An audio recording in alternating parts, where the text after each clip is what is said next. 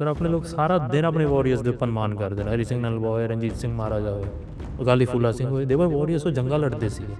ਨਾ ਮਹਾਰਾਜਾ ਰਣਜੀਤ ਸਿੰਘ ਤੋਂ ਵੀ ਨਹੀਂ ਹੋਇਆ ਉਹ ਕੰਮ ਤਾਂ। ਅਤੇ ਕਈ ਲੋਕਾਂ ਨੂੰ ਗੱਲ ਕੌੜੀ ਲੱਗ ਸਕਦੀ ਹੈ। ਲਾਹੌਰ ਦਰਬਾਰ ਨੋ ਡਾਊਟ ਸਭ ਤੋਂ ਵੱਡਾ ਸੀਗਾ। ਹੋਰ ਰਿਆਸਤਾਂ ਦੀ ਗੱਲ ਕਰੀਏ, ਘੱਟੋ ਘੱਟ ਸਿੱਖਾਂ ਦੀਆਂ 17 ਰਿਆਸਤਾਂ ਵੱਡੀਆਂ ਹੋਰ ਸੀ, ਯਾਨੀ exist at the same point Punjab ਅਤੇ ਹਰਿਆਣਾ ਦੇ ਵਿੱਚ ਕਰ ਲਿਆ। ਜਾਂ ਅੰਮ੍ਰਿਤਸਰ ਟ੍ਰੀਟੀ ਦਾ ਹਵਾਲਾ ਦਿੱਤਾ ਜਾਂਦਾ, ਉਹ ਵੀ ਲਾਈਕ ਪੂਰੀ ਨਹੀਂ ਪੜ੍ਹ ਕੇ ਦਿੱਤਾ ਜਾਂਦਾ। ਉਹਦੀ ਫਸਟ ਲਾਈਨ ਪੜ੍ਹੀ ਕਿ ਸਤਲੁਜ ਦਰਿਆ ਦੇ ਉੱਪਰ ਖਾਲਸਾ ਫੌਜ ਰਹੇਗੀ, ਸਾਊਥ ਦੇ ਵਿੱਚ ਬ੍ਰਿਟਿਸ਼ ਫੌਜ ਰਹੇਗੀ। ਪਰ ਉਸ ਦੇ ਵਿੱਚ ਇੱਕ ਸੈਕਿੰਡ ਕਲੌਜ਼ ਵੀ ਸੀਗਾ, ਜੋ ਸੈਕਿੰਡ ਲਾਈਨ ਸੀ ਆਰਟੀਕਲ ਦੀ। ਲਾਹੌਰ ਚਾਹੀਦਾ ਜਾਂ ਮਤਲਬ ਸਾਨੂੰ ਇੱਕ ਯੂਨਾਈਟਡ ਪੰਜਾਬ ਚਾਹੀਦਾ ਦੁਬਾਰਾ। ਅਤੇ ਜਿਹੜਾ ਕਿ ਅਸੀਂ ਅੱਗੇ ਲੰਘ ਗਏ ਹਾਂ, ਜਿਹੜਾ ਲਹਿੰਦਾ ਪੰਜਾਬ ਆ ਉਹ ਕਲਚਰ ਨਾਲ ਕਾਫੀ ਜੁੜਿਆ ਹੋਇਆ। ਉਹ ਵੀ ਖੇਤਾਂ ਦੇ ਵਿੱਚ ਬਹਿਣਾ, ਵਾੜਿਆਂ ਦੇ ਵਿੱਚ ਰੋਟੀ ਖਾਣੀ ਅਤੇ ਸਾਰਾ ਕੁਛ। History as one person said once ਕਿ ਰੀਅਰ ਵਿਊ ਮਿਰਰ ਹੈ। ਤੁਹਾਨੂੰ ਦੇਖ ਕੇ ਚੱਲਣਾ ਪੈਣਾ ਕਿ ਪਿੱਛੇ ਅਸੀਂ ਕੀ ਕਰਦੇ ਆਏ ਹਾਂ, ਕਿ ਅਸੀਂ ਸਾਹਮਣੇ ਹੈ। ਪਰ ਇਸ ਲਈ ਮੈਂ ਨਹੀਂ ਕਿ ਰੀਅਰ ਵਿਊ ਮਿਰਰ ਦੇ ਵਿੱਚ ਹੀ ਦੇਖਦੇ ਰਹਿ ਜਾਓ ਅਤੇ ਗੱਡੀ ਠੋਕ ਦਿਓ। ਤਾਂ ਪਾਰਟੀਸ਼ਨ ਦੀ ਡਿਮਾਂਡ ਮੁਸਲਿਮ ਲੀਗ ਦੀ ਨਹੀਂ ਸੀ, ਇਹ ਸਿੱਖਾਂ ਦੀ ਡਿਮਾਂਡ ਸੀ। ਵੈਸੇ ਲੋਕਾਂ ਨੂੰ ਆਪਾਂ ਮੁਸਲਿਮ ਲੀਗ ਨੂੰ ਗਾਲਾਂ ਕੱਢਦੇ ਰਹੇ ਕਿ ਉਹ ਪਾਕਿਸਤਾਨ ਲੈ ਗਏ। ਅਤੇ ਸਭ ਤੋਂ ਵੱਡਾ ਪੰਜਾਬ ਦੇ ਵਿੱਚ ਰੌਲਾ ਉਸ ਟਾਈਮ ਦਿੱਤੇ ਕੀ ਸੀਗਾ ਕਿ ਕਿੰਨਾ ਪੰਜਾਬ ਕਿਸ ਨੂੰ ਜਾਊਗਾ। ਮੁਸਲਿਮ ਲੀਗ ਪਹਿਲੇ ਦਿਨ ਹੱਕ 'ਚ ਸੀਗੀ ਕਿ ਸਾਰਾ ਪੰਜਾਬ ਅਸੀਂ ਪਾਕਿਸਤਾਨ 'ਚ ਰਲਾਉਣਾ। ਸਿੱਖ ਅਤੇ ਹਿੰਦੂ ਦਾ ਇਸ ਗੱਲ ਦੇ ਉਸ ਪੁਆਇੰਟ ਦੇ ਉੱਤੇ ਬਰਖਲਾਫ ਸੀ। ਉਹ ਕਹਿੰਦੇ ਸੀ ਅਸੀਂ ਇਸਲਾਮਿਕ ਸਟੇਟ ਦੇ ਵਿੱਚ ਨਹੀਂ ਰਹਿਣਾ। ਪਾਰਟੀਸ਼ਨ ਜਿਹੜਾ ਇੱਕ ਦਿਨ ਦਾ ਪ੍ਰੋਜੈਕਟ ਹੈ, ਉਹ ਦੈਟ ਸਟਾਰਟਸ ਅਰਾਊਂਡ 1880s ਕਿ ਕਿਵੇਂ ਦੀ ਕਿਵੇਂ ਕੱਟੜਤਾ ਵੱਧਦੀ ਗਈ, ਲੋਕਾਂ ਦੇ ਵਿੱਚ ਦੰਗੇ ਫਸਾਦ ਹੁੰਦੇ ਗਏ। ਪੂਰੀ ਤਾਂ 1940 ਆਉਂਦੇ ਪੂਰੀ ਆਪਣੇ ਸਿਖਰ 'ਤੇ ਪਹੁੰਚ ਗਈ। ਅਤੇ 47 ਆਉਂਦੇ ਤਾਂ ਮਤਲਬ ਅਸੀਂ ਆਪਦਾ ਖੁਦ ਦੇ ਬਿਲਕ ਬੰਦਾ ਮਰਵਾ ਕੇ। ਟੂ ਨੇਸ਼ਨ ਥਿਊਰੀ ਦੇ ਹੁਣ ਆਪਾਂ ਇੰਡੀਆ ਦੇ ਵਿੱਚ ਰਹਿੰਦੇ ਹਾਂ, ਆਪਣੇ ਲਈ ਸ਼ੁਰੂ ਤੋਂ ਆਪਣਾ ਹੈ ਕਿ ਉਹ ਜ਼ਹਿਰ ਹੈ। ਜਿਹੜੇ ਲੋਕ ਪਾਕਿਸਤਾਨ ਦੇ ਵਿੱਚ ਰਹਿੰਦੇ ਨੇ ਉਹਨਾਂ ਲਈ ਉਹ ਪੋਜ਼ੀਟਿਵ ਹੈ। It's a matter of perspective ਹੈ, ਬਿਕੋਜ਼ ਆਪਣਾ ਲਾਸ ਹੋ ਰਿਹਾ, ਆਪਣੇ ਹੱਥੋਂ ਚੀਜ਼ਾਂ ਗਈਆਂ ਨੇ। ਔਰ Pakistani state it is their birth of their nation. Haryana ਆਪਣੇ ਕਹਿੰਦੇ ਜੀ ਹਾਏ ਸਾਡੇ ਤੋਂ ਅੱਡ ਕਰਤਾ, ਪਰ ਆਪਾਂ ਫਿਰ ਕਿਸ ਐਂਗਲ 'ਤੇ ਉਹਨਾਂ ਨੂੰ ਪਾਣੀ ਦੇਣ ਤੋਂ ਮਨਾ ਕਰਦੇ। ਰੈਸ ਵਗੈਰਾ ਦਾ ਹੋਰ ਜਾਂ ਮੁੱਦੇ ਹੋਏ ਆਪਾਂ ਕਹਿੰਦੇ ਕਿ ਜੋ 66 'ਚ ਅੱਡ ਹੋ ਗਿਆ ਤੁਹਾਡੇ ਉੱਤੇ ਕੋਈ ਹੱਕ ਨਹੀਂ ਬਣਦਾ। You are not a riparian state. ਚਾਹੇ ਸੁਪਰੀਮ ਕੋਰਟ ਨੇ ਜੋ ਮਰਜ਼ੀ ਪਾਸ ਆਰਡਰ ਕੀਤੇ ਨੇ, ਉਹਨਾਂ ਨੂੰ ਕਿਉਂ ਪਾਣੀ ਦੇਗਾ। ਹੁਣ ਜੇ ਇਹੀ ਗੱਲ ਆਪਾਂ ਜੇ ਇਹ ਡੰਕੇ ਦੀ ਚੋਟ 'ਤੇ ਕਹਿ ਸਕਦੇ ਹਾਂ, ਬਟ ਉਸੇ ਟਾਈਮ ਦੇ ਉੱਤੇ ਜਿਹੜੇ ਸਾਡੇ ਪੰਜਾਬੀ ਸੋਸ਼ਲ ਮੀਡੀਆ ਜਾਂ ਫਿਰ ਮੈਂ ਉਹਨੂੰ ਪੰਜਾਬੀ ਨੈਸ਼ਨਲਿਸਟ ਕੈਟੇਗਰੀ ਦੇ ਵਿੱਚ ਕਹਿੰਦਾ ਹੁੰਦਾ, ਉਹ ਆਪ ਕਹਿੰਦੇ ਕਿ ਸਾਨੂੰ ਸਾਡਾ ਹਰਿਆਣਾ ਵਾਪਸ। Why that is called a double standard policy. ਉਵੇਂ ਤਾਂ ਸਾਡੇ ਪੰਜਾਬ ਦੇ ਵਿੱਚ ਉਹ ਕਲਚਰ ਨਹੀਂ ਹੈ ਕਿ ਕੋਈ ਬੰਦਾ ਇਤਿਹਾਸ ਨੂੰ ਐਕਸਪਲੋਰ ਕਰਨਾ ਚਾਹੇਗਾ, ਕਿਉਂਕਿ ਅਸੀਂ ਇਸ ਗੱਲਾਂ ਵਾਲੇ ਪਾਸੇ ਕੋਈ ਧਿਆਨ ਨਹੀਂ ਦਿੰਦੇ। ਕੋਈ ਗੱਲ ਹੈ ਕਿ ਇੰਨੇ ਮਤਲਬ ਕਿ ਇਸ ਹਿਸਾਬ ਨਾਲ ਕਿ ਇਸ ਲੈਵਲ ਦੇ ਉੱਪਰ ਗੱਪ ਛੱਡੇ ਜਾ ਰਹੇ ਨੇ। How can anyone rest of us take it.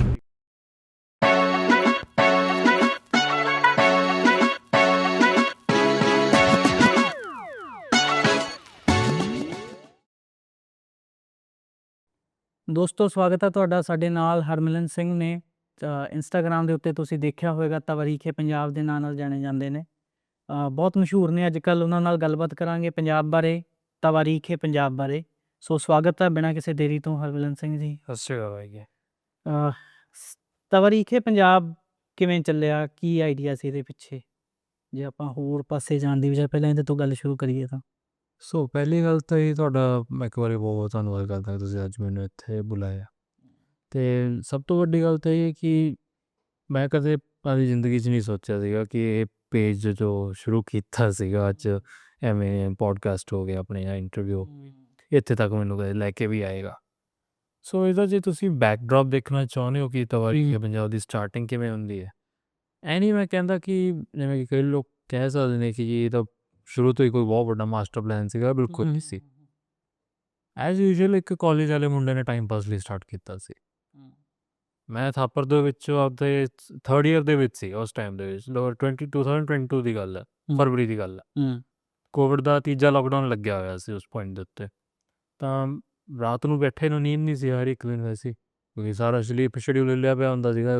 ਜਵਾਕਾਂ ਰਾਤ ਨੂੰ ਸਾਰਾ ਦਿਨ ਗੇਮਾਂ ਖੇਡਦੇ ਰਹਿੰਦੇ ਹੁੰਦੇ ਫੋਨ ਦੇ ਉੱਤੇ, ਅਤੇ ਸਵੇਰੇ 3 ਵਜੇ ਸੌਂਦੇ ਹੁੰਦੇ। ਅਤੇ ਫਿਰ ਇੱਕ ਦਿਨ ਅਸੀਂ ਰਾਤ ਨੂੰ ਬੈਠੇ ਸੋਚਿਆ ਮੈਂ ਯਾਰ ਤੇਰੇ ਕੋਲ ਇੰਨਾ ਕੁਛ ਮਤਲਬ ਕਿ ਤੂੰ ਫੋਟੋਆਂ ਵਗੈਰਾ ਥੋੜ੍ਹੀਆਂ ਬਹੁਤੀਆਂ ਖਿੱਚੀਆਂ ਹੋਈਆਂ ਨੇ, ਤੂੰ ਹਿਸਟਰੀ ਦੇ ਉੱਤੇ ਤੈਨੂੰ ਮੈਨੂੰ ਪੜ੍ਹਨਾ ਵੀ ਪਸੰਦ ਸੀਗਾ। ਮੈਂ ਕਿਹਾ ਕੋਈ ਛੋਟਾ ਮਿਨੀ ਬਲੌਗ ਲਿਖਣ ਦੀ ਆਪਾਂ ਟਰਾਈ ਕਰਦੇ ਹਾਂ। ਪਹਿਲਾਂ ਸੋਚਿਆ ਸੀਗਾ ਕਿ ਵੱਡੇ ਬਲੌਗ ਵੀ ਲਿਖਾਂ, ਪਰ ਮੈਂ ਕਿਹਾ ਤੁਹਾਨੂੰ ਪਤਾ ਅੱਜ ਕੱਲ੍ਹ ਲੋਕਾਂ ਦਾ ਜ਼ਿਆਦਾ ਸਰਚਿੰਗ ਦੇ ਵਿੱਚ ਹੈ ਨਹੀਂ। ਉਹਨਾਂ ਨੂੰ ਆਪਣੇ ਆਪ ਐਲਗੋਰਿਦਮ ਸਰਚ ਕਰਕੇ ਦੇ, ਉਹਨਾਂ ਨੂੰ ਐਸਾ ਮੈਂ ਕਹਿ ਸਕਦਾ ਪੈਸਿਵ ਵੇ ਸਰਚਿੰਗ ਦਾ ਚਾਹੀਦਾ ਲੋਕਾਂ ਨੂੰ, ਐਕਟਿਵ ਨਹੀਂ ਸਰਚਿੰਗ ਚਾਹੀਦੀ। ਇੰਸਟਾਗ੍ਰਾਮ ਉਸ ਲਈ ਇੱਕ ਤਰ੍ਹਾਂ ਦਾ ਬੈਸਟ ਆਪਸ਼ਨ ਸੀਗਾ ਜੀ। ਤਾਂ ਉਹੀ ਲਿਖਣਾ ਸਟਾਰਟ ਕੀਤਾ ਉੱਥੋਂ। ਤੇ ਲਾਈਕ ਅਰਾਊਂਡ 10:30 ਵਜੇ ਮੈਂ ਰਾਤ ਨੂੰ ਫਰਵਰੀ 'ਚ 2-3 ਫਰਵਰੀ ਦੀ ਗੱਲ ਹੋਣੀ, 2 ਫਰਵਰੀ ਦੀ ਗੱਲ ਸੀ। ਤਾਂ ਉਸ ਦਿਨ ਮੈਂ ਪੇਜ ਬੈਠੇ ਨੇ ਬਣਾ ਲਿਆ ਹੋਇਆ ਸੀ ਤੇ ਫਿਰ ਸਟਾਰਟਿੰਗ ਕੀਤੀ ਅਸੀਂ। ਅਤੇ ਉਸ ਤੋਂ ਬਾਅਦ ਕੀ ਹੋਇਆ ਕਿ ਸਭ ਤੋਂ ਪਹਿਲਾ ਕੰਮ ਤਾਂ ਇਹੀ ਹੋਣਾ ਸੀਗਾ ਕਿ ਆਪਦੇ ਜਿੰਨੇ ਦੋਸਤ ਮਿੱਤਰ ਨੇ ਉਹਨਾਂ ਨੂੰ ਆਪਦੇ ਉਹਨਾਂ ਦੇ ਗਰੁੱਪ 'ਚ ਪਾ ਕੇ ਬਾਈ ਫੋਲੋ ਕਰੋ। ਪਰ ਕਾਲਜ ਦੇ ਵਿੱਚ ਨਾਲ ਦੀ ਨਾਲ ਅੱਗੇ ਤੇ ਉਹਨਾਂ ਨੂੰ ਫੋਲੋ ਕਰਾਏ। ਅਤੇ ਮੈਨੂੰ ਤਾਂ ਸਹੀ ਗੱਲ ਦੱਸਾਂ, ਜਿਸ ਦਿਨ ਮੇਰੇ ਤਾਂ 50 ਫੋਲੋਅਰ ਹੋ ਗਏ ਸੀਗੇ, ਮਹੀਨੇ ਕੁ ਦੇ ਵਿੱਚ ਹੋ ਗਏ ਸੀ, ਉਸ ਦਿਨ ਸਾਨੂੰ ਐਂ ਹੋ ਗਿਆ ਸਭ ਨੂੰ ਕਿ ਪੇਜ ਚੱਲ ਗਿਆ। ਬਸ ਤਾਂ ਖੁਸ਼ੀ ਬਹੁਤ ਹੈ। ਅਸੀਂ ਪਾਰਟੀਆਂ ਕਰਦੇ ਫਿਰਦੇ ਸੀਗੇ ਕੰਟੀਨ ਦੇ ਵਿੱਚ। ਬਟ ਜੇ ਉਸ ਟਾਈਮ ਨੂੰ ਅੱਜ ਦੇ ਨਾਲ ਕੰਪੇਅਰ ਕਰੀਏ ਤਾਂ ਕਦੇ ਮੈਂ ਸੋਚਿਆ ਨਹੀਂ ਸੀਗਾ ਕਿ ਇਹ 45,000 ਟੱਪ ਜਾਏਗਾ। ਤੇ ਸਾਡੀ ਪਾਰਟੀ ਕਿੱਥੇ ਆ? 50 ਤੇ ਤਾਂ ਪਾਰਟੀ ਕਰ ਲਈ। ਤੁਸੀਂ ਤਾਂ ਹੁਣ ਮਿਲੇ ਬਿਲਕੁਲ ਕਰਾ ਦਿੰਦੇ ਆ, ਉਹ ਤਾਂ ਕੋਈ ਦਿੱਕਤ ਨਹੀਂ ਹੈ। ਪਰ ਉਹੀ ਗੱਲ ਹੈ ਨਾ ਕਿ ਇੱਕ ਤਰ੍ਹਾਂ ਤੋਂ ਕਦੇ ਮਤਲਬ ਆਪ ਦੇ ਉੱਤੇ ਵੀ ਇਹ ਸੋਚਿਆ ਨਹੀਂ ਸੀਗਾ ਕਿ ਪੇਜ ਇੰਨਾ ਚੱਲ ਜਾਏ। ਕਈ ਵਾਰ ਹੁੰਦਾ ਫੀਲਿੰਗ ਆਉਣ ਲੱਗ ਜਾਂਦੀ ਹੈ ਕਿ ਇਹ ਤਾਂ ਔਕਾਤ ਤੋਂ ਬਾਹਰ ਚੱਲ ਗਿਆ। ਬਟ ਫਿਰ ਵੀ ਮੈਂ ਕਹਿੰਦਾ ਕਿ ਲੋਕਾਂ ਦਾ ਇੰਨਾ ਪਿਆਰ ਮਿਲਿਆ ਨਹੀਂ, ਤੁਸੀਂ ਤੇ ਉਸੇ ਕੰਮ ਕਰਕੇ ਅੱਜ ਕੀਤਾ ਉਹਦੇ ਤੇ। ਮਤਲਬ ਮੈਂ ਬੇਸਿਕਲੀ ਤੇ ਆਈਡੀਆ ਦਾ ਥੋੜ੍ਹਾ ਜਿਹਾ ਦੇਖਣਾ ਚਾਹੁੰਦਾ ਵੀ ਐਕਚੁਅਲ ਆਈਡੀਆ ਕੀ ਹੈ ਪੰਜਾਬ ਦੀ ਹਿਸਟਰੀ ਨੂੰ। ਫਿਰ ਤੁਸੀਂ ਕਿਵੇਂ ਦੇਖਦੇ ਹੋ ਜੇ ਤੁਸੀਂ ਤਵਰੀਕੇ ਪੰਜਾਬ ਦੀ? ਐਕਚੁਅਲੀ ਜੇ ਤੁਸੀਂ ਐਕਚੁਅਲ ਆਈਡੀਆ 'ਤੇ ਵੀ ਗੱਲ ਕਰਦੇ ਹੋ ਨਾ ਕਿ ਪੇਜ ਦਾ ਆਈਡੀਆ ਕਿਵੇਂ ਹੈ, ਇਹ ਵੀ ਜਿਵੇਂ ਜਿਵੇਂ ਪੇਜ ਵਧਿਆ ਉਵੇਂ ਇਵੋਲਵ ਹੋਇਆ। ਸਟਾਰਟਿੰਗ ਇਸ ਦੀ ਬਸ ਐਂ ਸੀ ਕਿ ਥੋੜ੍ਹਾ ਬਹੁਤਾ ਫੋਟੋਆਂ ਇੰਟਰਨੈਟ ਤੋਂ ਲਊਂਗਾ, ਲਿਖੂੰਗਾ। ਉਸ ਤੋਂ 2 ਮਹੀਨੇ ਬਾਅਦ ਹੀ ਪਰ ਉਸਦਾ ਹਰੇਕ ਤਰ੍ਹਾਂ ਦੀ ਸੈਟਅਪ ਚੇਂਜ ਹੁੰਦਾ ਰਿਹਾ। ਮੈਂ ਆਪਦੇ ਘਰਦਿਆਂ ਨਾਲ ਗਿਆ, ਮਤਲਬ ਅਸੀਂ ਫਰੀਦਕੋਟ ਮੱਥਾ ਟੇਕਣ ਗਏ ਸੀ ਬਾਬਾ ਫਰੀਦ ਦੀ ਗੁਰਦੁਆਰਾ ਸਾਹਿਬ। ਤਾਂ ਉੱਥੇ ਮੈਂ ਆਪਦੇ ਘਰਦਿਆਂ ਨੂੰ ਕਿਹਾ, ਮੈਂ ਕਿਹਾ ਕਿ ਫੋਟੋਗ੍ਰਾਫੀ ਹੋ ਜਾਏਗੀ। ਮੈਂ ਕਿਹਾ ਪੁਰਾਣੀ ਸਾਈਟ ਇੱਕ ਤਰ੍ਹਾਂ ਤੋਂ। ਅਤੇ ਉਸ ਤੋਂ ਬਾਅਦ ਥੋੜ੍ਹਾ ਬਹੁਤਾ ਨਾਲ ਐਕਸਟਰਾ ਪੜ੍ਹਨਾ ਸਟਾਰਟ ਤਾਂ ਕੀਤਾ ਹੀ ਹੋਇਆ ਸੀਗਾ। ਅਤੇ ਉੱਥੇ ਨਾਲ ਮੁਦਕੀ ਦੀ ਬੈਟਲਫੀਲਡ ਸੀ, ਫਸਟ ਐਂਗਲੋ ਸਿੱਖ ਵਾਰ ਦੀ, 15 ਕਿਲੋਮੀਟਰ ਹੈ ਫਰੀਦਕੋਟ ਤੇ। ਤਾਂ ਮੈਂ ਆਪਦੇ ਘਰਦਿਆਂ ਨੂੰ ਕਿਹਾ, ਮੈਂ ਕਿਹਾ ਆਪਾਂ ਉੱਧਰ ਵੀ ਚੱਲ ਕੇ ਆਉਂਦੇ, ਦੇਖ ਕੇ ਆਉਂਦੇ। ਅਤੇ ਦੇਖਿਆ ਅਸੀਂ ਉੱਥੇ ਅਗਰ ਉਹ ਟੂਰ ਜਿਹੜਾ ਬਸ ਮੇਰੇ ਘਰਦਿਆਂ ਨੇ ਅੰਮ੍ਰਿਤਸਰ ਅਤੇ ਫਰੀਦਕੋਟ ਦਾ ਰੱਖਿਆ ਸੀ। ਮੈਂ ਡੀ ਟੂਰ ਕਰਾਉਂਦਾ ਉਹਨਾਂ ਨੂੰ ਘੱਟੋ ਘੱਟ ਪੂਰਾ ਦਿਨ ਲਵਾਤਾ ਜੋ ਉਹਨਾਂ ਨੇ ਘੰਟੇ ਤੋਂ ਸੋਚਿਆ ਹੋਇਆ ਸੀ। ਕਿਉਂਕਿ ਹਿਸਾਬ ਲਓ ਕਿ ਐਵੇਂ ਉੱਥੋਂ ਫਿਰ ਫੋਟੋਗ੍ਰਾਫੀ ਦਾ ਸ਼ੌਂਕ ਸ਼ੁਰੂ ਹੋਇਆ। ਫੋਟੋਗ੍ਰਾਫੀ ਮੈਂ ਪਹਿਲਾਂ ਕਦੇ ਸਟਾਰਟਿੰਗ 'ਚ ਨਹੀਂ ਕੰਮ ਕੀਤਾ ਸੀਗਾ ਕਿਸੇ ਦੇ 'ਚ, ਕਿ ਮੈਂ ਤਾਂ ਲਾਈਕ ਇਹ ਵੀ ਨਹੀਂ, ਰੇਸ਼ੋ ਦਾ ਵੀ ਨਹੀਂ ਸੀ ਪਤਾ ਹੁੰਦਾ ਕਿ ਕੈਮਰਾ ਫੋਟੋਗ੍ਰਾਫੀ ਕੀ ਹੁੰਦੀ ਹੈ, ਕਿਸ ਹਿਸਾਬ ਨਾਲ ਕਰੀ ਦੀ ਹੁੰਦੀ ਹੈ। ਮੈਨੂੰ ਕੋਈ ਫੋਟੋ ਤਾਂ ਕੈਮਰਾ ਨਹੀਂ ਸੀ ਦਿੰਦਾ ਹੁੰਦਾ ਸਟਾਰਟਿੰਗ ਦੇ ਵਿੱਚ ਕਿ ਇਹਨੂੰ ਫੋਟੋ ਨਹੀਂ ਖਿੱਚਣੀ ਆਉਂਦੀ। ਪਰ ਹੌਲੀ ਹੌਲੀ ਜਿਵੇਂ ਕਿ ਸਿੱਖਿਆ ਆਪਦੇ ਆਪ 'ਤੇ, ਕਿ ਪਤਾ ਲੱਗਿਆ ਕਿ ਕਿਵੇਂ ਬਰਾਈਟਨੈਸ ਵਗੈਰਾ ਦਾ, ਉਹਦੀ ਰੇਸ਼ੋਜ਼ ਦਾ ਕਿਵੇਂ ਹੁੰਦਾ, ਕਿੰਨੇ HD ਵਾਲਾ ਕੀ ਫਰੇਮ ਹੁੰਦਾ। ਪਹਿਲਾਂ ਨਹੀਂ ਤਾਂ ਕਲਿੱਕ ਕਰ ਦਿੰਦੇ ਸੀ, ਇਹ ਕੰਮ ਖਤਮ। ਪਰ ਹੌਲੀ ਹੌਲੀ ਫਿਰ ਬਾਅਦ ਦੇ ਵਿੱਚ ਐਂ ਸਟਾਰਟ ਹੁੰਦਾ ਰਿਹਾ। ਅਤੇ ਫਿਰ ਸਹੀ ਗੱਲ ਦੱਸੋ ਬਈ ਫਰੀਦਕੋਟ ਵਾਲੀ ਸਾਡਾ ਫੈਮਿਲੀ ਟੂਰ ਇੱਕ ਜਦ ਕਹਿ ਲਓ ਕਿ ਯਾਤਰਾ ਸੀਗੀ ਸਾਡੀ, ਮਤਲਬ ਉਸਨੇ ਉਸ ਸਮੇਂ ਚਸਕਾ ਪੈ ਗਿਆ ਕਿ ਘੁੰਮਣ ਦਾ। ਉਸ ਤੋਂ ਪਹਿਲਾਂ ਮੈਂ ਆਪਦੇ ਘਰ ਹੀ ਬੈਠਾ ਰਹਿੰਦਾ ਹੁੰਦਾ ਸੀਗਾ, ਮੇਰਾ ਕਿਤੇ ਆਉਣ ਜਾਣ ਨਹੀਂ ਸੀ ਹੁੰਦਾ ਇੰਨਾ। ਉਸ ਤੋਂ ਬਾਅਦ ਤਾਂ ਮਤਲਬ ਹਿਸਾਬ ਲਗਾਓ ਕਿ 2022 ਤੋਂ ਲੈ ਕੇ 2024 ਤੱਕ 2 ਸਾਲ ਦੇ ਵਿੱਚ ਮੈਂ ਪੰਜਾਬ ਦੇ ਆਲਮੋਸਟ 21 ਜ਼ਿਲ੍ਹੇ ਖਾ ਚੁੱਕਿਆ ਹੁਣ ਤੱਕ। 2 ਜ਼ਿਲ੍ਹੇ ਰਹਿੰਦੇ ਨੇ ਅਜੇ ਵੀ, ਜਿਹੜੇ ਪਠਾਨਕੋਟ ਅਤੇ ਫਾਜ਼ਿਲਕਾ ਹੈ ਬਸ। ਉਸ ਤੋਂ ਇਲਾਵਾ ਮੈਂ ਸਾਰੇ ਕਿਤੇ ਜਾ ਕੇ ਖੁਦ ਫੋਟੋਗ੍ਰਾਫੀ ਕਰਕੇ ਉਹ ਪੇਜ ਦੇ ਉੱਪਰ ਲਿਖ ਕੇ ਅਪਲੋਡ ਕਰੇਗੀ। ਤਾਂ ਉਸ ਚੀਜ਼ ਤੋਂ ਹੈ ਕਿ ਔਨ ਦਾ ਸਪੋਟ ਕੀ, ਕਿਉਂਕਿ ਉੱਥੇ ਕੋਈ ਜਾਂਦਾ ਨਹੀਂ। ਪਹਿਲੀ ਗੱਲ ਤਾਂ ਸਭ ਤੋਂ ਵੱਡੀ ਦਿੱਕਤ ਇਹ ਹੈ, ਦੇ are not in the main stream media ਦੇ ਵਿੱਚ ਉਹਨਾਂ ਦਾ ਕੋਈ ਜ਼ਿਆਦਾ ਜ਼ਿਕਰ ਨਹੀਂ ਮਿਲਦਾ ਕਦੇ ਵੀ। ਜੇ ਤੁਸੀਂ ਚਾਹੇ ਪੰਜਾਬੀ ਨਿਊਜ਼ ਚੈਨਲ ਲਗਾ ਕੇ ਵੇਖੋਗੇ, ਜਾਂ ਸਾਡੇ ਪੰਜਾਬੀ ਫਿਲਮਾਂ ਨੂੰ ਵੀ ਵੇਖੋਗੇ, ਜਾਂ ਸਾਡੇ ਪੰਜਾਬੀ ਜੇ ਕੋਈ TV ਡਰਾਮੇ ਵਗੈਰਾ ਵੀ ਨੇ, ਉਹਨਾਂ ਦੇ ਵਿੱਚ ਇਹ ਚੀਜ਼ਾਂ ਦਾ ਜ਼ਿਕਰ ਨਹੀਂ ਆਉਂਦਾ। ਤਾਂ ਉੱਥੋਂ ਸਹੀ ਗੱਲ ਦੱਸਾਂ ਤਾਂ ਫਿਰ ਫੋਟੋਗ੍ਰਾਫੀ ਦਾ ਚਸਕਾ ਸ਼ੁਰੂ ਹੋਇਆ। ਪੰਜਾਬ ਦੇ ਵਿੱਚ ਤੁਸੀਂ 21 ਜ਼ਿਲ੍ਹੇ ਫਿਰ ਲਏ, ਤੁਸੀਂ ਉੱਥੇ ਬਹੁਤ ਸਾਰੀਆਂ ਚੀਜ਼ਾਂ ਦੇਖੀਆਂ ਅਤੇ ਉਹਨਾਂ ਦੀ ਫੋਟੋਗ੍ਰਾਫੀ ਕੀਤੀ ਜਿਹੜੀਆਂ ਹਿਸਟੋਰੀਕਲ ਹੈਗੀਆਂ। ਹਿਸਟਰੀ ਕਿਸੇ ਵੀ ਸੂਬੇ ਦੀ, ਕਿਸੇ ਵੀ ਖਿੱਤੇ ਦੀ, ਕਿਸੇ ਵੀ ਖੇਤਰ ਦੀ, ਕਿਸੇ ਵੀ ਦੇਸ਼ ਦੀ, ਜਿਹੜੀਆਂ ਹਿਸਟੋਰੀਕਲ ਥਾਵਾਂ ਇੰਨੇ ਵੱਡੇ ਪੱਧਰ 'ਤੇ ਹੈਗੀਆਂ, ਤਾਂ ਉਹ ਡਾਇਰੈਕਟਲੀ ਪ੍ਰਪੋਰਸ਼ਨਲ ਟੂ ਟੂਰਿਜ਼ਮ ਹੁੰਦੀ ਹੈ। ਹਾਂਜੀ। ਅਤੇ ਪੰਜਾਬ ਦੇ ਵਿੱਚ ਜੇ ਚੜ੍ਹਦੇ ਪੰਜਾਬ ਦੀ ਜੇ ਅਸੀਂ ਗੱਲ ਕਰਦੇ ਹਾਂ, ਜਾਂ ਕਹਿ ਲਈਏ ਵੀ ਇੰਡੀਅਨ ਪੰਜਾਬ ਦੀ ਜਦੋਂ ਅਸੀਂ ਗੱਲ ਕਰਦੇ ਹਾਂ, ਕਿ ਜੇ ਐਡੇ ਵੱਡੇ ਪੱਧਰ ਦੇ ਉੱਤੇ ਜੇ ਇੱਥੇ ਟੂਰਿਜ਼ਮ ਦੀਆਂ ਸੰਭਾਵਨਾਵਾਂ ਪਈਆਂ, ਅਤੇ ਫਿਰ ਟੂਰਿਜ਼ਮ ਕਿਉਂ ਨਹੀਂ ਵੱਧ ਰਿਹਾ? ਇਹਦੇ ਬਾਰੇ ਤੁਹਾਨੂੰ ਕੀ ਲੱਗਦਾ? ਸੋ ਸਿੱਧੀ ਜਿਹੀ ਗੱਲ ਕਰਾਂ ਤਾਂ ਮੈਂ ਇੱਥੇ ਟੂਰਿਜ਼ਮ ਨਾ ਵਧਣ ਦਾ ਕਾਰਨ ਬਹੁਤ ਜ਼ਿਆਦਾ ਫੈਕਟਰ ਹੈ ਇਸ ਦੇ ਵਿੱਚ। ਲੋਕਾਂ 'ਚ ਅਵੇਅਰਨੈਸ ਨਹੀਂ ਹੈ ਇੱਕ ਤਾਂ। ਦੇਖੋ ਇਹ ਆਨਸਰ ਸਭ ਤੋਂ ਬੋਰਿੰਗ ਹੁੰਦਾ ਕਿ ਅਵੇਅਰਨੈਸ ਨਹੀਂ ਹੈਗੀ ਜੀ, ਕਿ ਹਰ ਕੋਈ ਇਹ ਗੱਲ ਕਰਕੇ ਨਿਕਲ ਜਾਂਦਾ। ਲੋਕ ਆਪ ਨਹੀਂ ਰਾਜ਼ੀ ਹੈਗੇ ਇਹ ਚੀਜ਼ਾਂ ਦੇਖ ਕੇ। ਉਵੇਂ ਤਾਂ ਸਾਡੇ ਪੰਜਾਬ ਦੇ ਵਿੱਚ ਉਹ ਕਲਚਰ ਨਹੀਂ ਹੈ ਕਿ ਕੋਈ ਬੰਦਾ ਇਤਿਹਾਸ ਨੂੰ ਐਕਸਪਲੋਰ ਕਰਨਾ ਚਾਹੇਗਾ, ਕਿਉਂਕਿ ਅਸੀਂ ਇਸ ਗੱਲਾਂ ਵਾਲੇ ਪਾਸੇ ਕੋਈ ਧਿਆਨ ਹੀ ਨਹੀਂ ਦਿੱਤਾ। ਖਾਸ ਕਰ ਜੋ ਮੇਰੀ ਜਨਰੇਸ਼ਨ ਹੈ, ਮੈਂ ਅੱਜ 24 ਸਾਲ ਦਾ, ਜਦੋਂ ਮੈਂ ਪੇਜ ਸਟਾਰਟ ਕੀਤਾ 21 ਸਾਲ ਦਾ ਸੀਗਾ। ਤਾਂ ਉਸ ਪੁਆਇੰਟ ਦੇ ਉੱਤੇ ਸਭ ਨੂੰ ਐ ਸੀਗਾ ਕਿ ਨੌਕਰੀ ਲਈਏ ਜਾਂ ਇੱਥੋਂ ਨਿਕਲੀਏ। ਉਦੋਂ ਉਸ ਟਾਈਮ ਦੇ ਉੱਤੇ ਪੀਕ ਸੀਗੀ, ਤੁਸੀਂ ਹਿਸਾਬ ਲਓ ਜੋ ਕੈਨੇਡਾ ਵਗੈਰਾ ਜਾਣ ਦੀ ਹੁੰਦੀ ਸੀਗੀ ਉਦੋਂ ਲੋਕਾਂ ਨੂੰ। ਤਾਂ ਉਸ ਹਿਸਾਬ ਦੇ ਵਿੱਚੋਂ ਕਿ ਫਿਰ ਇੱਕ ਤਾਂ ਹੀ ਹੋ ਗਿਆ ਕਿ ਜਦੋਂ ਸਾਰੇ ਬਾਹਰ ਨੂੰ ਦੌੜੀ ਜਾਂਦੇ ਨੇ ਤਾਂ ਉਹ ਤਾਂ ਕੀ ਬਾਕੀ ਸਾਂਭਣ ਵਾਲਾ ਕਿਸੇ ਨੇ ਕੀ ਸੀ। ਕੁਝ ਸਾਡੀ ਗਵਰਨਮੈਂਟਸ ਦਾ ਵੀ ਇਸ ਗੱਲ ਦੇ ਵਿੱਚ ਬਹੁਤ ਵੱਡਾ ਹਿੱਸਾ ਹੈ। ਜੇ ਤੁਸੀਂ ਦੇਖੋ ਕਿ ਟੂਰਿਜ਼ਮ ਸੈਕਟਰ ਦੇ ਵਿੱਚ ਉਵੇਂ ਦੇ ਬੰਦੇ ਉਹ ਅਪੋਇੰਟ ਕਰਦੇ ਹੀ ਨਹੀਂ ਪਏ ਜੋ ਉਹਨਾਂ ਨੂੰ ਕਰਨੇ ਚਾਹੀਦੇ ਨੇ। ਇਸ ਦੇ ਵਿੱਚ ਚਾਹੇ ਨਹੀਂ ਅੱਜ ਦੀ ਸਰਕਾਰ ਦੀ ਗੱਲ ਨਹੀਂ ਹੈ, ਬੇਰੁਖੀ ਬਹੁਤ ਚਿਰ 10-20 ਸਾਲਾਂ ਤੋਂ ਚੱਲ ਰਹੀ। ਜਿਵੇਂ ਤੁਹਾਨੂੰ ਆਪਣੇ ਐਗਜ਼ਾਮਪਲ ਦੇਵਾਂ, ਸਿੱਧੀ ਜਿਹੀ ਗੱਲ ਮੋਟੀ ਗੱਲ ਦੱਸੀਏ ਤਾਂ ਆਪਾਂ ਪਟਿਆਲੇ ਦੇ ਵਿੱਚ ਬੈਠੇ ਹਾਂ ਇਸ ਟਾਈਮ 'ਤੇ। ਪਟਿਆਲੇ ਦੇ ਵਿੱਚ ਘੱਟੋ ਘੱਟ 2 ਮਿਊਜ਼ੀਅਮ ਹੁੰਦੇ ਸੀਗੇ। ਇੱਕ ਤਾਂ ਸਾਡਾ ਕਿਲ੍ਹਾ ਮੁਬਾਰਕ ਦੇ ਵਿੱਚ ਦਰਬਾਰ ਹਾਲ ਦਾ ਹੁੰਦਾ ਸੀਗਾ ਜਿੱਥੇ ਮਹਾਰਾਜਾ ਪਟਿਆਲਾ ਦਰਬਾਰ ਲਗਾਉਂਦੇ ਹੁੰਦੇ ਸੀ, ਅਤੇ ਦੂਸਰਾ ਸੀਗਾ ਸ਼ੀਸ਼ ਮਹਿਲ ਦਾ।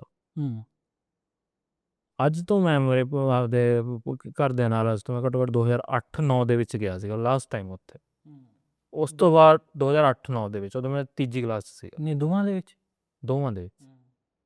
ਉਹ ਮੁੜ ਕੇ ਇਹਨਾਂ ਨੇ ਰਿਜ਼ਰਵੇਸ਼ਨ ਦੇ ਨਾਮ 'ਤੇ ਕਿ ਰੀਸਟੋਰ ਕਰਾਂਗੇ ਜੀ ਅਸੀਂ, ਐਂ ਕਰਾਂਗੇ, ਸਾਡੇ ਕੋਲ ਬੰਦ ਕਰਤੇ ਰੈਨੋਵੇਸ਼ਨ ਵਾਸਤੇ।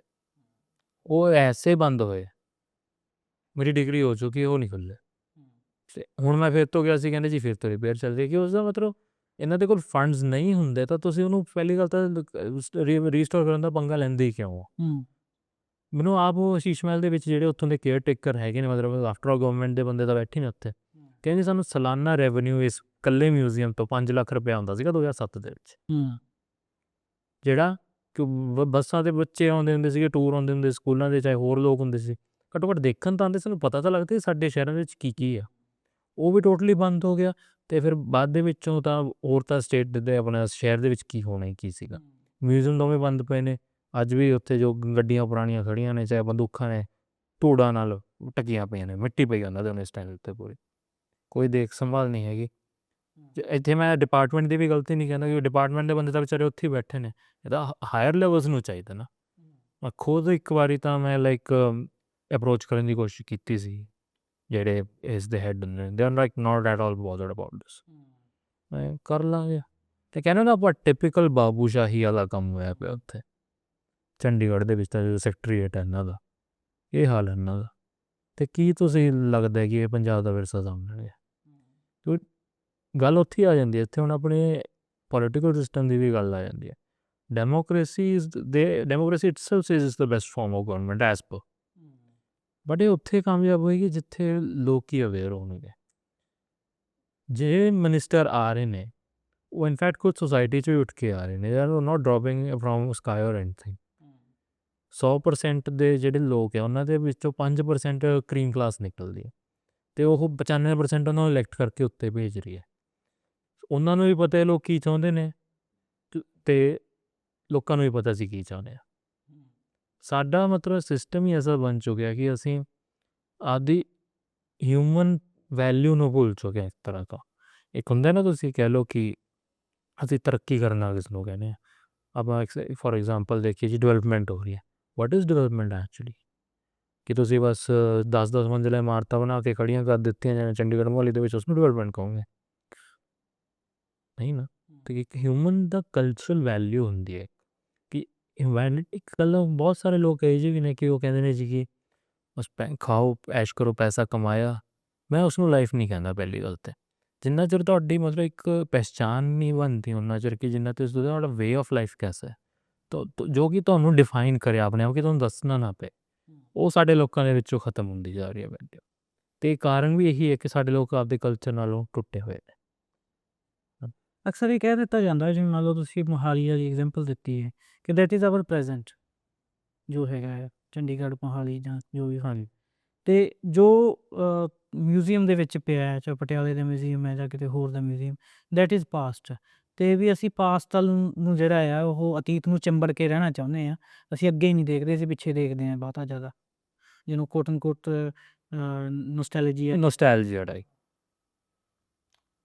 ਉਹ ਵੀ ਨੋਸਟੈਲਜੀਆ ਕਿਸ ਪੁਆਇੰਟ ਦੇ ਉੱਤੋਂ ਮਤਲਬ ਤੁਸੀਂ ਕਹਿ ਲਓ ਕਿ ਓਰੀਜੀਨੇਟ ਹੁੰਦਾ ਜਦ ਬੰਦਾ ਪ੍ਰੈਜੈਂਟ ਦੀ ਬਰੂਟੈਲਿਟੀ ਤੋਂ escape ਕਰਨ ਲਈ ਨੋਸਟੈਲਜੀਆ ਵੱਲ ਜਾਂਦਾ। ਸਭ ਤੋਂ ਵੱਡੀ ਗੱਲ ਤਾਂ ਇਹ, ਜਿੱਥੋਂ ਤੱਕ ਮੈਂ ਐਕਸਪੀਰੀਅੰਸ ਕੀਤਾ। ਨੋਸਟੈਲਜੀਆ ਦੇ ਵਿੱਚ ਬੰਦਾ ਇਸ ਕਰਕੇ ਨਹੀਂ ਜਾਂਦਾ ਕਿ ਉੱਥੇ ਮੈਨੂੰ ਪਿਆਰ ਮਿਲੇਗਾ ਜਾਂ ਕੁਛ ਮਿਲੇਗਾ।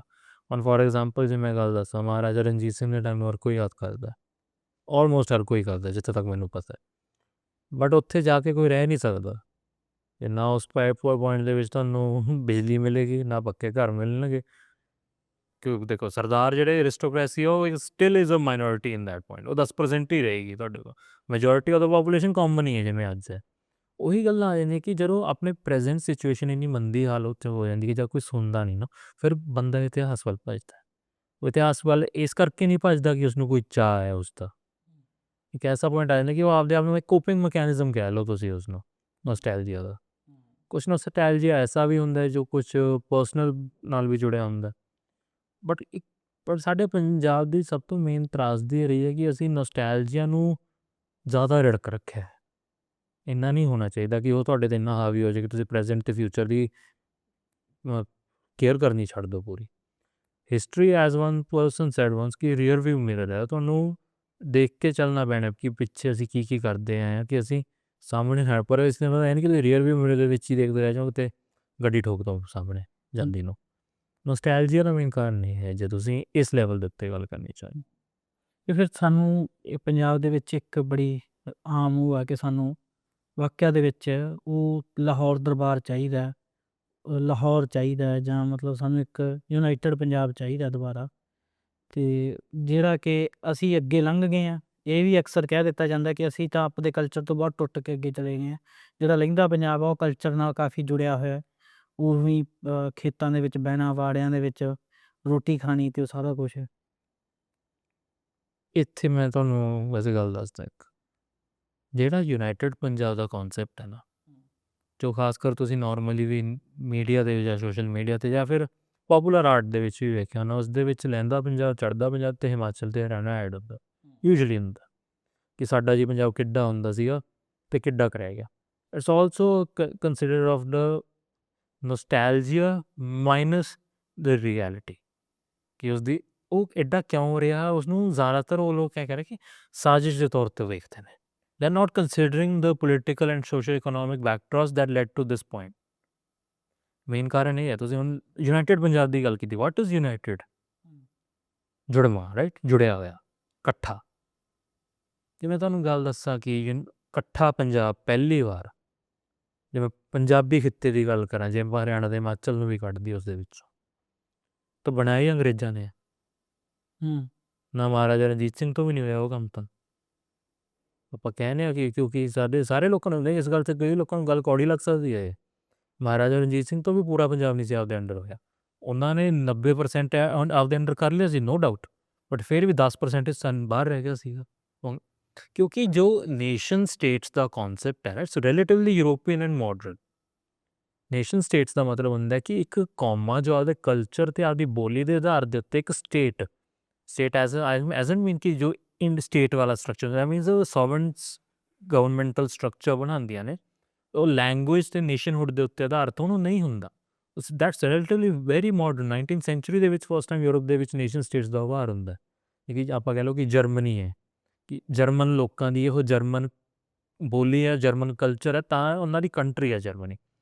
ਪੰਜਾਬ ਦਾ ਇੱਕ ਕਹਿ ਸਕਦੇ ਹੋ ਕਿ ਪੰਜਾਬ ਇਕਲੌਤੀ ਐਸੀ ਜਗ੍ਹਾ ਰਹੀ ਹੈ ਜਿੱਥੇ ਤੁਸੀਂ ਉਸ ਪ੍ਰੋਟੋ ਸਟੇਟ ਦੀ ਗੱਲ ਕਰ ਸਕਦੇ ਹੋ ਕਿ ਪ੍ਰੋਟੋ ਨੈਸ਼ਨਲਿਜ਼ਮ ਇੱਕ ਪੰਜਾਬੀ ਆਈਡੈਂਟਿਟੀ ਦੇ ਉੱਪਰ ਹੋਏ, but that was also not purely Punjabi. ਜੇ ਸਿੱਖ ਅੰਪਾਇਰ ਦੀ ਆਪਾਂ ਗੱਲ ਕਰਦੇ ਹਾਂ, Maharaja Ranjit Singh was himself inspired by the French, ਜੋ ਉਹਨਾਂ ਦਾ ਪੋਲੀਟੀਕਲ ਸਟਰਕਚਰ ਸੀਗਾ, ਕਿਉਂਕਿ ਉਹਨਾਂ ਦੇ ਦਰਬਾਰ ਦੇ ਵਿੱਚ ਬਹੁਤ ਸਾਰੇ ਫਰਾਂਸੀਸੀ ਕੰਮ ਕਰਦੇ ਹੁੰਦੇ ਸੀ।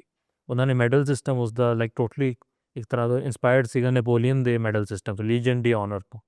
ਉਹਨਾਂ ਨੇ ਉਸਦਾ ਨਾਮ ਦਿੱਤਾ ਸੀਗਾ ਸਿਤਾਰਾ ਕੌਕਬ ਇਕਬਾਲ ਪੰਜਾਬ। ਇਕਬਾਲ ਪੰਜਾਬ ਕਹਿ ਦਿੰਦੇ ਨੇ, ਕੌਕਬ ਇਕਬਾਲ ਦਾ means the bright star of Punjab. High delegations ਨੂੰ ਦਿੱਤਾ ਜਾਂਦਾ ਹੁੰਦਾ ਸੀਗਾ। ਇੱਕ ਐਸਾ ਇਕਲੌਤਾ ਮੈਡਲ ਸਿਸਟਮ ਹੈ ਜਿਸ ਦੇ ਵਿੱਚ ਤੁਸੀਂ ਇੰਡੀਆ ਦੇ ਵਿੱਚ ਕਿਤੇ ਵੀ ਜਾ ਲਓ, ਤੁਹਾਨੂੰ ਕੋਈ ਵੀ ਕੰਟੈਂਪਰੇਰੀ ਨਹੀਂ ਮਿਲੇਗਾ। ਕੋਈ ਅੱਜ ਤੱਕ ਤੁਸੀਂ ਆਰਡਰ ਆਫ ਬੰਗਾਲ ਨਹੀਂ ਹੈਗਾ ਕਿਸੇ ਰਿਆਸਤ ਦਾ, ਜੋ ਲੋਕਲ ਰਿਆਸਤ ਹੈ, ਨਾ ਅਵਧ ਦਾ ਸੀਗਾ, ਪੰਜਾਬ ਦਾ ਸੀ। ਸੋ ਇੱਕ ਗੱਲ ਦਾ ਆਪਾਂ ਦੇਖ ਸਕਦੇ ਹਾਂ ਕਿ ਨੈਚੁਰਲ ਸਿਸਟਮ ਕਿ ਇੱਕ ਤਰ੍ਹਾਂ ਦੀ ਪ੍ਰੋਟੋ ਆਈਡੈਂਟੀਟੀ ਫਾਰਮ ਹੋ ਰਹੀ ਹੈ, ਬਿਕੋਜ਼ ਸਾਡੇ ਉੱਤੇ ਵੀ ਯੂਰੋਪੀਅਨਸ ਦੇ ਨਾਲ ਆਪਣਾ ਕਲਚਰਲ ਐਕਸਚੇਂਜ ਰਿਹਾ ਸੀ। ਬਟ ਇਹਦਾ ਮਤਲਬ ਇਹ ਨਹੀਂ ਹੈ ਕਿ ਮਹਾਰਾਜਾ ਰਣਜੀਤ ਸਿੰਘ ਹੀ ਇਕਲੌਤੇ ਪੰਜਾਬ ਦੇ ਉੱਪਰ ਰਾਜ ਕਰਨ ਵਾਲੇ ਬੰਦੇ ਸੀ। ਲਾਹੌਰ ਦਰਬਾਰ ਨੋ ਡਾਊਟ ਸਭ ਤੋਂ ਵੱਡਾ ਸੀਗਾ, ਪਰ ਜੇ ਤੁਸੀਂ ਆਪਾਂ ਜਿਵੇਂ ਹੋਰ ਰਿਆਸਤਾਂ ਦੀ ਗੱਲ ਕਰੀਏ, ਘੱਟੋ ਘੱਟ ਸਿੱਖਾਂ ਦੀਆਂ 17 ਰਿਆਸਤਾਂ ਵੱਡੀਆਂ ਹੋਰ ਸੀ, ਜਿਹਨੇ exist at the same point Punjab ਤੇ ਹਰਿਆਣਾ ਦੇ ਵਿੱਚ ਕਰ ਲਈਆਂ ਨੇ। ਉਹ ਸਿੱਖ ਰਿਆਸਤ ਹੋਣ ਦਾ ਮਤਲਬ ਇਹ ਨਹੀਂ ਹੈ ਕਿ ਉਹ ਪੰਜਾਬੀ ਰਿਆਸਤ ਹੋਏਗੀ, ਜਾਂ ਫਿਰ ਉਹਦੇ ਵਿੱਚ ਲੋਕ ਰਹਿੰਦੇ ਨੇ ਜਿਹੜੇ ਉਹ ਪੰਜਾਬੀ ਹੋਣਗੇ। ਜਿਵੇਂ ਮਹਾਰਾਜਾ ਰਣਜੀਤ ਸਿੰਘ ਵਾਲੇ ਦਰਬਾਰ ਦੀ ਗੱਲ ਕਰੀਏ, ਉਸ ਦੇ ਵਿੱਚ ਪੰਜਾਬੀ ਤਾਂ ਸੀਗੇ, ਤਾਂ ਕਸ਼ਮੀਰੀ ਵੀ ਸੀਗੇ ਵਿੱਚ, ਪਹਾੜੀਏ ਵੀ ਸੀਗੇ, ਅਫਗਾਨ ਵੀ ਸੀਗੇ, ਪਠਾਨ ਬਲੋਚ ਵੀ ਸੀਗੇ ਕੁਛ ਹੱਦ ਤੱਕ। ਇਹੀ ਰੀਜ਼ਨ ਇੱਧਰ ਆ ਜਾਂਦਾ ਕਿ ਜੇ ਹੁਣ ਆਪਾਂ ਇੱਧਰ ਦੂਜੀ ਵੱਡੀ ਜੋ ਸਿੱਖ ਰਿਆਸਤ ਸੀਗੀ ਵੱਡੀ, ਉਹ ਸੀ ਪਟਿਆਲਾ। ਚਾਹੇ ਉਹ ਅੰਗਰੇਜ਼ਾਂ ਨਾਲ ਉਹਨਾਂ ਦਾ ਟਾਈ ਅਪ ਸੀਗਾ, ਉਹ ਇੱਕ ਡਿਫਰੈਂਟ ਪਰਸਪੈਕਟਿਵ ਆ, that is a political alliance with them ਕੀ ਪਟਿਆਲਾ ਉਸ ਪੰਜਾਬ ਦਾ ਪਾਰਟ ਸੀਗਾ ਜਿਹਦੀ ਆਪਾਂ ਗੱਲ ਕਰ ਰਹੇ ਹਾਂ ਬਈ? ਸੀਗਾ। ਓਕੇ। ਬਹੁਤ ਸਾਰੇ ਲੋਕਾਂ ਦੀ ਉਹੀ ਗੱਲ ਆ ਜਾਂਦੀ ਹੈ, ਜੋ ਸਾਡੀ ਸਕਾਲਰਸ਼ਿਪ ਹੈ ਕਲੋਨੀਅਲਿਜ਼ਮ ਦੇ ਉੱਪਰ ਹੀ ਚੱਲਦੀ ਪਈ ਹੈ, ਜੋ ਵੀ ਅੱਜ ਤੱਕ ਕਲੋਨੀਅਲਸ ਦੱਸਦੇ ਰਹੇ ਨੇ ਅਸੀਂ ਉਸ ਹਿਸਾਬ ਨਾਲ ਹੀ ਉਸ ਨੂੰ ਇੰਟਰਪ੍ਰੀਟ ਕਰਦੇ ਰਹੇ ਹਾਂ। ਇੱਕ ਬਹੁਤ ਸਾਰੇ ਜਗ੍ਹਾਵਾਂ ਦੇ ਟਰਮਸ ਆਉਂਦੀਆਂ ਮੈਂ ਬੁੱਕਸ ਦੇ ਵਿੱਚ ਦੇਖਿਆ, Punjab proper. Punjab proper, what do you mean by Punjab proper? First of all Punjab proper ਉਹ ਜ਼ਿਆਦਾਤਰ ਉਸ ਨੂੰ ਐਂ ਕਹਿੰਦੇ ਹੁੰਦੇ ਸੀਗੇ ਜਿਹੜਾ ਦਰਿਆਵਾਂ ਦੇ ਵਿਚਾਲੇ ਇਲਾਕੇ ਪੰਜਾਬ ਪ੍ਰੋਪਰ ਵੱਜਦੇ ਸੀ। ਪਰ ਇਹਦਾ ਮਤਲਬ ਇਹ ਥੋੜ੍ਹੀ ਹੈ ਕਿ ਪੰਜਾਬ ਉੱਥੇ ਤੱਕ ਹੀ ਸੀਮਿਤ ਸੀਗਾ। ਜੋ ਪ੍ਰੋਪਰ ਪੰਜਾਬ ਦੀ ਜੋ ਹੱਦਬੰਦੀ ਹੈ, ਜੇ ਤੁਸੀਂ ਲੈਂਗੁਏਜ ਅਤੇ ਕਲਚਰ ਦੇ ਬੇਸਿਸ 'ਤੇ ਦੇਖੋਗੇ ਤਾਂ ਘੱਗਰ ਦਰਿਆ ਤੋਂ ਲੈ ਕੇ ਸਿੰਧ ਦਰਿਆ ਤੱਕ ਹੈ, ਸ਼ੁਰੂ ਤੋਂ ਰਹੀ। Haryana has been always separate. ਜੇ ਸਾਡੇ ਲੋਕਾਂ ਨੂੰ ਯੂਨਾਈਟਿਡ ਪੰਜਾਬ ਵਾਲੀ ਗੱਲ ਦਿੱਤੀ ਆ ਰਿਹਾ ਮੈਂ, ਹਰਿਆਣਾ ਆਪਣੇ ਕਹਿੰਦੇ ਜੀ ਹੈ ਸਾਡੇ ਤੋਂ ਅੱਡ ਕਰਤਾ, ਬਟ ਆਪਾਂ ਫਿਰ ਕਿਸ ਐਂਗਲ 'ਤੇ ਉਹਨਾਂ ਨੂੰ ਪਾਣੀ ਦੇਣ ਤੋਂ ਮਨਾ ਕਰਦੇ ਹਾਂ? SYL ਵਗੈਰਾ ਦਾ ਹੋਰ ਜਾਂ ਮੁੱਦੇ ਹੋ ਜਾਂ ਆਪਾਂ ਕਹਿੰਦੇ ਕਿ ਜੋ 66 'ਚ ਅੱਡ ਹੋ ਗਿਆ ਤਾਂ ਤੁਹਾਡੇ ਉੱਤੇ ਕੋਈ ਹੱਕ ਨਹੀਂ ਬਣਦਾ, ਕਿਉਂਕਿ you are not a riparian state. ਚਾਹੇ ਸੁਪਰੀਮ ਕੋਰਟ ਨੇ ਜੋ ਮਰਜ਼ੀ ਪਾਸ ਆਰਡਰ ਕੀਤੇ ਹੋਏ ਨੇ ਕਿ ਬਿਆਸ ਅਤੇ ਰਾਵੀ ਸਾਂਝੇ ਖਿੱਤੇ 'ਚ ਪਾਏ ਹੋਏ ਨੇ ਦੋਵਾਂ ਨੇ, but still they are not the riparian states. ਉਹਨਾਂ ਨੂੰ ਕਿਉਂ ਪਾਣੀ ਦੇਈਏ ਆਪਾਂ? ਹੁਣ ਜੇ ਇਹੀ ਗੱਲ ਆਪਾਂ ਜੇ ਇਹ ਡੰਕੇ ਦੀ ਚੋਟ 'ਤੇ ਕਹਿ ਸਕਦੇ ਹਾਂ, ਬਟ ਉਸੇ ਟਾਈਮ ਦੇ ਉੱਤੇ ਜਿਹੜੇ ਸਾਡੇ ਪੰਜਾਬੀ ਸੋਸ਼ਲ ਮੀਡੀਆ ਜਾਂ ਫਿਰ ਮੈਂ ਪੰਜਾਬੀ ਨੈਸ਼ਨਲਿਸਟ ਕੈਟੇਗਰੀ ਦੇ ਵਿੱਚ ਕਹਿੰਦਾ ਹੁੰਦਾ, ਉਹ ਆਪ ਕਹਿੰਦੇ ਕਿ ਸਾਨੂੰ ਸਾਡਾ ਹਰਿਆਣਾ ਵਾਪਸ ਦੇ ਦਿਓ। Why? That is called a double standard policy. ਕਿ ਹਰਿਆਣਾ ਹੈ, ਜੇ ਜਾਂ ਤਾਂ ਤੁਸੀਂ ਹਰਿਆਣੇ ਦੀ ਇੰਡੀਪੈਂਡੈਂਟ ਹੋਣ ਨੂੰ ਸਵੀਕਾਰ ਕਰ ਲਓ, ਜਾਂ ਇਸ ਨੂੰ ਨਕਾਰ ਦਿਓ ਸ਼ੁਰੂ ਤੋਂ। ਉਹੀ ਗੱਲ ਆ ਜਾਂਦੀ ਹੈ ਨਾ ਕਿ ਜੋ ਐਕਚੁਅਲ ਦੇ ਵਿੱਚ ਹਰਿਆਣੇ ਦਾ ਪੋਰਸ਼ਨ ਹੈ, ਜਿਹੜਾ ਆਪਾਂ ਅੱਜ ਦਾ ਹਰਿਆਣਾ ਹੈ, ਉਹ ਖੁਦ ਅੰਗਰੇਜ਼ਾਂ ਨੇ 1858 ਦੇ ਜੋ ਆਪਣਾ 57 'ਚ ਗਦਰ ਹੋਇਆ ਸੀ ਵੱਡਾ, ਉਸ ਤੋਂ ਬਾਅਦ ਬਹੁਤ ਵੱਡੀ ਰੀਆਰਗੇਨਾਈਜੇਸ਼ਨ ਕੀਤੀ ਸੀ ਸਟੇਟਸ ਦੀ। ਤਾਂ ਜਿਹੜੀ ਇਹ ਹਰਿਆਣਵੀ ਖਿੱਤੇ ਸੀਗੇ ਇਹਨਾਂ ਨੂੰ ਚੱਕ ਕੇ ਪੰਜਾਬ 'ਚ ਮਿਲਾਤਾ ਸੀ ਉਹਨਾਂ। ਸੋ ਆਪਾਂ ਉਹੀ ਗੱਲ ਆ ਗਈ ਨਾ, ਤੁਸੀਂ ਜਿਸ ਦਿਨ ਮੈਂ ਸਟਾਰਟਿੰਗ ਦੇ ਵਿੱਚ ਗੱਲ ਕੀਤੀ ਸੀ ਮੈਪ ਦੀ, ਹਰ ਕੋਈ ਮੈਪ ਨੂੰ ਕਾਪੀ ਪੇਸਟ ਕਰੀ ਜਾਂਦਾ, ਬਟ ਇਹ ਨਹੀਂ ਸੋਚ ਰਿਹਾ ਕਿ ਮੈਪ ਬਣਿਆ ਕਿਵੇਂ। ਸ਼ੁਰੂ ਤੋਂ ਮੈਪ ਨਹੀਂ ਸੀਗਾ। ਹਰਿਆਣਾ ਪੰਜਾਬ ਦਾ ਹਿੱਸਾ ਕਦੇ ਨਹੀਂ ਰਿਹਾ ਸ਼ੁਰੂ ਤੋਂ। It has it's on linguistic cultural identity, ਅਤੇ ਜਿਸ ਦੀ ਸਾਡੇ ਮੈਂ ਆਈ ਵੁੱਡ ਰਾਦਰ ਸੇ ਪੰਜਾਬੀ ਨੂੰ ਰਿਸਪੈਕਟ ਕਰਨੀ ਚਾਹੀਦੀ। ਚੰਡੀਗੜ੍ਹ ਵਾਲੇ ਵਗੈਰਾ ਹੋਰ ਰੌਲੇ, ਚਾਹੇ ਉਹ ਪਾਣੀ ਸ਼ੇਅਰਿੰਗ ਅੱਡ ਹੈ, ਬਟ ਹਰਿਆਣਾ ਦੀ ਆਪਦੀ ਲੈਂਗੁਏਜ, ਉਹਨਾਂ ਦਾ ਆਪਦਾ ਕਲਚਰ ਹੈ, ਪੰਜਾਬ ਦੀ ਆਪਦੀ ਲੈਂਗੁਏਜ, ਉਹਨਾਂ ਆਪਦਾ ਕਲਚਰ ਹੈ। ਜਿੰਨਾ ਚਿਰ ਅਸੀਂ ਇੱਕ ਦੂਸਰੇ ਨੂੰ ਰਿਸਪੈਕਟ ਕਰਨਾ ਨਹੀਂ ਸਿੱਖਾਂਗੇ, ਉਹਨਾਂ ਚਿਰ ਇਸ਼ੂਜ਼ ਸੋਲਵ ਨਹੀਂ ਹੁੰਦੇ। ਖਾਸ ਕਰਕੇ ਪੰਜਾਬੀ ਨੈਸ਼ਨਲਿਸਟ ਕੈਟਾਗਰੀ ਲਈ ਮੈਂ ਉਹੀ ਗੱਲ ਕਰਦਾ। ਉਹੀ ਗੱਲ ਆ ਗਈ ਨਾ, united Punjab, there is no concept of united territories back then. Maharaja Ranjit Singh ਸਭ ਤੋਂ ਵੱਡੇ ਸੀਗੇ, ਨੋ ਡਾਊਟ, ਸਭ ਤੋਂ ਵਾਸਟ ਐਮਪਾਇਰ, ਸਭ ਤੋਂ ਪਾਵਰਫੁਲ ਉਹਨਾਂ ਦਾ ਸੀ, ਪਰ ਸਟਿਲ ਉਹ ਕੁਛ ਖਿੱਤਿਆਂ 'ਚੋਂ ਰਹਿ ਗਏ ਬਾਹਰ ਜਿੱਥੇ ਉਹ ਕਵਰ ਕਰ ਸਕਦੇ, ਜਿਵੇਂ ਸਾਊਦਰਨ ਅਤੇ ਈਸਟਰਨ ਮਾਲਵਾ ਅਤੇ ਵੈਸਟਰਨ ਮਾਲਵਾ ਉਹਨਾਂ ਦੇ ਅੰਡਰ ਰਿਹਾ। ਬਹੁਤ ਸਾਰੇ ਲੋਕਾਂ ਨੂੰ ਇਹ ਵੀ ਨਹੀਂ ਪਤਾ ਕਿ ਉਹ ਇੱਧਰਲੇ ਪਾਸੇ ਵੀ ਉਹਨਾਂ ਦਾ ਰਾਜ ਸੀਗਾ, ਸਤਲੁਜ ਦੇ ਪਰ ਇੱਧਰਲੇ ਪਾਸੇ। ਜਾਂ ਅੰਮ੍ਰਿਤਸਰ ਟ੍ਰੀਟੀ ਦਾ ਹਵਾਲਾ ਦਿੱਤਾ ਜਾਂਦਾ, ਉਹ ਵੀ ਪੂਰੀ ਨਹੀਂ ਪੜ੍ਹ ਕੇ ਦਿੱਤਾ ਜਾਂਦਾ, ਉਹਦੀ ਫਸਟ ਲਾਈਨ ਪੜ੍ਹੀ ਕਿ ਸਤਲੁਜ ਦਰਿਆ ਦੇ ਉੱਪਰ ਖਾਲਸਾ ਫੌਜ ਰਹੇਗੀ, ਸਾਊਥ ਦੇ ਵਿੱਚ ਬ੍ਰਿਟਿਸ਼ ਫੌਜ ਰਹੇਗੀ। ਪਰ ਉਸ ਦੇ ਵਿੱਚ ਇੱਕ ਸੈਕਿੰਡ ਕਲੌਜ਼ ਵੀ ਸੀਗਾ, ਜੋ ਸੈਕਿੰਡ ਲਾਈਨ ਸੀ ਆਰਟੀਕਲ ਦੀ, ਕਿ 1808 ਤੋਂ ਪਹਿਲਾਂ ਦੇ ਜਿੰਨੇ ਕਬਜ਼ੇ ਮਹਾਰਾਜਾ ਸਾਹਿਬ ਨੇ ਕੀਤੇ ਹੋਏ, ਉਹ ਇੱਥੇ ਆਪਦਾ ਇਲਾਕਾ ਬਰਕਰਾਰ ਰੱਖ ਸਕਦੇ ਨੇ, ਬਸ ਇੱਥੇ ਆਰਮੀ ਨਹੀਂ ਆਉਣੀ ਚਾਹੀਦੀ, ਤੁਸੀਂ ਪੁਲਿਸ ਫੋਰਸ ਜਿੰਨੀ ਪੁਲਿਸ ਫੋਰਸ ਰੱਖ ਸਕਦੇ। ਸੋ ਇਹ ਗੱਲਾਂ ਹੈਗੀਆਂ ਨੇ ਕਿ ਪਟਿਆਲਾ ਰਿਆਸਤ ਅੱਡ ਹੋ ਗਈ ਸੀ, ਸ਼ੁਰੂ ਤੋਂ ਹੀ ਅੱਡ ਸੀ ਉਹ। ਨਾਭਾ ਰਿਆਸਤ ਹੋ ਗਈ, ਜੀਂਦ ਹੋ ਗਈ, ਹੋਰ ਰਿਆਸਤਾਂ ਸੀਗੀਆਂ ਜਿਹੜੇ ਗੋਰੇ ਖਾ ਗਏ। ਇਹ ਵੀ ਇੱਕ ਗੱਲ ਦੱਸ ਦਿੰਦਾ ਕਿ ਜ਼ਿਆਦਾਤਰ ਇਹ 3 ਰਿਆਸਤਾਂ ਦਾ ਜ਼ਿਕਰ ਇਸ ਕਰਕੇ ਮਿਲਦਾ ਸਾਨੂੰ ਕਿ ਉਹ ਗੋਰਿਆਂ ਨਾਲ ਰਲੀਆਂ ਸੀ, ਬਿਕੋਜ਼ ਇਹ ਐਂਡ ਤੱਕ ਸਰਵਾਈਵ ਕਰ ਗਈਆਂ ਸੀ। ਸਿੱਖਾਂ ਦੀਆਂ ਬਹੁਤ ਰਿਆਸਤਾਂ ਐਸੀਆਂ ਸੀਗੀਆਂ ਜੋ ਗੋਰਿਆਂ ਨੇ ਹੜੱਪ ਲਿਆ ਸੀ ਬਾਅਦ 'ਚ, ਚਾਹੇ ਉਹਨਾਂ ਦੇ ਦੋਸਤ ਸਾਂਝੀਵਾਲਤਾ ਇੱਕ ਤਰ੍ਹਾਂ ਤੋਂ ਮਹਾਰਾਜਾ ਰਣਜੀਤ ਸਿੰਘ ਦੇ ਖਿਲਾਫ ਕਾਬਜ਼ ਕੀਤੀ ਸੀ ਉਹਨਾਂ ਨੇ, ਜਿਹਦੇ ਵਿੱਚ ਕੈਥਲ ਰਿਆਸਤ ਸੀਗੀ ਇੱਕ, ਸਿੱਖਾਂ ਦੀ ਤੀਜੀ ਵੱਡੀ ਰਿਆਸਤ ਮੰਨੀ ਜਾਂਦੀ ਸੀ। ਉਹ ਕਵੀ ਸੰਤੋਖ ਸਿੰਘ ਸੀਗੇ ਜਿਹੜੇ, ਜਿਨ੍ਹਾਂ ਦਾ ਆਪਾਂ ਜ਼ਿਕਰ ਕਰਦੇ ਹਾਂ ਸਿੱਖ ਹਿਸਟਰੀ ਦੇ ਵਿੱਚ, ਉਹ ਉੱਥੇ ਬਹਿ ਕੇ ਉਹਨਾਂ ਨੇ ਸੂਰਜ ਪ੍ਰਕਾਸ਼ ਅਤੇ ਨਾਨਕ ਪ੍ਰਕਾਸ਼ ਗ੍ਰੰਥ ਲਿਖਿਆ ਸੀ।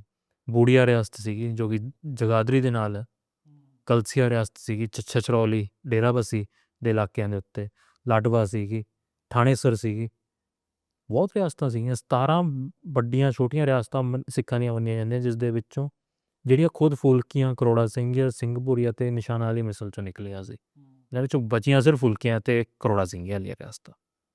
ਇਹ ਬਹੁਤ ਇਹੀ ਰੀਜ਼ਨ ਨੇ ਕਿ ਇੱਕ ਯੂਨਾਈਟਿਡ ਨੇਸ਼ਨ ਸਟੇਟ ਵਾਲੀ ਆਈਡੈਂਟੀਟੀ ਐਗਜ਼ਿਸਟ ਉਸ ਪੁਆਇੰਟ ਦੇ ਉੱਤੇ ਵੀ ਨਹੀਂ ਕਰ ਰਹੀ ਕਿ ਪੰਜਾਬੀ ਵੀ ਪੰਜਾਬੀਆਂ ਦੇ ਖਿਲਾਫ ਨੇ ਇੱਕ ਤਰ੍ਹਾਂ 'ਚ। ਜੇ ਤੁਹਾਨੂੰ ਮੈਂ ਇਸਦਾ ਇੱਕ ਜੇ ਤੁਹਾਨੂੰ ਐਨਾਲੋਗੀ ਦੇਵਾਂ, ਜੇ ਤੁਹਾਨੂੰ ਇਸਦਾ ਕਿ ਜ਼ਿਆਦਾ ਇਸ 'ਚ ਕਨਫਿਊਜ਼ਿੰਗ ਹੋ ਰਿਹਾ, ਆਪਾਂ ਯੂਰਪ ਦੇ ਵਿੱਚ ਲੈ ਲੈਂਦੇ ਹਾਂ। ਜਰਮਨੀ ਹੈ, ਜਰਮਨ ਸਪੀਕਿੰਗ ਹੈ, ਰਾਈਟ। ਇੱਕ ਹੋਰ ਕੰਟਰੀ ਹੈ ਜਿਹੜੀ ਜਰਮਨ ਸਪੀਕਿੰਗ ਹੈ, ਆਸਟਰੀਆ। ਆਸਟਰੀਆ ਦਾ ਨਾਮ ਇਨਫੈਕਟ ਜਰਮਨ ਦੇ ਵਿੱਚ ਆਉਂਦਾ ਕਿ Osterreich, that means the eastern realms. Austria ਵੀ ਜਰਮਨ ਬੋਲਦਾ, ਸੇਮ ਕਲਚਰ ਹੈ, ਬਟ ਵੱਖਰੀ ਕੰਟਰੀ ਹੈ। ਇਲਾਕਾ ਉਹ ਸਾਰਾ ਜਰਮਨ ਸਪੀਕਿੰਗ ਹੈ, but they are two separate states politically. Adolf Hitler ਨੇ, ਨਾਜ਼ੀਆਂ ਨੇ ਆਸਟਰੀਆ ਦੇ ਉੱਪਰ ਕਬਜ਼ਾ ਇਸੇ ਆਧਾਰ ਦੇ ਉੱਤੇ ਕੀਤਾ ਸੀਗਾ ਕਿ ਅਸੀਂ ਸੇਮ ਬੋਲੀ ਬੋਲਣ ਵਾਲੇ ਲੋਕ ਆ। But Austrians they were still a faction of Austria that was against them. Adolf Hitler ਖੁਦ ਵੈਸੇ ਆਸਟਰੀਆ ਤੋਂ ਸੀਗਾ, ਜਰਮਨੀ ਤੋਂ ਨਹੀਂ ਸੀ। ਉਸਨੇ ਇਸੇ ਆਧਾਰ ਦੇ ਉੱਪਰ ਹੀ ਉਸਦੇ ਉੱਪਰ ਕਬਜ਼ਾ ਕੀਤਾ ਸੀਗਾ। ਬਟ ਆਸਟਰੀਆ ਦੇ ਵਿੱਚ ਵੀ ਇੱਕ ਲਹਿਰ ਚੱਲੀ ਹੋਈ ਸੀ ਉਸ ਪੁਆਇੰਟ ਦੇ ਉੱਤੇ ਕਿ ਜੋ ਕਿ ਰਾਜੀ ਨਹੀਂ ਸੀਗੀ ਜਰਮਨੀ ਦੇ ਅੰਡਰ ਰਹਿ ਕੇ। ਅਤੇ ਇਨਫੈਕਟ ਜੇ ਤੁਸੀਂ ਜਰਮਨ ਰੀਯੂਨੀਫਿਕੇਸ਼ਨ ਦੇ ਐਪੀਸੋਡਸ ਪੜ੍ਹੋ, ਓਟੋ ਵੋਨ ਬਿਸਮਾਰਕ ਵਰਗੇ ਜੋ ਲੀਡਰ ਸੀਗੇ ਉਹਨਾਂ ਦੇ, ਕਿੰਨੀ ਜ਼ਿਆਦਾ ਲੜਾਈ ਹੁੰਦੀ ਰਹੀ ਉਹਨਾਂ ਦੀ ਆਪਦੀਆਂ ਰਿਆਸਤਾਂ 'ਚ ਕਿ ਸਾਰੀ ਜਰਮਨ ਸਪੀਕਿੰਗ ਸੀ, ਜਰਮਨ ਬੋਲਦੀਆਂ ਸੀ, ਬਟ ਰਾਜਿਆਂ ਦੀ ਆਪਸ 'ਚ ਮਤ ਨਹੀਂ ਸੀ ਮਿਲਦੀ। ਸੋ ਸੇਮ ਕੰਡੀਸ਼ਨ ਪੰਜਾਬ ਦੇ ਵਿੱਚ ਸੀ। ਬਹਾਵਲਪੁਰ ਹਮੇਸ਼ਾ ਤੋਂ ਅੱਡ ਰਿਹਾ ਨਵਾਬਾਂ ਦਾ, ਅਤੇ ਇੱਧਰੋਂ ਮਲੇਰਕੋਟਲਾ ਵੀ ਹੋ ਗਿਆ ਸੀਗਾ। ਅਤੇ ਇਹ ਬਹੁਤ ਸਾਰੇ ਕਿੰਗਡਮਸ ਰਹੇ ਨੇ, ਕੁਛ ਸਰਵਾਈਵ ਕਰ ਗਏ, ਕੁਛ ਨਹੀਂ ਬਚੇ। So there isn't a kind of united Punjab. ਜੇ ਕੋਈ ਯੂਨਾਈਟਿਡ ਪੰਜਾਬ ਕੀਤਾ ਤਾਂ ਉਹ ਕਹਿ ਸਕਦੇ ਹਾਂ ਕਿ ਗੋਰਿਆਂ ਦੀ ਪੋਲਿਸੀ ਨੇ ਕੀਤਾ ਸੀਗਾ, ਜਦ ਸਭ ਨੂੰ ਇੱਕ ਤਰ੍ਹਾਂ ਦਾ ਡਰਾ ਧਮਕਾ ਕੇ ਜਾਂ ਡਾਂਗ ਫੇਰ ਕੇ ਸਭ ਨੂੰ ਇਕੱਠਾ ਕਰ ਦਿੱਤਾ। ਅਤੇ ਉਹੀ ਇੱਕ ਐਸਾ ਪੁਆਇੰਟ ਸੀਗਾ ਕਿ ਉਹ 100 ਸਾਲ ਲਈ ਐਗਜ਼ਿਸਟ ਕਰਦਾ ਰਿਹਾ। ਉਸ ਤੋਂ ਬਾਅਦ ਫਿਰ again it got divided into 2 separate states, ਜਿਹੜੀ ਹੁਣ ਇੰਡੀਆ ਅਤੇ ਪਾਕਿਸਤਾਨ ਦੇ ਅੰਡਰ ਹੈ। ਹਾਂਜੀ, ਬਿਟਵੀਨ 2 ਸੈਪਰੇਟ ਕੰਟਰੀਜ਼। ਹਾਂਜੀ, ਐਗਜ਼ੈਕਟਲੀ। ਓਕੇ। ਅਤੇ ਇਹ ਕੀ ਇਹ ਜਿਹੜਾ ਬ੍ਰਿਟਿਸ਼ ਟਾਈਮ ਦੇ ਵਿੱਚ ਹੁੰਦਾ, ਇਹ ਉਹਨਾਂ ਦਾ ਜਿਹੜਾ ਯੂਰਪੀਅਨ ਨੇਸ਼ਨ ਸਟੇਟ ਦਾ ਕੰਸੈਪਟ ਹੈਗਾ ਹੈ, ਭਾਵੇਂ ਕਿ ਜੇ ਅਸੀਂ ਦੇਖੀਏ ਨੇਸ਼ਨ ਸਟੇਟ ਦਾ ਜਿਹੜਾ ਕੰਸੈਪਟ ਆ ਉਹ ਆਪ ਕੰਟਰੋਵਰਸ਼ੀਅਲ ਹੈ ਅਤੇ ਬਹੁਤ ਪੜਾਵਾਂ ਦੇ ਵਿੱਚੋਂ, ਲੈਵਲਸ ਦੇ ਵਿੱਚੋਂ ਲੰਘ ਕੇ ਸਾਡੇ ਕੋਲ ਆਉਂਦਾ। ਮੈਕੀਆਵੈਲੀ ਹੋਰ ਤਰ੍ਹਾਂ ਸੋਚ ਰਿਹਾ, ਰੂਸੋ ਹੋਰ ਤਰ੍ਹਾਂ ਸੋਚ ਰਿਹਾ, ਅਤੇ ਹੋਰ ਸਾਰੇ ਜਿਹੜੇ ਆ ਹੌਬਸ ਹੋਰ ਤਰ੍ਹਾਂ ਸੋਚ ਰਿਹਾ ਨੇਸ਼ਨ ਸਟੇਟ ਦੇ ਉੱਤੇ। ਫਿਰ ਜਦੋਂ ਉਹਨਾਂ ਨੇ ਇੱਥੇ ਆ ਕੇ ਇਹਨੂੰ ਇਕੱਠਾ ਕਰਨ ਦਾ ਕੰਮ ਕੀਤਾ, ਕਿ ਉਹ ਉਸੇ ਨੇਸ਼ਨ ਸਟੇਟ ਦੇ ਕੰਸੈਪਟ ਤੋਂ ਕਿ ਹਾਂ ਇੱਕ ਇੰਗਲਿਸ਼ ਨੇਸ਼ਨ ਹੈ, ਇੱਕ ਜਰਮਨ ਨੇਸ਼ਨ ਹੈ, ਇੱਕ ਸਪੈਨਿਸ਼ ਨੇਸ਼ਨ ਹੈ, and others nations are there in Europe, ਅਤੇ ਪੰਜਾਬ ਵੀ ਨੇਸ਼ਨ ਹੋਣਾ ਚਾਹੀਦਾ, ਜਾਂ ਉਹਨਾਂ ਦੇ ਦਿਮਾਗ ਦੇ ਵਿੱਚ ਕੰਸੈਪਟ ਕੋਈ ਹੋਰ ਸੀਗਾ? ਨਹੀਂ, ਉਹਨਾਂ ਦੇ ਦਿਮਾਗ ਦੇ ਵਿੱਚ ਗੋਰਿਆਂ ਦਾ ਮੇਨ ਕੰਸੈਪਟ ਹੁੰਦਾ ਸੀ ਰੈਵਨਿਊ ਕਲੈਕਸ਼ਨ। ਉਹਨਾਂ ਦਾ ਮੇਨ ਪਰਪਸ ਹੀ ਇਹ ਸੀ। ਉਹਨਾਂ ਲਈ ਸਭ ਤੋਂ ਵੱਡਾ ਇਹ ਹੁੰਦਾ ਸੀ, ਜੇ ਅੰਗਰੇਜ਼ ਬ੍ਰਿਟਿਸ਼ ਇੰਪਾਇਰ ਦੀ ਸਭ ਤੋਂ ਨੈਗੇਟਿਵ ਫੀਚਰ ਜੋ ਹਮੇਸ਼ਾ ਹਾਈਲਾਈਟ ਹੁੰਦੀ ਰਹੀ ਹੈ ਕਿ ਉਹਨਾਂ ਦੀ ਐਕਸਟ੍ਰੈਕਸ਼ਨ ਪੋਲਿਸੀਜ਼ ਸੀਗੀਆਂ ਜੋ ਕਿ ਸੂਬਿਆਂ ਨੂੰ ਚੂਸ ਜਾਂਦੀਆਂ ਸੀ ਉਹਨਾਂ ਦੇ ਰੈਵਨਿਊ ਸੋਰਸਿਸ ਤੋਂ। Same was with the British.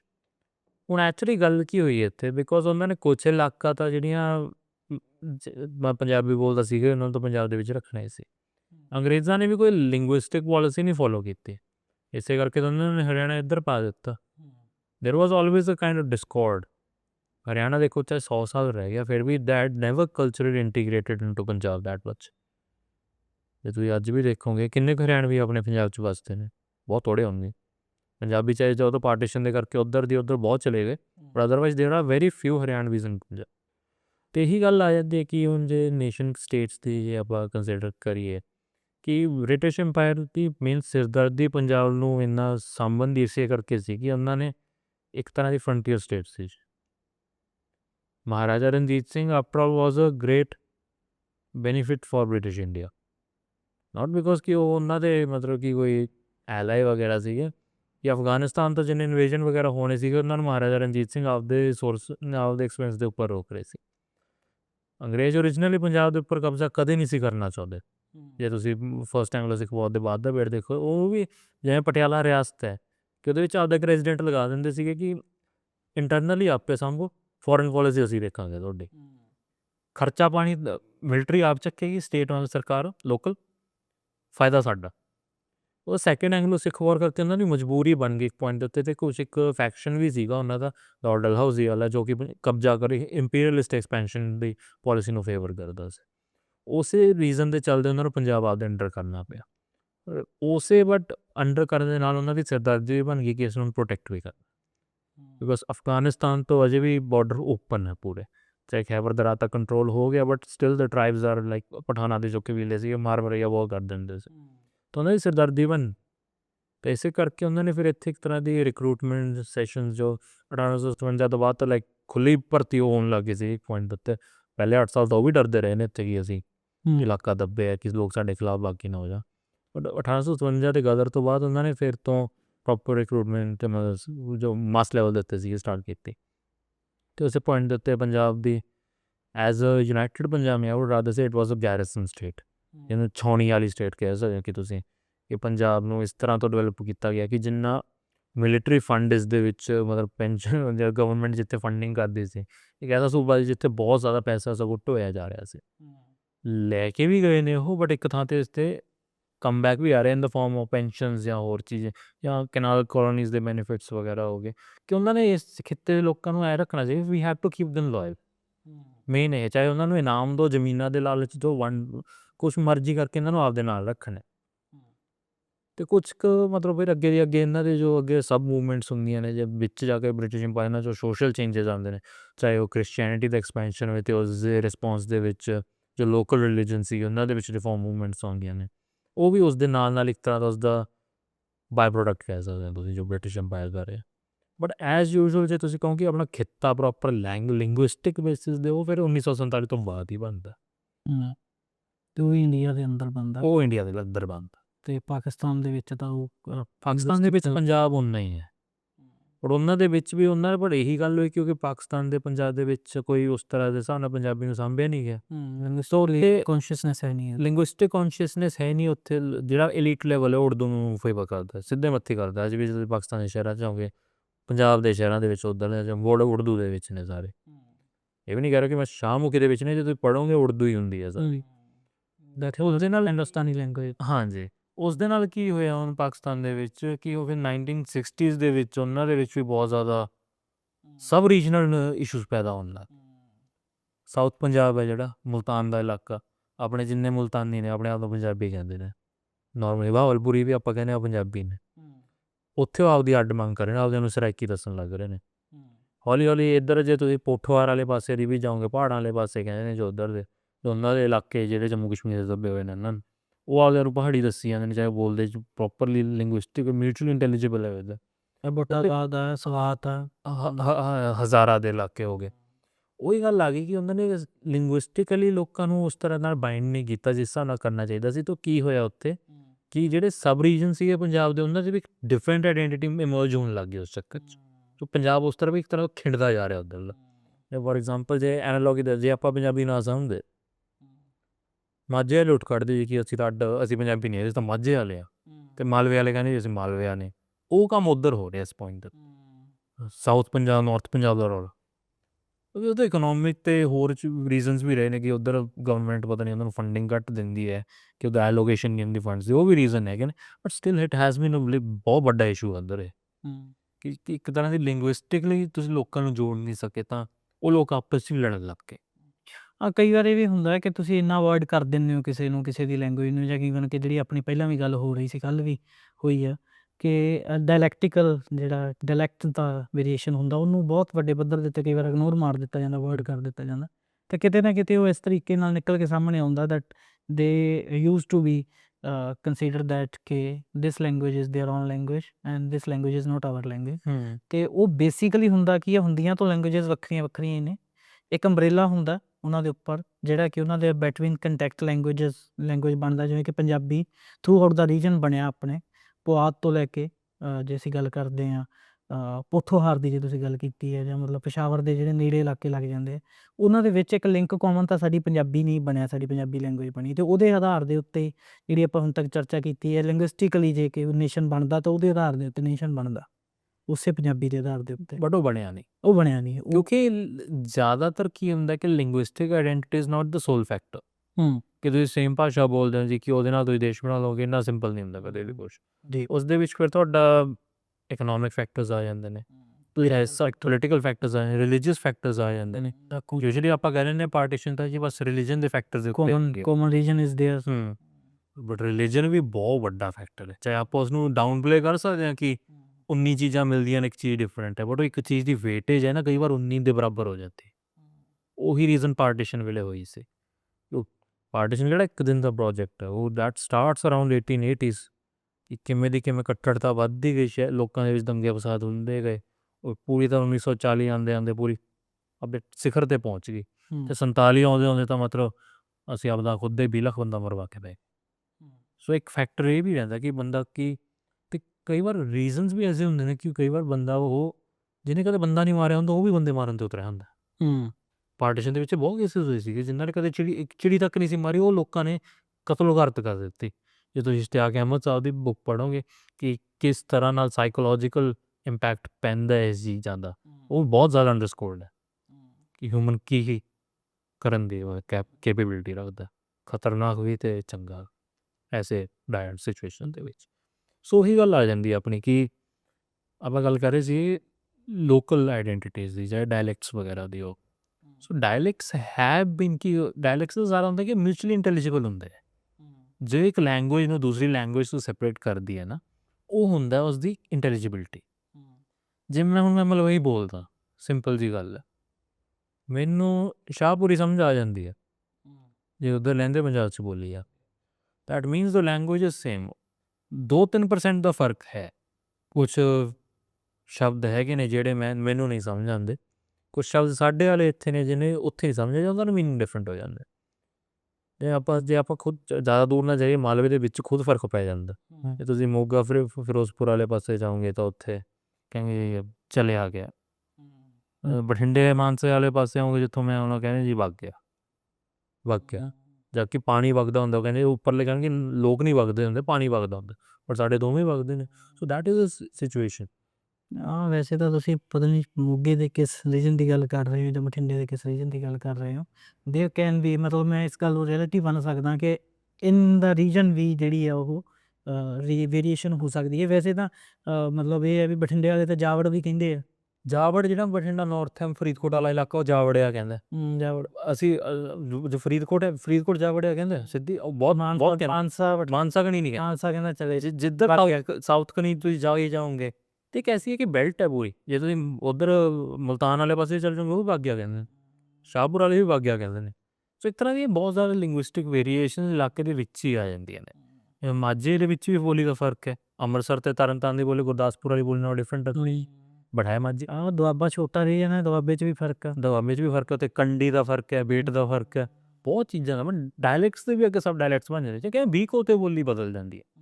But ਇਸਦਾ ਮਤਲਬ ਐਂ ਨਹੀਂ ਕਿ ਇਹਦਾ ਫਿਰ ਪਿੰਡਾਂ ਦੇ ਵਿੱਚ ਤੱਕ ਫਰਕ ਪੈ ਜਾਏਗਾ, ਬਟ ਇੱਕ ਪਿੰਡ ਹੋਣਾ ਚਾਹੀਦਾ। ਪਿੰਡ ਨੂੰ ਇੱਕ ਸਟੇਟ ਨਹੀਂ ਨਾ, ਸਿਟੀ ਸਟੇਟ ਨਹੀਂ ਬਣਾ ਸਕਦੇ ਆਪਾਂ ਪਿੰਡ। ਅਤੇ ਪਰ ਦੂਜੇ ਪਾਸੇ ਇਹ ਵੀ ਹੈ ਵੀ ਜੇ ਉਹ ਬਣਨਾ ਚਾਹੁੰਦੇ ਆ ਤਾਂ they have the right to self determination, but ਉਹ ਦੈਟਸ ਨਾਟ ਫੀਜ਼ੀਬਲ। ਸੋ ਪਿੰਡਾਂ ਦਾ ਰੌਲੇ ਸ਼ੁਰੂ ਹੋ ਜਾਣ ਫਿਰ ਤਾਂ ਬਹੁਤ next level. Long debate.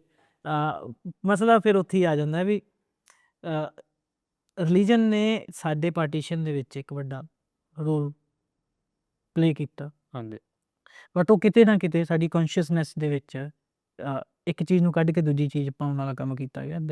That is ਕਿ ਅਸੀਂ ਸਾਡੀ ਨੈਸ਼ਨੈਲਿਟੀ ਨੂੰ ਕੱਢ ਕੇ ਸਾਡੇ ਰਿਲੀਜਨ ਨੂੰ ਜਿਹੜਾ ਉਹ ਨੇਸ਼ਨ ਬਣਾਉਣ ਵਾਲਾ ਕੰਮ ਜਾਂ ਨੈਸ਼ਨੈਲਿਟੀ ਬਣਾਉਣ ਵਾਲਾ ਕੰਮ ਕੀਤਾ ਗਿਆ। ਦੈਟਸ ਵਾਟ ਔਨ ਦਾ ਜਿਹਦੇ ਉੱਤੇ ਜਿਹੜਾ ਹੈ ਉਹ ਟੂ ਨੇਸ਼ਨ ਥਿਊਰੀ ਬੇਸਡ ਕੀਤੀ ਗਈ। ਟੂ ਨੇਸ਼ਨ ਥਿਊਰੀ ਦਾ ਹੁਣ ਆਪਾਂ ਇੰਡੀਆ ਦੇ ਵਿੱਚ ਰਹਿੰਦੇ, ਆਪਣੇ ਲਈ ਸ਼ੁਰੂ ਤੋਂ ਆਪਾਂ ਪੜ੍ਹਾਇਆ ਕਿ ਉਹ ਜ਼ਹਿਰ ਹੈ।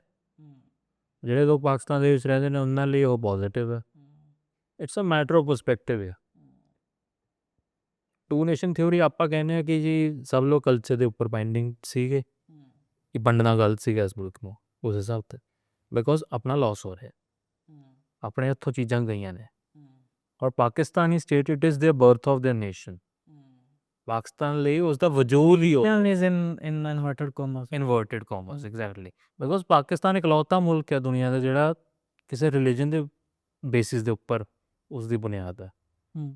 ਮੁਸਲਿਮ ਕੰਟਰੀਜ਼ ਬਹੁਤ ਹੈ, 56 ਅਰਾਊਂਡ ਬਣਨੇ ਆ, ਬਟ ਇੱਕ ਵੀ ਇਸਲਾਮ ਦੇ ਨਾਮ 'ਚ ਨਹੀਂ ਬਣਾਈ ਗਈ।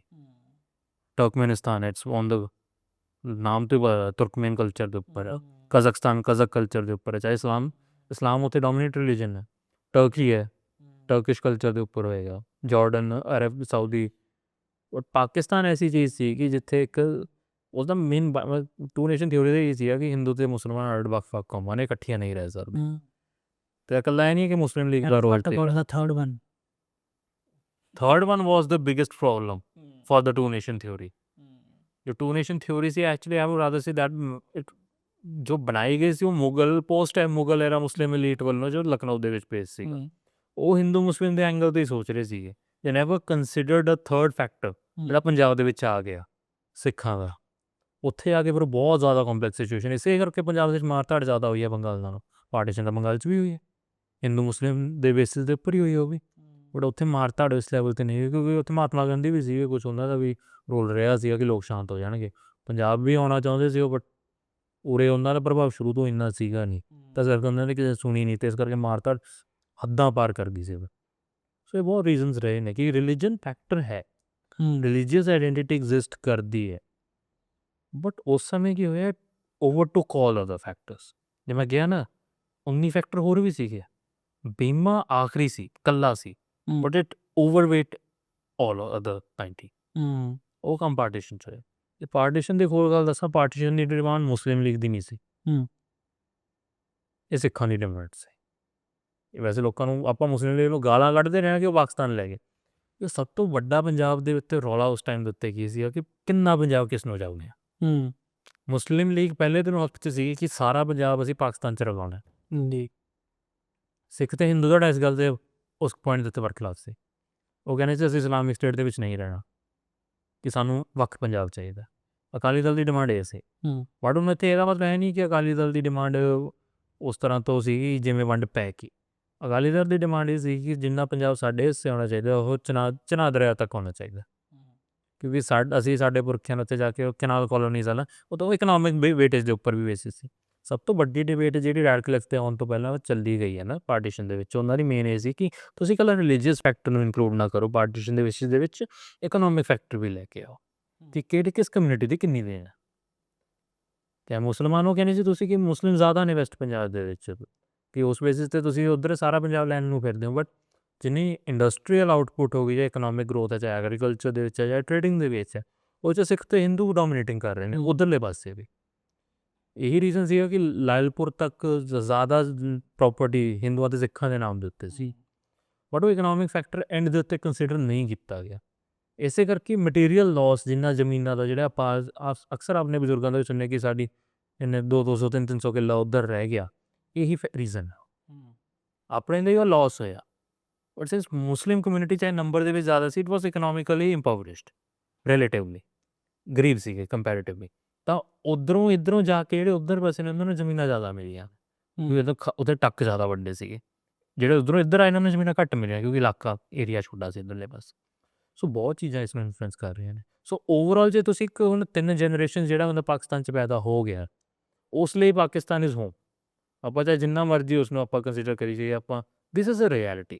ਇਸਨੂੰ ਕੋਈ ਐਂ ਨਾ ਕੋਈ ਬੁਰੀ ਗੱਲ ਨਹੀਂ ਮੈਂ ਕਹਿ ਰਿਹਾ ਕਿ ਬਟ ਉਹ ਬੰਦੇ ਦੀ ਹੁਣ ਐਲੀਜੈਂਸ ਪਾਕਿਸਤਾਨ ਦੇ ਨਾਲ ਹੈ, ਚਾਹੇ ਉਹ ਲਹਿੰਦੇ ਪੰਜਾਬ ਦੇ ਵਿੱਚ ਪੈਦਾ ਹੋਇਆ, ਚਾਹੇ ਉਹ ਪੰਜਾਬੀ ਬੋਲੇ ਨਾ ਬੋਲੇ, that doesn't matter at this point. But since two nation theory is the birth right, I mean rather say the origin point of Pakistan, ਤਾਂ ਪਾਕਿਸਤਾਨ ਉਸਨੂੰ ਮਰਦੇ ਦਮ ਤੱਕ ਡਿਫੈਂਡ ਕਰੇਗਾ, ਬਿਕੋਜ਼ ਤਾਂ ਉਹ ਹੈ ਤਾਂ ਉਸ ਦਾ ਵਜੂਦ। ਬਿਲਕੁਲ। ਕੋਈ ਵੀ ਉੱਥੇ ਤੁਸੀਂ ਕਦੇ ਵੀ ਜਾਓ, ਚਾਹੇ ਤੁਸੀਂ ਜਾਂ ਕਰਤਾਰਪੁਰ ਦਾ ਲਾਂਘਾ ਖੋਲ੍ਹਿਆ, ਤੁਸੀਂ ਕਦੇ ਰਿਪੋਰਟਰਾਂ ਨੂੰ ਵੇਖਿਆ ਉੱਥੇ ਜਾ ਕੇ ਕੀ ਕਹਿੰਦੇ ਪਏ ਸੀ ਉਹ ਕਿ ਅਬ ਤੋਂ ਦੇਖੀਏ ਬਟਵਾਰਾ ਹੋ ਗਿਆ ਹੈ, ਅਬ ਤੋਂ ਹਮ ਕੁਛ ਕਰ ਨਹੀਂ ਸਕਤੇ। ਜੇ ਤੁਸੀਂ ਆਪਣੇ ਵਾਲੀ ਸਾਈਡ ਦੇ ਵੱਲ ਜਾਓਗੇ, ਨੈਰੇਟਿਵ ਹੁੰਦਾ ਆਪਾਂ ਇਕੱਠੇ ਹੋਣਾ, ਉੱਧਰੋਂ ਉਸ ਸਾਈਡ ਦੇ ਉੱਤੇ ਇੰਨਾ ਨੈਰੇਟਿਵ ਨਹੀਂ ਹੈ ਇਕੱਠੇ ਹੋਣ ਦਾ। These are the underlying realities of the partition. ਚਾਹੇ ਆਪਾਂ ਉਸਨੂੰ ਅੱਖਾਂ ਮੀਟ ਕੇ ਬਹਿ ਜਾਈਏ, ਬਟ ਥਿੰਗਸ ਵੋਂਟ ਚੇਂਜ। ਇਹ ਰੀਜ਼ਨ ਹੁੰਦਾ। ਮੈਂ ਲੋਕਾਂ ਨੂੰ ਅਕਸਰ ਕਹਿਣਾ ਹੁੰਦਾ ਕਿ ਤੁਸੀਂ ਨੋਸਟੈਲਜੀਆ ਦੇ ਵਿੱਚ ਇੰਨੇ ਨਾ ਚਲੇ ਜਾਣਾ, ਕਹਿੰਦਾ ਸਾਂਝ ਰੱਖੋ, ਤੁਸੀਂ ਕਲਚਰ ਐਕਸਚੇਂਜ ਕਰੋ, ਉਹ ਜੀ ਸਦਕੇ ਕਰੋ, ਪਰ ਇਸ ਦਾ ਮਤਲਬ ਇਹ ਨਹੀਂ ਹੈ ਕਿ ਤੁਸੀਂ ਆਪਦਾ ਘਰ ਭੁਲਾ ਦੋਗੇ। ਸਾਡੀ ਹੁਣ ਜੋ ਪਹਿਚਾਣ ਹੈ ਉਹ ਇਸ ਪੰਜਾਬ ਨੇ ਦਿੱਤੀ ਹੈ ਸਾਨੂੰ। ਮੇਰੇ ਵੀ ਕਈ ਹਿੱਸਿਆਂ ਦੇ ਵਿੱਚੋਂ ਬਜ਼ੁਰਗ ਉੱਧਰੋਂ ਉੱਠ ਕੇ ਆਏ ਸੀਗੇ ਲਹਿੰਦੇ ਵਾਲੇ ਪਾਸਿਆਂ, ਬਟ ਉਹਦਾ ਮਤਲਬ ਐਂ ਤਾਂ ਨਹੀਂ ਸੀਗਾ ਤੁਸੀਂ ਫਸਟ ਜਨਰੇਸ਼ਨ ਨਹੀਂ ਦੇਖੋ ਜਿਹਨੇ ਸੰਤਾਪ ਹੰਢਾਇਆ ਸੀਗਾ, ਸਭ ਕੁਛ ਛੁੱਟ ਕੇ ਆਏ ਸੀ ਆਪਦਾ। ਕੁਛ ਫੈਮਲੀਜ਼ ਆਈਆਂ ਨੇ ਜਿਹਨੇ ਮੈਂ ਜਾਣਦਾ, ਉਹਨਾਂ ਦੇ ਸਾਡੇ ਉੱਥੇ ਬੇਬੇ ਹੁੰਦੇ ਸੀਗੇ, ਨਾਨੀ ਕਹਿੰਦੇ ਹੁੰਦੇ ਸੀ ਉਹਨਾਂ ਨਾ, ਉਸ ਸਮੇਂ 24 ਸਾਲ ਦੇ ਸੀ, ਵਿਆਹੇ ਬੜੇ ਸੀ, ਇੱਕ ਕੁੜੀ ਸੀ ਉਹਨਾਂ ਦੀ, 22 ਜਣੇ ਮਾਰੇ ਗਏ ਸੀ ਪਾਰਟੀਸ਼ਨ ਦੇ ਵਿੱਚ। ਜੇ ਉਹ ਐਂ ਹਥਿਆਰ ਛੱਡ ਦਿੰਦੇ ਕਿ ਮੇਰਾ ਤਾਂ ਹੁਣ ਕੁਛ ਨਹੀਂ ਬਚਿਆ, ਕਿ ਉਹ ਅੱਗੇ ਹੁਣ ਪਾਲ ਸਕਦੇ ਜਿਹੜੀ ਹੁਣ ਜਨਰੇਸ਼ਨ ਉਹਨਾਂ ਦੀ, ਇੱਕ ਜਵਾਕ ਸੀਗਾ ਨਾਲੇ, ਉਹੀ ਗੱਲਾਂ ਆ ਜਾਂਦੀਆਂ ਕਿ ਜਿਹੜੀ ਉਹ ਜਨਰੇਸ਼ਨ ਸੀ ਉਹ ਸਭ ਕੁਝ ਗਵਾ ਕੇ ਵੀ ਆਪਦੇ ਪੈਰਾਂ 'ਤੇ ਖੜੀ ਹੋ ਗਈ।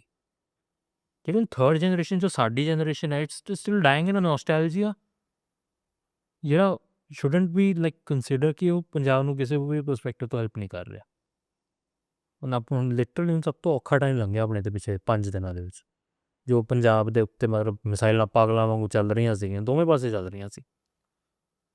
But this is a reality. ਹੁਣ ਲੋਕਾਂ ਨੂੰ ਲਾਈਕ ਰਿਐਲਿਟੀ ਪਤਾ ਲੱਗ ਗਈ ਕਿ ਅੰਟਿਲ ਔਰ ਅਨਲੈਸ ਚਾਹੇ ਪੰਜਾਬ ਪਾਕਿਸਤਾਨ ਦੇ ਵਿੱਚ ਹੈ, ਬਟ ਜਦ ਹਾਲਾਤ ਵਿਗੜਨਗੇ ਕੋਈ ਇਹ ਨਹੀਂ ਦੇਖਿਆ ਕਿ ਪੰਜਾਬ ਇੱਧਰ ਵੀ ਹੈ ਪੰਜਾਬ ਉੱਧਰ ਵੀ ਹੈ, ਮਨ ਜਿਹਾ ਤੋਂ ਬਸ ਸਹੀ ਹੈ। ਪਰ ਇਹਦੇ ਨਾਲ ਦੂਜਾ ਇੱਕ ਫੈਕਟਰ ਹੀ ਹੈ, ਭਾਵੇਂ ਬਹੁਤ ਥੋੜ੍ਹੇ ਲੈਵਲ ਦੇ ਉੱਤੇ ਹੈ, ਉਹ ਇਹ ਹੈਗਾ ਕਿ ਦੋਨਾਂ ਪੰਜਾਬਾਂ ਦੇ ਵਿੱਚ ਵਾਰ ਨੂੰ ਲੈ ਕੇ ਇਹ ਚੱਲਿਆ ਕਿ ਪ੍ਰੋਪੇਗੈਂਡਾ ਲਾ ਲਓ, ਤੁਸੀਂ ਡਿਸਕੋਰਸ ਲਾ ਲਓ ਕਿ that Punjab doesn't want war. ਹਾਂਜੀ ਤੇ ਪੰਜਾਬ ਦੇ ਜਿਹੜੇ ਆਮ ਲੋਕ ਨੇ, ਦੇਖੋ I am not talking about the bureaucracy, I am not talking about the war mongers, hate mongers, I am not talking about them, and I am not talking about the officials, and nothing disrespecting about the both of the countries, but Punjab ਦੇ ਵਿੱਚ ਇੱਕ discourse ਚੱਲਿਆ ਕਿ that Punjab doesn't want war. ਹਾਂਜੀ, ਜੰਗ ਕੋਈ ਵੀ ਨਹੀਂ ਚਾਹੁੰਦਾ ਹੁੰਦਾ ਪਹਿਲੀ ਗੱਲ ਤੇ। And ਖਾਸ even, ਕਰਕੇ even ਇੱਦਾਂ- not on the region or the we can say Punjab ਦੀ ਧਰਤੀ ਦੇ ਉੱਤੇ ਹਾਂ ਯਾਨੀ ਖਾਸ ਕਰ ਇਹ ਜਿਸ ਦਿਨ ਮਤਲਬ ਜਦੋਂ ਹਾਲਾਤ ਵਿਗੜਨੇ ਸਟਾਰਟ ਹੋਏ ਸੀਗੇ ਮਈ ਦੇ ਸਟਾਰਟਿੰਗ ਦੇ ਵਿੱਚ, ਸੋ ਉੱਥੋਂ ਹੀ ਡਿਸਕੋਰਸ ਤਾਂ ਚੱਲ ਪਿਆ ਸੀਗਾ ਕਿ ਰਿਐਕਸ਼ਨ ਤਾਂ ਇਹਦਾ ਬਹੁਤ ਜ਼ਿਆਦਾ ਪਹਿਲਗਾਮ ਦੇ ਵਿੱਚ ਹਮਲਾ ਹੋਇਆ ਸੀ, ਉਸ ਤੋਂ ਬਾਅਦ ਤਾਂ ਕੁਛ ਨਾ ਕੁਛ ਇੰਡੀਆ ਕਰੇਗਾ। ਸਭ ਤੋਂ ਵੱਡੀ ਇਹੀ ਗੱਲ ਸੀ ਕਿ ਸਾਡੇ ਲੋਕਾਂ ਦਾ ਕੀ ਹੋਏਗਾ। ਵਾਰ ਜਦ ਵੀ ਹੁੰਦੀ ਨੁਕਸਾਨ ਹੁੰਦਾ। ਨੋ ਵਾਰ ਦਾ ਅਸੀਂ ਵੀ ਮੈਂ ਖੁਦ ਬਹੁਤ ਚਲਾਇਆ ਸੀਗਾ ਉਸ ਪੁਆਇੰਟ ਦੇ ਉੱਤੇ ਕਿ ਭਾਈ ਜੰਗ ਨਹੀਂ ਹੋਣੀ ਚਾਹੀਦੀ, ਮਾਰੇ ਜਾਵਾਂਗੇ, ਇਕਨੋਮਿਕਲੀ ਆਪਾਂ 10 ਸਾਲ ਪਿੱਛੇ ਹੋਰ ਹੋ ਜਾਵਾਂਗੇ, ਕੋਈ ਲੜਾਈ ਚਾਹੇ 4 ਦਿਨ ਲੱਗੇ ਜਾਂ ਨੁਕਸਾਨ ਕਰਕੇ ਜਾਂਦੀ ਉਹ 20 ਸਾਲ ਨਹੀਂ ਕਵਰ ਹੋ ਸਕਦਾ। ਉਹੀ ਰੀਜ਼ਨ ਹੁੰਦਾ ਕਿ that was one of the main perspective ਕਿ ਲੋਕ ਵਾਰ ਨਹੀਂ ਚਾਹੁੰਦੇ, ਫਿਰ ਲੋਕਾਂ ਨੇ ਇੱਥੇ ਹੰਢਾਇਆ ਬਹੁਤ। ਆਪਾਂ ਤਾਂ ਜੇ ਫਿਰ ਵੀ ਅਸੀਂ ਇਨਲੈਂਡ ਬੈਠੇ ਹਾਂ ਪੰਜਾਬ ਦੇ ਵਿੱਚ, ਜਿਹੜੇ ਬਾਰਡਰ ਡਿਸਟ੍ਰਿਕਟਸ ਆ ਉਹਨਾਂ ਦੇ ਉੱਪਰ ਆਪਾਂ ਜੇ ਪੁੱਛੀਏ ਤਾਂ ਕੀ ਬੀਤਦੇ, ਮੰਨਿਆ ਉਹ ਪੂਰੀ ਮਤਲਬ ਚੜ੍ਹਦੀ ਕਲਾ ਵਾਲੇ ਬੰਦੇ ਨੇ, ਇਸ 'ਚ ਕੋਈ ਡਾਊਟ ਨਹੀਂ ਕਿ ਉਹ ਐ ਨਹੀਂ ਆਪਾਂ ਕਹਿ ਸਕਦੇ ਕਿ ਉਹ ਮਤਲਬ ਕਿ ਡਰੋਕਲ ਨੇ, ਉਹ ਪੂਰੇ ਤਕੜੇ ਕਹਿ ਲਓ ਕਿ ਖੱਬੀ ਖਾਣ ਬੰਦੇ ਨੇ ਪੂਰੇ, ਇਸ ਮਾਮਲੇ 'ਚ ਲੜਨ ਮਰਨ 'ਤੇ ਆ ਗਿਆ, but still no one prefers violence. ਇਹ ਗੱਲ ਹੈ ਕਿ ਪੰਜਾਬ ਦੇ ਵੱਲੋਂ ਇੱਕ ਡਿਸਕੋਰਸ ਚੱਲਿਆ ਸੀਗਾ ਕਿ ਵਾਰ ਨਹੀਂ ਹੋਣੀ ਚਾਹੀਦੀ। ਹੁਣ ਮੇਰੇ ਉੱਧਰ ਵੀ ਲਾਈਕ ਫਰੈਂਡਸ ਹੈਗੇ ਆ ਜਿਨ੍ਹਾਂ ਨਾਲ ਮੈਂ ਕੰਮ ਕੀਤਾ ਹੋਇਆ ਹੁੰਦਾ ਪਿਛਲੇ 4 ਸਾਲ, ਜੋ ਵੀ ਕਹਿ ਰਹੇ ਸੀ ਯਾਰ ਜੰਗ ਨਹੀਂ ਹੋਣੀ ਚਾਹੀਦੀ, ਬਟ ਇੱਕ ਐਸਾ ਪੁਆਇੰਟ ਆਉਂਦਾ ਜਦ ਤੁਸੀਂ ਪਾਵਰਲੈਸ ਫੀਲ ਕਰਦੇ ਹੋ ਬਿਕੋਜ਼ ਤੁਹਾਡੀ ਕੋਈ ਗੱਲ ਸੁਣ ਨਹੀਂ ਰਿਹਾ, ਜੰਗ ਫਿਰ ਵੀ ਲੱਗੀ। ਬਟ ਫਿਰ ਉਸੇ ਗੱਲ ਦੇ ਉੱਤੇ ਮੈਂ ਕੱਲ੍ਹ ਵੀ ਕਿਸੇ ਨਾਲ ਬਹਿਸ ਕੇ ਹਟਿਆ ਸੀਗਾ ਇਸ ਗੱਲ ਦੇ ਉੱਤੇ, ਮੈਂ ਕਿਹਾ sir no war is a priority, but ਜੇ ਉੱਤੇ ਹੀ ਆਣ ਪਏ ਫਿਰ ਤੁਸੀਂ ਕੀ ਕਰੋਗੇ, ਉਦੋਂ ਨੋ ਵਾਰ ਦੇ ਹੈਸ਼ਟੈਗ ਕੰਮ ਨਹੀਂ ਕਰਨ, ਤੁਹਾਨੂੰ ਉਦੋਂ ਸਟੈਂਡ ਲੈਣਾ ਪਏਗਾ। ਇਹੀ ਮੇਨ ਰੀਜ਼ਨ ਸੀਗਾ ਬਿਕੋਜ਼ ਸੀ ਜਿੰਨੇ ਵੀ ਆਪਣੇ ਕਈ ਲੋਕ ਜਿਹੜੇ ਬਾਹਰ ਬੈਠੇ ਨੇ, ਚਾਹੇ ਖਾਸ ਕਰ ਜਿਹੜੀਆਂ ਪੁਸ਼ਤਾਂ ਅੱਜ ਤੋਂ 3-4 ਪੀੜ੍ਹੀਆਂ ਪਹਿਲਾਂ ਬਾਹਰ ਚਲੀਆਂ ਗਈਆਂ, ਉਹ ਚੀਜ਼ਾਂ ਨੂੰ ਅਜੇ ਵੀ ਨਿਊਟਰਲ ਸਟੈਂਡ ਤੋਂ ਵੇਖ ਰਹੇ ਨੇ। ਖਾਸ ਕਰ ਜਿਨ੍ਹਾਂ ਦੇ ਬਜ਼ੁਰਗ 47 ਤੋਂ ਪਹਿਲਾਂ ਦੇ ਬਾਹਰ ਗਏ ਨੇ ਉਹਨਾਂ ਲਈ ਤਾਂ they are like still sharing, ਉਹਨਾਂ ਦੇ ਵਿੱਚ ਉਹਨਾਂ ਦੀ ਫੈਮਿਲੀ ਦੇ ਵਿੱਚ ਮਾਈਂਡਸੈਟ ਅਜੇ ਵੀ ਇਹ ਪੰਜਾਬ ਬੈਠਾ ਹੈ। ਉਹ ਅਜੇ ਵੀ ਕਹਿੰਦੇ ਕਿ ਜੀ ਨਿਊਟਰਲ ਰਹਿ ਕੇ ਕਿ ਇੰਡੀਆ ਨੇ ਹਮਲਾ ਪਹਿਲਾਂ ਕੀਤਾ ਹੈ ਹੋ ਗਿਆ, also that doesn't matter at this point. ਹਾਂ, ਕੌਣ ਪਹਿਲਾਂ ਕਰ ਰਿਹਾ, ਕੌਣ ਪਹਿਲਾਂ ਕਰ ਰਿਹਾ ਕਿ ਇਹ ਨਹੀਂ, ਇਸ 'ਚ ਆਪਾਂ ਇਸ ਡਿਬੇਟ 'ਚ ਨਹੀਂ ਜਾ ਰਹੇ। ਗੱਲ ਇਹ ਹੈ ਕਿ ਪ੍ਰੈਜ਼ੈਂਟ ਸਿਚੁਏਸ਼ਨ ਦੇ ਵਿੱਚ ਕੀ ਹੋ ਰਿਹਾ, ਪੰਜਾਬ ਦੇ ਉੱਪਰ ਬੰਬ ਡਿੱਗੇ ਨੇ, ਦਿਸ ਇਜ਼ ਅ ਰਿਐਲਿਟੀ। ਮਿਸਾਈਲਸ ਡਿੱਗੀਆਂ ਨੇ, ਚਾਹੇ ਆਰਮੀ ਬੇਸਿਸ ਦੇ ਉੱਪਰ ਨਹੀਂ ਡਿੱਗਿਆ, ਜਿਹੜੀ ਫਿਰੋਜ਼ਪੁਰ ਦੇ ਵਿੱਚ ਪਿੰਡ ਖਾਈਕੇ 'ਚ ਡਿੱਗੀ ਸੀ, ਉਸ ਇੱਕ ਉਹਨਾਂ ਦੀ ਜੋ ਮਦਰ ਸੀ ਉਹਨਾਂ ਦੀ ਡੈਥ ਹੋ ਗਈ ਕੱਲ੍ਹ DMC ਦੇ ਵਿੱਚ। These are the brutal realities of the ਵਾਰ।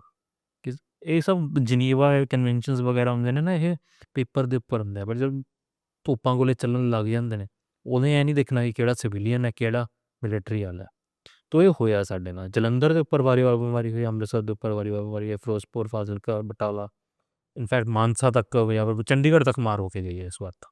ਸੋ ਇਹ ਰਿਐਲਿਟੀਜ਼ ਹੈ ਕਿ ਨੋ ਵਾਰ ਦਾ ਸੀ, this should be a perspective, peace and prosperity ਐਂਡ ਸਾਂਝੀਵਾਲਤਾ। ਹਮੇਸ਼ਾ ਸਾਂਝ ਬਣਾਏ ਰੱਖੋ, ਕਦੇ ਕੋਈ ਐ ਨਹੀਂ ਹੁੰਦਾ ਕੋਈ ਧਰਮ ਮਾੜਾ ਕੋਈ ਲੋਕ ਮਾੜੇ, ਬਟ ਕੁਛ ਪੁਆਇੰਟਸ ਐਸੇ ਵੀ ਆ ਜਾਂਦੇ ਨੇ ਜਿਸ ਪੁਆਇੰਟ ਦੇ ਉੱਤੇ ਤੁਹਾਨੂੰ ਸਟੈਂਡ ਲੈਣਾ ਪੈਂਦਾ। ਫੋਰ ਐਗਜ਼ਾਮਪਲ ਜਿਵੇਂ ਆਪਣੇ ਲੋਕਾਂ ਦੀ ਗੱਲ ਕਰਾਂ, ਆਪਣੇ ਲੋਕ ਸਾਰਾ ਦਿਨ ਆਪਣੇ ਵਾਰੀਅਰਸ ਦੇ ਉੱਪਰ ਮਾਣ ਕਰਦੇ ਨੇ, ਹਰੀ ਸਿੰਘ ਨਲਵਾ ਹੋਏ, ਰਣਜੀਤ ਸਿੰਘ ਮਹਾਰਾਜਾ ਹੋਏ, ਅਕਾਲੀ ਫੂਲਾ ਸਿੰਘ ਹੋਏ, ਦੇ ਵਰ ਵਾਰੀਅਰਸ, ਉਹ ਜੰਗਾਂ ਲੜਦੇ ਸੀਗੇ। ਹੁਣ ਜੇ ਤੁਸੀਂ ਉਸ ਟਾਈਮ ਦੇ ਵਿੱਚ 1823 ਦੇ ਵਿੱਚ ਜਾ ਕੇ ਕਹਿ ਰਹੇ ਹੋ ਕਿ ਜੀ ਨੋ ਵਾਰ ਪਠਾਨਾਂ ਦੇ ਨਾਲ ਸਾਰੇ ਸਾਂਝੇ ਭਾਈ ਨੇ, ਕੋਈ ਚੱਕਰ ਨਹੀਂ, ਉਦੋਂ ਕੋਈ ਨਹੀਂ ਸੁਣੇਗਾ। ਉਹ ਵੀ ਵਾਰ ਹੀ ਲੜ ਰਹੇ ਨੇ। ਹੋਰ ਤੁਸੀਂ ਮੈਨੂੰ ਦੱਸੋ ਵਾਰ ਕੀ ਚੀਜ਼ ਹੁੰਦੀ ਹੈ? ਬੰਦੇ ਮਰਦੇ ਨੇ ਉਸ ਦੇ ਵਿੱਚ। ਇਹ ਨੈਚੁਰਲ ਫੈਕਟਰ ਹੈ। ਮੈਂ ਨਹੀਂ I am cold hearted person, but these are the realities. So war ਦੇ ਵਿੱਚ ਇਹੀ ਗੱਲ ਹੋਈ, ਕਿਉਂਕਿ ਚਾਹੇ ਮੇਰੇ ਪਾਕਿਸਤਾਨ ਵਾਲੇ ਨਾਲ ਦੋਸਤ ਸੀਗੇ, but they were still rallying for their country. That is a point when you have to wake up. ਮੈਂ ਨਹੀਂ ਕਹਿ ਰਿਹਾ ਮਾੜੇ ਨੇ, ਮੈਂ ਨਹੀਂ ਕਹਿ ਰਿਹਾ ਕਿ ਬਹੁਤ ਚੰਗੇ ਨੇ। ਅੱਜ ਵੀ ਮੇਰੀ ਹਰ ਸ਼ਾਮ ਨੂੰ ਅਸੀਂ ਕਹਿੰਦੇ ਹੁੰਦੇ ਸੀ ਭਾਈ ਸੇਫ ਹੋ, ਉਹ ਕਹਿੰਦੇ ਸੀ ਵੀ ਤੁਸੀਂ ਸੇਫ ਹੋ, ਠੀਕ ਹੈ। ਬਟ ਉਹ ਵੀ ਕਹਿੰਦੇ ਸੀ ਕਿ ਕੰਟਰੀ ਐਲੀਜੈਂਸ ਹੁੰਦੀ ਹੈ ਬੰਦੇ ਦੀ। ਪਰ ਸਾਡੇ ਲੋਕ ਕਈ ਵਾਰ ਉਸ ਦੇ ਵਿੱਚ ਫਿਰ ਉਹ 84 ਵਾਲੀ ਗੱਲ ਲਿਆਉਂਦੇ ਨੇ, ਬਹੁਤ ਜ਼ਿਆਦਾ ਫਿਰ ਫੈਕਟਰਸ ਫਿਰ ਬੰਦੇ ਨੂੰ ਡਿਵਾਈਡ ਕਰ ਦਿੰਦੇ। ਜੋ ਪ੍ਰੈਜ਼ੈਂਟ ਸਿਚੁਏਸ਼ਨ ਹੈ ਸਾਡੀ, ਵੀ ਸ਼ੁੱਡ ਐਨਾਲਾਈਜ਼ ਦੈਟ ਕਿ ਸਾਡਾ ਪ੍ਰੈਜ਼ੈਂਟਲੀ ਕਿਸ ਦੇ ਨਾਲ ਬੈਨੀਫਿਟ ਹੈ। ਔਰ ਬੈਨੀਫਿਟ ਵੀ ਨਹੀਂ ਕਹਿ ਸਕਦੇ ਕਿ ਆਪਾਂ ਜੋ ਪੰਜਾਬ ਲਈ ਬੈਸਟ ਕੀ ਹੈ। ਸਟੇਟ ਇਜ਼ ਆ ਪ੍ਰਾਇਓਰਿਟੀ।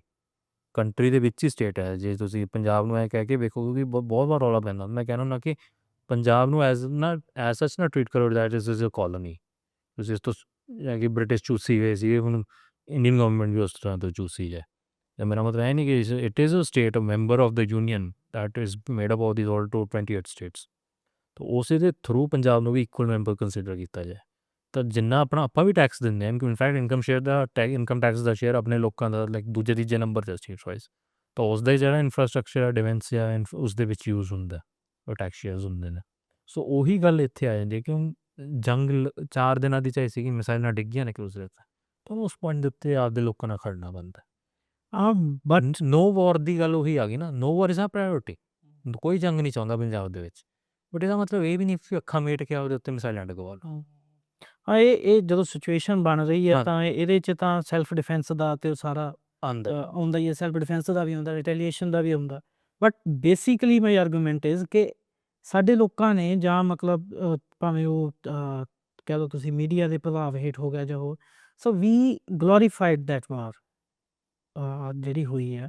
ਐਂਡ ਈਵਨ ਕਿ ਅਸੀਂ ਜੇ ਪਹਿਲਾਂ ਦੀ ਵੀ ਗੱਲ ਕਰਦੇ ਹਾਂ, the situation was different that time at the Kalifullah Singh and at the time of Hari Singh Nalwa. They didn't had the nuclear weapons and all. ਹੁਣ ਸਾਡੇ ਕੋਲ ਨਿਊਕਲੀਅਰ ਵੈਪਨਸ ਨੇ ਐਂਡ ਹੁਣ ਵੀ ਜੇ ਆਪਾਂ ਦੇਖੀਏ ਤਾਂ ਇਹੀ ਖਤਰਾ ਸੀਗਾ ਕਿ ਨਿਊਕਲੀਅਰ ਨਾ ਲੱਗ ਜਾਏ, ਵੀ ਕਿਤੇ ਹੋ ਰਿਹਾ ਵੀ ਕਿਤੇ। ਐਂਡ ਈਵਨ ਵੈਨਸ ਜੋ vice president of the United States of America, he sad ਕਿ ਵੀ ਹੈਡ ਦ ਇੰਟੈਲੀਜੈਂਸ ਕਿ ਸਮਥਿੰਗ ਵਾਜ਼ ਹੈਪਨਿੰਗ ਦੇਅਰ। ਤੇ ਮਸਲਾ ਇਹ ਹੈ ਕਿ ਵਾਰ ਦੇ ਵਿੱਚ ਆਪਣੀ ਕੰਟਰੀ ਨਾਲ ਖੜਨਾ ਇਜ਼ ਅ ਗੁੱਡ ਥਿੰਗ। ਹਾਂਜੀ, ਯੂ ਸਟੈਂਡ, ਜਾਂ ਪਾਕਿਸਤਾਨੀ ਜਿਹੜੇ ਹੈਗੇ ਆ ਦੇ ਵੇਵ ਦੇਅਰ ਫਲੈਗ ਕਿ we are standing with our armed forces. India ਦੇ ਵਿੱਚ ਵੀ ਬਹੁਤ ਸਾਰੇ ਸਟੈਂਡਸ ਜਿਹੜੇ ਆ ਲੋਕਾਂ ਦੇ ਚੇਂਜ ਹੋਏ। Some Khalistani stands went on the side of the Indian government. ਉਹਨਾਂ ਨੇ ਕਿਹਾ ਕਿ ਹਾਂ ਅਸੀਂ ਇੱਧਰ ਖੜੇ ਹਾਂ, ਔਰ ਕਾਫੀ ਕੁਛ ਉਥਲ ਪੁਥਲ ਹੋਈ। But on the wider perspective, ਜਦੋਂ ਅਸੀਂ ਵਾਰ ਦੀ ਗੱਲ ਕਰਦੇ ਹਾਂ, war is bad for the humanity. War is bad. And at the time of the nuclear weapons, chemical ਹਥਿਆਰ ਜਿਹੜੇ ਹੈਗੇ ਆ, ਅਸੀਂ ਦੇਖਿਆ ਕਿ ਇੱਕ ਵੀ ਬੰਦੇ ਨੂੰ ਬਾਰਡਰ ਨਹੀਂ ਟੱਪਣਾ ਪਿਆ। ਜੇ ਅਸੀਂ ਉਹਨਾਂ ਦੀ ਗੱਲ ਕਰੀਏ ਕਿ ਹਾਂ ਦਹਿਸ਼ਤਗਰਦੀ ਹੋਈ, that is one thing. In these ਜਿਹੜੇ 4 ਦਿਨਾਂ ਦੀ ਜੰਗ ਸੀਗੀ, ਮਿਨੀ ਜੰਗ ਵੀ ਕਹਿ ਸਕਦੇ ਹਾਂ, ਇਹਦੇ ਵਿੱਚ ਇੱਕ ਵੀ ਬੰਦੇ ਨੇ ਬਾਰਡਰ ਨਹੀਂ ਟੱਪਿਆ। ਬਟ ਇੰਡੀਆ ਦੀ ਜਿਹੜੀ ਮਾਰ ਆ ਉਹ ਰਾਵਲਪਿੰਡੀ ਤੱਕ ਸੀ, ਪੇਸ਼ਾਵਰ ਤੱਕ ਸੀ, ਉਹਨਾਂ ਦੀ ਮਾਰ ਚੰਡੀਗੜ੍ਹ ਤੱਕ ਸੀ। ਸੋ ਇਹ ਇੱਕ ਟ੍ਰੇਲਰ ਹੈ ਜਿਹਨੇ ਇਹ ਦਿਖਾਤਾ ਹੈ ਕਿ ਕਿੱਥੇ ਕਿੱਥੇ ਕੀ ਹੋ ਸਕਦਾ। ਸੋ ਸਾਨੂੰ ਕੌਨਸ਼ੀਅਸ ਬੀਇੰਗ ਦੇ ਤੌਰ ਦੇ ਉੱਤੇ ਸਾਨੂੰ ਇਹ ਇਨ ਦਾ ਵਾਈਡਰ ਪਰਸਪੈਕਟਿਵ ਵਾਰ ਨੂੰ ਜ਼ਰੂਰ, ਵਾਰ ਦੇ ਖਿਲਾਫ ਖੜਨਾ ਚਾਹੀਦਾ। ਵਾਰ ਦੇ ਖਿਲਾਫ ਨੈਚੁਰਲੀ ਖੜਨਾ ਚਾਹੀਦਾ। ਜਿਵੇਂ ਮੈਂ ਪਹਿਲਾਂ ਗੱਲ ਕੀਤਾ ਸੀ ਤੁਹਾਡੀ, ਜਦੋਂ ਕਿ ਆਪਣਾ ਸਟਾਰਟ ਨਹੀਂ ਸੀ ਹੋਇਆ ਇਹ ਸਾਰਾ ਕੁਛ, ਹਰ ਕੋਈ ਕਹਿ ਰਿਹਾ ਸੀ ਜੰਗ ਨਹੀਂ ਲੱਗਣੀ ਚਾਹੀਦੀ। ਆਪਾਂ ਵੀ ਉਸਦੇ ਹੱਕ 'ਚ ਸੀਗੇ, ਨਹੀਂ ਲੱਗਣੀ ਚਾਹੀਦੀ। ਐਂਡ ਡੇ ਤੱਕ ਮੈਂ ਉਸਦੇ ਹੱਕ ਖਿਲਾਫ ਰਿਹਾ ਕਿ ਇਹ ਲੱਗੀ ਨੁਕਸਾਨ ਆਪਣਾ ਹੋਣਾ। ਬਟ ਗੱਲ ਉਹੀ ਆ ਜਾਂਦੀ ਹੈ, we are not in the policy maker. ਹਾਂ, we are not policy makers, but we are something ਕਿ ਸਾਨੂੰ ਘੱਟੋ ਘੱਟ ਆਪਦਾ ਸਟੈਂਡ ਕਲੀਅਰ ਰੱਖਣਾ ਚਾਹੀਦਾ। We are the anti war people. Anti war people ਦੇਖੋ ਸਰ, ਹੁਣ ਇਸ ਦੇ ਲਈ ਫਿਰ ਤੁਹਾਡੀ ਵੀ ਹਿਊਮਨਸ ਦਾ ਵਾਇਲੈਂਸ ਨਾਲ ਨੇਚਰ ਆ ਕਿ ਵਾਟ ਇਜ਼ ਵਾਇਲੈਂਸ।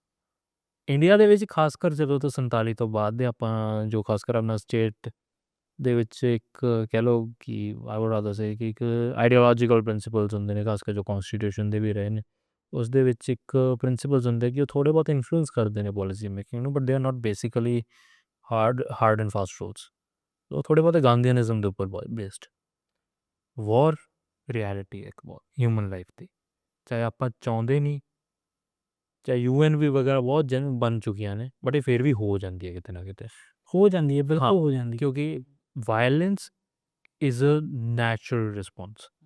ਚਾਹੇ ਤੁਸੀਂ ਦੁਨੀਆ ਦੇ ਸਾਰੇ ਬੰਦੇ ਖਤਮ ਕਰਕੇ 2 ਵੀ ਰੱਖ ਲਓ ਨਾ, ਉਹ ਵੀ ਕਿਸੇ ਨਾ ਇੱਕ ਪੁਆਇੰਟ ਦੇ ਉੱਪਰ ਝਗੜਾ ਨਹੀਂ। ਮਾਈ point is the degree of violence. Degree of violence sir ਉਹੀ ਗੱਲ ਹੈ, ਜਦੋਂ ਕਿ ਵਾਰ ਇੱਕ ਜਰਨਲਿਸਟ ਹੁੰਦੇ ਸੀਗੇ ਵਿਨੋਦ ਦੁਆ ਕਰਕੇ, ਉਹਨਾਂ ਨੇ ਅੱਜ ਤੋਂ ਜਦੋਂ ਪੁਲਵਾਮਾ ਹੋਇਆ ਸੀਗਾ 2019 ਦੇ ਵਿੱਚ, ਉਹਨਾਂ ਨੇ ਕਿਹਾ ਸੀਗਾ, ਮੈਂ ਅੱਜ ਵੀ ਉਸ ਗੱਲ ਨੂੰ ਕਹਿਣਾ ਕਿ ਜਦੋਂ ਵਾਰ ਹੈਪਨਸ ਨਾ, it never goes according to the plan.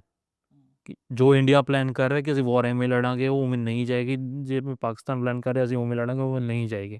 ਵਾਰ ਆਪਣਾ ਰੁੱਖ ਰਫਤਾਰ ਲੈਂਦੀ ਆ, ਤਾਂ ਹੀ ਇਸ ਕਰਕੇ ਉਹ ਅਨਪ੍ਰੈਸੀਡੈਂਟਡ ਸਕੇਲ ਦੇ ਉੱਪਰ ਵਾਇਲੈਂਸ ਹੁੰਦਾ। ਸੋ ਇਹੀ ਗੱਲਾਂ ਨੇ ਕਿ ਇਕੁਇਲਿਬਰੀਅਮ ਦੇ ਵਿੱਚ ਐਗਜ਼ਿਸਟ ਕਰਨਾ, ਜਿਵੇਂ ਕਿ ਸਾਇੰਸ ਦੇ ਬੈਕਗਰਾਊਂਡ ਦੇ ਸਟੂਡੈਂਟ ਆ, ਸਭ ਤੋਂ ਡਿਫਿਕਲਟ ਟਾਸਕ ਹੁੰਦਾ। ਚੀਜ਼ਾਂ ਨੈਚੁਰਲੀ ਇਨਬੈਲੈਂਸ ਵੱਲ ਜਾਣ ਨੂੰ ਕੋਸ਼ਿਸ਼ ਕਰਦੀਆਂ ਨੇ। ਜੇ ਤੁਸੀਂ ਮੈਂ ਸਾਇੰਟੀਫਿਕ ਵੇ ਪੁਆਇੰਟ ਦੇ ਉੱਤੋਂ ਗੱਲ ਕਰਾਂ ਕਿ ਇਕੁਇਲਿਬਰੀਅਮ ਹੁੰਦਾ ਕਿ ਜਿਵੇਂ ਕਿ 2 ਕੰਸਨਟ੍ਰੇਸ਼ਨ ਸਟੇਟਸ ਦੀਆਂ, ਤਾਂ ਪਾਣੀ ਇਕੁਅਲ ਰਹਿੰਦਾ ਇੱਕ ਤਰ੍ਹਾਂ 2 ਬਕਸਿਆਂ ਦੇ ਵਿੱਚ। ਬਟ ਜਿਹੜੇ ਚੀਜ਼ਾਂ ਹਰੇਕ ਇਨਸਟੇਬਲ ਹੋਣ ਦੀ ਕੋਸ਼ਿਸ਼ ਕਰਦੀਆਂ, ਮੋਲੀਕਿਊਲਸ ਵੀ ਐਨਰਜੀ ਜ਼ਿਆਦਾ ਸੋਕ ਲੈਣ ਤਾਂ ਗਰਮ ਹੋ ਜਾਂਦੇ ਨੇ, ਬੁਰਾ ਉਹ ਇੱਕ ਤਾਂ ਉਹਨਾਂ ਦੀ ਮੂਵਮੈਂਟ ਵੱਧ ਜਾਂਦੀ ਹੈ। ਉਹੀ ਕੰਮ ਹਿਊਮਨਸ ਦਾ, ਇਹ ਸਟੇਬਲ ਰਹਿੰਦਾ, ਬਟ ਇੱਕ ਪੁਆਇੰਟ ਦੇ ਉੱਤੇ ਆ ਕੇ ਸਟੇਬਿਲਿਟੀ ਨੂੰ ਹੀ ਫੋਰ ਗ੍ਰਾਂਟਿਡ ਲੈ ਲੈਂਦਾ ਅਤੇ ਪੰਗੇ ਲੈਣੇ ਸਟਾਰਟ ਕਰ ਦਿੰਦਾ। ਅਤੇ ਉਹ ਪੰਗੇ are also leading to the imbalance ਹੁੰਦਾ, ਐਨਰਜੀ ਰਿਲੀਜ਼ ਹੁੰਦੀ ਹੈ, that is expressed in various forms. Science ਦੇ ਵਿੱਚ ਤਾਂ ਹੀਟ ਜਾਂ ਫਿਰ ਲਾਈਟ ਐਨਰਜੀ ਹੋ ਸਕਦੀ ਹੈ, ਹਿਊਮਨਸ ਦੇ ਪਰਸਪੈਕਟਿਵ ਦੇ ਵਿੱਚ ਇਹ ਲੜਾਈ ਮਰਾਈ ਦੇ ਨਾਲ ਵੀ ਹੋ ਸਕਦੀ ਹੈ। ਸੋ ਬਹੁਤ ਚੀਜ਼ਾਂ ਰਹੀਆਂ ਨੇ, but natural sciences are different from the social science, but still they are part of the science field, no? I would rather give an analogy because of that, ਕਿ analogy ਜੇ ਤੁਸੀਂ ਸਾਇੰਸ ਦੇ ਹਿਸਾਬ ਨਾਲ ਜੇ ਸਮਝਣਾ ਕਰੋ ਕਿ ਧਰਮਾਂ ਦੇ ਮੇਨ ਐਗਜ਼ਿਸਟੈਂਸ ਕਿਉਂ ਹੈ ਇੱਕ ਤਰ੍ਹਾਂ ਦਾ, ਕਿ ਹਿਊਮਨਸ ਨੂੰ ਹਿਊਮਨ ਬਣਾ ਕੇ ਰੱਖ ਸਕਣ, otherwise we are just animals. Aristotle ਨੇ ਕਿਹਾ ਸੀ man is a social and political animal, ਅਤੇ ਬਾਕੀ ਜਾਨਵਰਾਂ 'ਚ ਬਸ ਇਹ ਫਰਕ ਹੈ ਕਿ ਉਹ ਸਰਕਾਰਾਂ ਨਹੀਂ ਬਣਾਉਂਦੇ, ਆਪਾਂ ਸਰਕਾਰਾਂ ਬਣਾ ਲੈਂਦੇ ਹਾਂ। ਆਪਾਂ ਹਾਇਰ ਡਿਗਰੀ ਦੇ ਉੱਤੇ ਹਾਂ, ਬਟ ਬੇਸਿਕ ਨੇਚਰ ਐਨੀਮਲ ਵਾਲੀ ਹੀ ਹੈ। ਜਾਨਵਰ ਵੀ ਇਲਾਕੇ ਦੇ ਪਿੱਛੇ ਲੜਦਾ, ਇਨਸਾਨ ਵੀ ਇਲਾਕੇ ਦੇ ਪਿੱਛੇ ਲੜਦਾ। ਗਲੀ ਦੇ ਕੁੱਤਿਆਂ ਨੂੰ ਲਗਾ ਲਓ, ਦੂਸਰਾ ਗਲੀ ਦਾ ਕੁੱਤਾ ਆਪਦੀ ਗਲੀ ਦੇ ਕੁੱਤੇ 'ਚ ਆਪਣਾ ਗਲੀ 'ਚ ਵੜ ਜੇ, ਲੜਾਈ ਮਰਾਈ 'ਤੇ ਉਤਰੇ ਹੁੰਦੇ ਨੇ ਉਹ ਵੀ। ਇਨਸਾਨ ਵੀ ਬੇਸਿਕਲੀ ਉਹੀ ਕਰ ਰਿਹਾ, ਬਸ it's on a higher state. ਆਪਣਾ ਡਿਪਲੋਮੇਸੀ ਦੇ ਵਿੱਚ ਪੈ ਜਾਂਦੇ ਹਾਂ, ਐਂਡ ਪੁਆਇੰਟ ਦੇ ਉੱਤੇ ਲੜ ਵੀ ਪੈ। ਸੋ ਦੈਟਸ ਦ ਥਿੰਗ ਕਿ ਆਪਾਂ ਨਹੀਂ ਚਾਹੁੰਦੇ। ਦੇਖੋ ਮੈਂ ਅੱਜ ਵੀ ਬੈਲੇਜ਼ ਨੂੰ ਕਹਿ ਰਿਹਾ ਕਿ ਸੀਜ਼ਫਾਇਰ ਹੋਇਆ ਚੰਗੀ ਗੱਲ ਹੈ, ਅਜੇ ਅੱਜ ਵੀ ਬਥੇਰੇ ਵਾਰ ਮੰਗਰ ਬੈਠੇ हैं कि जो टिक नहीं रहे, कहते कि उड़ा लो, ख़त्म कर दो। That's just purely like stupid thing to be honest. ਜੰਗ ਲਈ ਜੋ ਹੰਢਾਇਆ ਲੋਕਾਂ ਨੇ ਇੱਥੋਂ ਵਾਲਿਆਂ ਨੇ, ਚਾਹੇ ਜੰਮੂ ਦੇ ਹੋਣ, ਕਸ਼ਮੀਰ ਘਾਟੀ ਦੇ ਹੋਣ ਜਾਂ ਫਿਰ ਪੰਜਾਬ ਦੇ ਹੋਣ, ਉਹ ਆਪਾਂ ਨੂੰ ਪਤਾ 4 ਦਿਨ ਕਿਵੇਂ ਨਿਕਲੇ ਨੇ, ਰਾਤਾਂ ਕਿਵੇਂ ਨਿਕਲੀਆਂ ਨੇ। ਅੰਦਰ ਬੈਠੇ ਤਾਂ ਬਹੁਤ ਕੁਝ ਬੋਲੀ ਜਾਓ ਤੁਸੀਂ। ਇੱਕ ਰਾਤ ਤਾਂ ਬਾਹਲੀ ਜ਼ਿਆਦਾ, ਇੱਕ ਰਾਤ ਤਾਂ ਨੈਚੁਰਲੀ ਮੈਂ ਬਹੁਤ 2 ਘੰਟੇ ਸੁੱਤਾ ਮੈਂ ਬਸ। ਜਦੋਂ ਪਾਕਿਸਤਾਨ ਦੇ ਕਈ ਸ਼ਹਿਰਾਂ 'ਤੇ ਕਬਜ਼ਾ ਹੋ ਗਿਆ ਸੀ। ਹਾਂ, ਉਹ ਤਾਂ ਲਾਈਕ ਨੈਕਸਟ ਫਿਰ ਅਸੀਂ ਸਵੇਰੇ ਛੱਡ ਵੀ ਦਿੱਤਾ ਸੀ ਗੁੱਡਵਿਲ ਜੈਸਚਰ ਦੇ ਰਾਤ ਨਾਲ। ਸੋ ਉਹ ਗੱਲ ਹੈ ਕਿ ਉਹ ਮੀਡੀਆ ਦੇ ਪਰ ਉਹ ਰਾਤ ਬਹੁਤ ਮੁਸ਼ਕਿਲ ਸੀ। ਪਰ ਮੈਂ ਇਹੀ ਗੱਲ ਕਹਿ ਰਿਹਾ ਕਿ ਉਹਨਾਂ ਨੇ ਇਸ ਤਰੀਕੇ ਨਾਲ ਗਲੋਰੀਫਾਈ ਕੀਤਾ ਕਿ ਉਹ ਮਜ਼ਾਕ ਬਣ ਗਿਆ। Naturally war will be a reality, but war is not ਗਲੋਰੀਫਾਈਡ ਚੀਜ਼ ਨਹੀਂ ਹੋਣੀ ਔਰ ਚਾਹੀਦੀ। ਮੌਕਰੀ ਵੀ ਨਹੀਂ ਹੈ ਨਾ ਇਹ ਕੋਈ ਮਜ਼ਾਕ ਦਾ ਮਸਲਾ ਵੀ ਨਹੀਂ ਨਾ ਹੈ ਵੀ ਤੁਸੀਂ ਇਸ ਤਰੀਕੇ ਨਾਲ ਮਜ਼ਾਕ ਕਰੋ। ਤੇ ਉਸ ਮਾਮਲੇ 'ਚ ਸਾਡਾ ਮੀਡੀਆ ਦੋਵਾਂ ਮੁਲਕਾਂ ਦਾ ਹੀ ਗੱਪੀ ਆ। ਬਿਲਕੁਲ ਦੋਨੋਂ ਪਾਸੇ। ਉਹ ਆਪਣੇ ਵਾਲਿਆਂ ਨੇ ਕਰਾਚੀ ਪੇਸ਼ਾਵਰ ਦੱਬ ਲਿਆ ਸੀ, ਉਹਨਾਂ ਵਾਲਿਆਂ ਨੇ ਆਪਣੀ 70% ਗ੍ਰਿਡ ਲਾਈਨ ਉਡਾਤੀ ਸੀ ਕਿ ਜੀ ਇੰਡੀਆ ਤਾਂ ਬਿਜਲੀ ਤੋਂ ਬਿਨਾਂ ਬੈਠਾ ਹੁਣ ਸਾਡੇ ਹੈਕਰਾਂ ਨੇ। ਸੋ ਇਹ ਗੱਲ ਹੈ ਕਿ ਇੰਨੇ ਮਤਲਬ ਕਿ ਇਸ ਹਿਸਾਬ ਨਾਲ ਕਿ ਇਸ ਲੈਵਲ ਦੇ ਉੱਪਰ ਗੱਪ ਛੱਡੇ ਜਾ ਰਹੇ ਨੇ। How can anyone rest of us take us? ਇਹ ਉਦੋਂ ਛੱਡੇ ਜਾ ਰਹੇ ਆ ਜਦੋਂ ਸਾਡੀ ਮਤਲਬ ਇੱਕ large portion of the population ਭੁੱਖੀ ਸੌਂ ਰਹੀ ਹੈ। ਉਸ ਟਾਈਮ ਇਹ ਗੱਪ ਛੱਡੇ ਜਾ ਰਹੇ।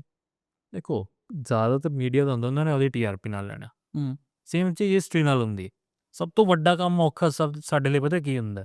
ਐਸੀ ਡੈਲੀਕੇਟ ਸਿਚੁਏਸ਼ਨ ਦੇ ਵਿੱਚ ਹਿਸਟੋਰੀਕਲ ਫੈਕਟਸ ਨੂੰ ਬਰਾਬਰ ਰੱਖਣਾ। ਹਿਸਟੋਰੀਕਲ ਫਿਗਰਸ ਨੂੰ ਯੂਜ਼ ਕੀਤਾ ਜਾਂਦਾ ਹੈ ਅੱਜ ਦੀਆਂ ਮਾਡਰਨ ਵਾਰਸ ਦੇ ਵਿੱਚ, ਚਾਹੇ ਪੋਲੀਟੀਕਲ ਵਾਰ ਹੋਏ, ਚਾਹੇ ਉਹ ਆਪਸ ਦੀ ਦੂਸ਼ਣਬਾਜ਼ੀ ਹੁੰਦੀਆਂ ਨੇ ਇਹਨਾਂ ਦੀਆਂ, ਉਹਨਾਂ ਨੂੰ ਵੀ ਵਿੱਚ ਘੜੀਸ ਲਿਆਉਂਦੇ ਨੇ, ਚਾਹੇ ਉਹਨਾਂ ਦਾ ਕੋਈ ਲਿੰਕ ਵੀ ਨਹੀਂ ਹੈਗਾ ਅੱਜ ਦੇ ਦੋਵਾਂ ਮੁਲਕਾਂ ਨਾਲ। ਮੰਨਿਆ ਉਹ ਇਸ ਧਰਤੀ ਦੇ ਉੱਤੇ ਪੈਦਾ ਹੋਏ ਨੇ, but these both states never existed back then.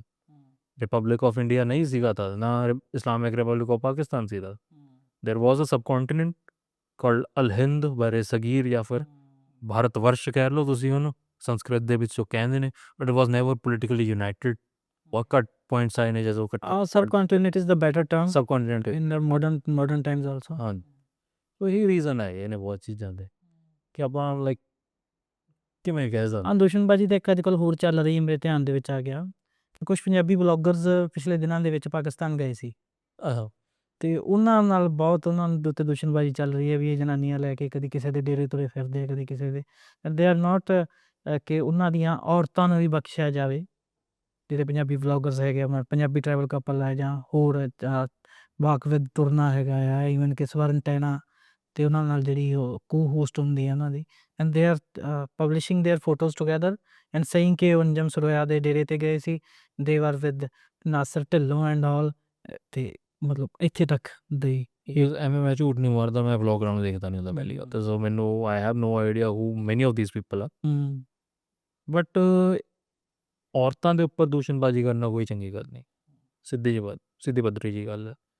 ਆਪਣੇ ਕਲਚਰ ਦੇ ਵਿੱਚ ਤਾਂ ਦੱਸਿਆ ਨਹੀਂ ਗਿਆ, ਸਿੱਧੀ ਜੀ ਗੱਲ ਦੱਸਾਂ, ਜਾਂ ਕਿਸੇ ਧਰਮ ਦੇ ਵਿੱਚ ਵੀ ਦੱਸਿਆ ਗਿਆ ਹੋਵੇ ਕਿ ਉਹਨਾਂ ਨੂੰ ਮੇਨ ਰੌਲਾ ਪਤਾ ਕੀ ਹੈ, ਦੇ are not understanding the social realities. Pakistan ਦੇ ਵਿੱਚ ਥੋੜ੍ਹਾ ਜਿਹਾ ਕੰਜ਼ਰਵੇਟਿਵ ਸੋਸਾਇਟੀ ਹੈ ਨੈਚੁਰਲੀ, ਸੋ ਉਹ ਲਾਈਕ ਲੇਡੀਜ਼ ਨੂੰ ਘਰ ਦੇ ਅੰਦਰ ਰੱਖਦੇ ਨੇ। ਆਪਣੇ ਵਾਲੇ ਉਸ ਗੱਲ 'ਤੇ ਔਖੇ ਹੋ ਜਾਂਦੇ ਨੇ ਕਿ ਤੁਸੀਂ ਕਾਹਤੋਂ ਬਾਹਰ ਫਿਰਦੇ, ਉਹੀ ਗੱਲ ਆ ਗਈ ਨਾ, ਵੂਮਨ ਨੂੰ ਉੱਤੇ ਕੰਟਰੋਲ ਕਰਨ ਦੀ ਟਰਾਈ ਕਰ ਰਿਹਾ ਕੋਈ। ਐਂਡ ਦੇ ਆਰ ਸੇਇੰਗ ਕਿ ਉਹ ਰੱਖਦੇ ਆ, ਤੁਸੀਂ ਬਾਹਰ ਲਈ ਫਿਰਦੇ ਹੋ, ਜਦ ਕਿ ਤੁਸੀਂ ਵੀ ਇਹਨਾਂ ਨੂੰ ਅੰਦਰ ਰੱਖੋ। ਫਿਰ ਨਹੀਂ, ਪਹਿਲੀ ਗੱਲ ਸਹੀ ਗੱਲ ਵੈਸੇ ਇੱਥੇ ਮਾਰ ਪੈ ਜਾਂਦੀ ਹੈ, ਉਹੀ ਗੱਲ ਆ ਗਈ ਨਾ ਕਿ ਔਰਤਾਂ ਦੇ ਉੱਤੇ ਕੰਟਰੋਲ ਰਹੇ। ਮੇਨ ਰੌਲਾ ਇਹ ਹੈ, ਉੱਥੇ ਕੰਟਰੋਲ ਹੈ, ਚੰਗਾ ਮਾੜਾ ਮੈਨੂੰ ਨਹੀਂ ਪਰਵਾਹ ਉੱਥੋਂ ਦੀ, I will rather not comment on this. But ਜੇ ਕੋਈ ਲੇਡੀਜ਼ ਬਾਹਰ ਜਾ ਰਹੀ ਹੈ, ਉਸ ਦੇ ਨਾਲ ਫਿਰ ਕੀ ਹੋ ਗਿਆ? ਬਟ ਉਹਨਾਂ ਦਾ ਮੇਨ ਗੱਲ ਇਹ ਹੈ ਨਾ, ਉਹੀ ਗੱਲ ਆ ਗਈ ਨਾ, it's again the matter of ਕਿ how do you both comprehend this social realities of Punjab after partition. ਲੋਕ ਸਮਝ ਨਹੀਂ ਪਾ ਰਹੇ ਕਿ ਕਿਉਂ ਨਹੀਂ ਗੱਲਾਂ ਮੈਚ ਹੋ ਰਹੀਆਂ ਜਦ ਕਿ ਆਪਾਂ ਸੇਮ। ਉਹੀ ਗੱਲ ਆ ਗਈ ਨਾ, ਮੈਂ 75 ਸਾਲ ਦੇ ਵਿੱਚ ਫਰਕ ਪੈ ਜਾਂਦਾ society. there is a difference of political thinking and the social thinking the and we have different curriculum. ਹੋਰ ਹਿਸਾਬ ਲਗਾਓ, ਮੈਂ ਇਸੇ ਗੱਲ 'ਤੇ ਆ ਰਿਹਾ ਸੀਗਾ, ਲੋਕ ਜਨਾਨੀਆਂ ਨੂੰ ਬਾਹਰ ਨਹੀਂ ਜਾਣਾ ਚਾਹੀਦਾ। ਆਪਣੇ ਬਰਾਤ ਦੇ ਵਿੱਚ ਹੁਣ ਅੱਜ ਕੱਲ੍ਹ ਹਰ ਕੋਈ ਹੁੰਦਾ, ਲੇਡੀਜ਼ ਵੀ ਹੁੰਦੇ, ਬਜ਼ੁਰਗ ਵੀ ਹੁੰਦੇ, ਬੱਚੇ ਵੀ ਹੁੰਦੇ। ਪਾਕਿਸਤਾਨ ਦੇ ਵਿਆਹਾਂ, ਪੰਜਾਬ ਦੇ ਵਿਆਹਾਂ 'ਚ ਦੇਖੋਗੇ ਮੇਲ ਹੁੰਦੇ ਨੇ ਸਾਰੇ ਬਰਾਤ ਦੇ ਵਿੱਚ। ਆਪਣੇ ਲਈ ਔਡ ਗੱਲ ਲੱਗਦੀ ਹੈ, ਔਰ ਆਪਣੇ 40 ਸਾਲ ਪਹਿਲਾਂ ਆਪਣੇ ਵੀ ਇਹੀ ਹੁੰਦਾ ਸੀ, ਉਹ ਕੁੜੀਆਂ ਨੂੰ ਘਰੇ ਛੱਡ ਜਾਂਦੇ ਸੀ, ਬੰਦੇ ਜਾ ਕੇ ਵਿਆਹ ਕੇ ਲੈ ਆਉਂਦੇ ਹੁੰਦੇ। So I would rather say there is a gap between the social freedom, ਉੱਥੇ ਕਹਿ ਸਕਦੇ। ਬਟ ਇਸਦਾ ਮਤਲਬ ਇਹ ਨਹੀਂ ਹੈ ਕਿ ਤੁਸੀਂ ਯਾਰ ਆਪਦੇ ਆਲ ਨੂੰ ਵੀ ਡੱਕ ਲਓਗੇ ਜੇ ਉੱਧਰ ਨਹੀਂ ਹੈ। ਗਾਲਾਂ ਕੱਢਣ ਲੱਗ ਜਾਂਦੇ, ਗਾਲਾਂ ਕੱਢਣ ਦਾ ਤਾਂ ਪਹਿਲੀ ਗੱਲ ਕੋਈ ਤੁਕ ਹੀ ਨਹੀਂ ਬਣਦੀ, ਚਾਹੇ ਤੁਹਾਡੇ ਜਿੰਨੇ ਮਤਭੇਦ ਹੋਣ ਕਿਸੇ ਨਾਲ, ਤੁਸੀਂ ਕਦੇ ਗਾਲਾਂ 'ਤੇ ਕੱਢੋ ਨਾ ਕਿਸੇ ਨੂੰ ਪਹਿਲੀ ਗੱਲ 'ਤੇ, ਕਿਉਂਕਿ ਦੈਟ ਇਜ਼ ਅ ਪੁਆਇੰਟ। ਉੱਥੇ ਤੁਹਾਡੀ ਸੋਸ਼ਲ ਅਪਬ੍ਰਿੰਗਿੰਗ ਦਾ ਵੀ ਪਤਾ ਲੱਗ ਜਾਂਦਾ। ਉਹੀ ਗੱਲ ਹੈ ਨਾ, ਆਪਾਂ ਇੰਡੀਆ, ਆਪਣੇ ਲੋਕ ਜਿਉਂਦੇ ਨੇ ਵੈਸਟਰਨ ਪਰਸਪੈਕਟਿਵ ਦੇ ਵਿੱਚ। ਇਹਨਾਂ ਨੂੰ ਲੱਗਦਾ ਕਿ ਆਪਾਂ ਬਹੁਤ ਮਾਡਰਨ ਆ, ਕਿ ਆਪਾਂ ਕੱਪੜੇ ਮਾਡਰਨ ਪਾਏ ਹੋਏ ਨੇ, ਬਟ ਇਹਨਾਂ ਦੀ ਥਿੰਕਿੰਗ ਅਜੇ ਵੀ ਆਪਣੇ, ਕਿਉਂਕਿ culture is not individual culture. West ਦੇ ਵਿੱਚ ਕੀ ਹੁੰਦਾ, ਉੱਥੇ ਇੰਡੀਵਿਜੂਅਲਿਟੀ ਨੂੰ ਪ੍ਰੈਫਰ ਕੀਤਾ ਜਾਂਦਾ ਕਿ ਤੁਸੀਂ ਹੋ, you do what ever you want as you do. ਉਹ ਤਾਂ ਐ ਨਹੀਂ ਕਿ ਕਹਿਣ ਦੀਆਂ ਗੱਲਾਂ ਨੇ, ਆਪਾਂ ਇੱਥੇ ਐਜ਼ ਇੰਡੀਵਿਜੂਅਲ ਐਗਜ਼ਿਸਟ ਨਹੀਂ ਕਰਦੇ ਜੀ। ਜਦ ਮੈਂ ਸੁਸਾਇਟੀ ਦੇ ਵਿੱਚ ਤੁਰ ਰਿਹਾ, ਮੈਂ ਆਪਣਾ ਵੀ ਰਿਪਰੈਜ਼ੈਂਟ ਕਰ ਰਿਹਾ, ਮੈਂ ਆਪਣੇ ਮਾਂ ਪਿਓ ਨੂੰ ਵੀ ਰਿਪਰੈਜ਼ੈਂਟ ਕਰ ਰਿਹਾ, ਮੈਂ ਆਪਣੀ ਜ਼ਾਤ ਨੂੰ ਵੀ ਰਿਪਰੈਜ਼ੈਂਟ ਕਰ ਰਿਹਾ, ਮੈਂ ਆਪਣੇ ਧਰਮ ਨੂੰ ਵੀ ਰਿਪਰੈਜ਼ੈਂਟ ਕਰ ਰਿਹਾ, ਮੈਂ ਆਪਣੀ ਐਥਨਿਕ ਆਈਡੈਂਟਿਟੀ ਨੂੰ ਵੀ ਰਿਪਰੈਜ਼ੈਂਟ ਕਰ ਰਿਹਾ। ਘੱਟੋ ਘੱਟ 5 ਆਈਡੈਂਟਿਟੀਜ਼ ਮੇਰੇ ਨਾਲ ਚੱਲ ਰਹੀਆਂ ਨੇ। ਜੇ ਮੈਂ ਕੁਛ ਉਲਟੀ ਸਿੱਧੀ ਹਰਕਤ ਕੀਤੀ, ਮੇਰਾ ਨਾਮ ਡੁੱਬੂ, ਮੇਰੇ ਮਾਂ ਪਿਓ ਦਾ ਨਾਮ ਡੁੱਬੂ, ਮੇਰੀ ਜ਼ਾਤ ਦਾ ਨਾਮ ਡੁੱਬੂ, ਮੇਰੇ ਧਰਮ ਦਾ ਨਾਮ ਡੁੱਬੂ, ਮੇਰੀ ਸਟੇਟ ਦਾ ਨਾਮ ਡੁੱਬੂ। ਇਹ ਚੱਕਰ ਹੈ। ਅਮਰੀਕਾ ਵਗੈਰਾ ਦੇ ਵਿੱਚ ਕੋਈ ਚੱਕਰ ਹੀ ਨਹੀਂ ਹੈ ਇਹ। They have nothing of such complex identical affiliations over there. ਝੰਡੇ ਦੀ ਨਿੱਕਰ ਬਣਾ ਕੇ ਪਾਈ ਹੁੰਦੀ, ਝੰਡੇ ਦੀ ਨਿੱਕਰ ਬਣਾ ਕੇ ਪਾਈ ਹੁੰਦੀ ਆ ਉਹਨਾਂ ਨੇ। ਆਪਣੇ ਤੁਸੀਂ ਝੰਡੇ ਨੂੰ ਤੁਸੀਂ ਥੱਲੇ ਲਾ ਕੇ ਦਿਖਾਓ, ਤੁਹਾਨੂੰ ਤੁਹਾਡੇ 'ਤੇ ਨਾ ਪਰਚਾ ਹੋਏ। ਤੇ ਉਹੀ ਗੱਲਾਂ ਆ ਜਾਂਦੀਆਂ ਨੇ ਨਾ ਕਿ ਸਾਡਾ ਹੁਣ ਆਪਾਂ ਵੈਸਟ ਦੇ ਵਿੱਚ ਮਾਈਗ੍ਰੇਟ ਵੀ ਇੰਨੇ ਕੀਤੇ ਆ, ਨੈਚੁਰਲ ਨੂੰ ਪਿਛਲੇ 10 ਸਾਲ ਦੇ ਵਿੱਚ ਲੋਕ ਬਹੁਤ ਗਏ ਨੇ, ਸੋ ਉੱਧਰਲੇ ਵੀ ਪ੍ਰਭਾਵ ਪੈ ਰਿਹਾ। ਹੁਣ ਜੋ ਵਾਪਸ ਆਉਂਦੇ ਨੇ ਉਹ ਚੀਜ਼ ਡਿਫਰੈਂਟ ਲੱਗਦੀ ਉਹਨਾਂ ਨੂੰ, ਤਾਂ ਉੱਥੇ ਕਲੈਸ਼ ਪੈਦਾ ਹੋ ਜਾਂਦਾ। ਅਤੇ ਆਪਾਂ ਹਿਸਾਬ ਆਪਾਂ ਪਾਕਿਸਤਾਨ ਨਾ ਜਾਈਏ, ਆਪਾਂ ਆਪਣੇ ਅਤੇ ਜਿਹੜੇ ਆਪਣੇ ਫੈਮਲੀਆਂ ਬਾਹਰ ਨੇ ਉਹਨਾਂ ਨਾਲ ਕਿੰਨੇ ਡਿਫਰੈਂਟ ਆ, ਮੱਤ ਮਿਲਦੀ ਹੈ ਹਰ ਚੀਜ਼ 'ਤੇ ਨਹੀਂ ਆ, ਉਹੀ ਗੱਲ ਆ ਜਾਂਦੀ ਹੈ। ਅੱਛਾ, ਵਾਪਸ ਚੱਲਦੇ ਹਾਂ ਥੋੜ੍ਹਾ ਪਾਰਟੀਸ਼ਨ ਨੂੰ ਹੋਰ ਥੋੜ੍ਹਾ ਜਿਹਾ ਉਹ ਕਰਦੇ ਹਾਂ। ਰੈੱਡ ਕਲਿਫ ਨੇ ਲਾਹੌਰ ਕਿਉਂ ਨਹੀਂ ਪੰਜਾਬ ਨੂੰ ਦਿੱਤਾ, ਇੰਡੀਆ ਨੂੰ ਸੌਰੀ ਕਿਉਂ ਨਹੀਂ ਦਿੱਤਾ? ਬਹੁਤ ਨੋਰਮਲ ਜੀ ਗੱਲ ਹੈ, ਵੈਸੇ ਲੋਕਾਂ ਨੂੰ ਕੰਪਲੈਕਸ ਕੀਤੀ ਹੋਈ ਹੈ। ਜੇ ਮੈਂ ਗੱਲ ਕੀਤੀ ਸੀਗੀ ਸਿੱਖ ਡਿਮਾਂਡ ਇਹ ਵੀ ਸੀ ਕਿ ਇਕਨੋਮਿਕਲੀ ਕੰਸੀਡਰ ਕੀਤਾ ਜਾਏ। ਲਾਹੌਰ ਵਾਸ ਮੁਸਲਿਮ ਮੈਜੋਰਟੀ, 60% ਸ਼ਹਿਰ ਮੁਸਲਮਾਨਾਂ ਦਾ ਸੀ, 40% ਹਿੰਦੂ ਅਤੇ ਸਿੱਖਾਂ ਦੀ ਆਬਾਦੀ ਸੀ। ਉਸ ਦੇ ਚੱਲਦੇ ਉੱਧਰ ਚੱਲ ਗਿਆ, ਕਿਉਂਕਿ ਪਹਿਲਾਂ ਕਹਿ ਰਹੇ ਸੀ ਲਾਹੌਰ ਇੰਡੀਆ ਨੂੰ ਦੇਣਾ, ਉਹਦੇ ਸੈਕਰੇਟਰੀ ਨੇ ਕਹਿੰਦਾ ਪਾਕਿਸਤਾਨ ਨੂੰ ਕਿਹੜਾ ਵੱਡਾ ਸ਼ਹਿਰ ਦਿੱਤਾ ਤੁਸੀਂ, ਕਿਉਂਕਿ ਉਦੋਂ ਇਕੱਲਾ ਕਰਾਚੀ ਸੀਗਾ, ਇੱਕ ਲੈਲਪੁਰ, ਰਾਵਲਪਿੰਡੀ ਬਹੁਤ ਛੋਟੇ ਸ਼ਹਿਰ ਸੀਗੇ, ਜਿਵੇਂ ਕਹਿ ਲਓ ਕਿ ਅੱਜ ਦੇ ਸੰਗਰੂਰ ਵਗੈਰਾ ਐਡੇ ਵੀ ਸ਼ਹਿਰ ਸੀਗੇ, ਐਡੇ ਵੱਡੇ ਵੀ ਨਹੀਂ ਸੀ। ਬਟ ਉਹੀ ਗੱਲ ਹੋ ਗਈ ਨਾ, ਫਿਰ ਉਹਨੇ ਫਿਰ ਚੱਕ ਕੇ ਉਹਦਾ ਰੈੱਡ ਕਲਿਫ ਦੀ ਮਨਮਰਜ਼ੀ ਦੇ ਉੱਪਰ ਸੀਗਾ ਕਿ ਉਹ ਬੰਦਾ ਕੀ ਕਰ ਰਿਹਾ, ਲਾਹੌਰ ਉੱਧਰ ਚੱਲ ਗਿਆ। ਇਟ ਵਾਜ਼ ਡਿਸਾਈਡਿੰਗ ਦ ਫੇਟ ਆਫ 2 ਕੰਟਰੀਜ਼, ਅਤੇ ਉਹ ਸਿਰਫ ਉਹਦੇ ਕੋਲ ਕੁਛ ਵੀ ਨਹੀਂ ਹੈ, ਹੀ ਹੈਡ ਆ ਮੈਪ ਐਂਡ ਉਹਦੇ 'ਤੇ ਲਾਈਨ ਮਾਰ ਦੇ ਤਸੀਲਾਂ ਮਾਰ ਕੇ ਕੱਟ ਰਹੇ। ਤੁਸੀਂ ਹਿਸਾਬ ਲਾਓ ਇੰਨੀ ਪਾਰਟੀਸ਼ਨ ਦਾ ਜੋ ਰੈੱਡ ਕਲਿਫ ਲਾਈਨ ਹੈ ਨਾ, ਉਹ ਇੰਨੀ ਲੰਬੀ ਨਹੀਂ ਹੈ ਜਿੰਨੀ ਲੋਕ ਸੋਚਦੇ ਨੇ। ਜਿੰਨਾ ਪੰਜਾਬ ਦਾ ਬਾਰਡਰ ਹੈ ਨਾ ਪਾਕਿਸਤਾਨ ਨਾਲ ਲੱਗਦਾ, ਉਹੀ ਰੈੱਡ ਕਲਿਫ ਹੈ।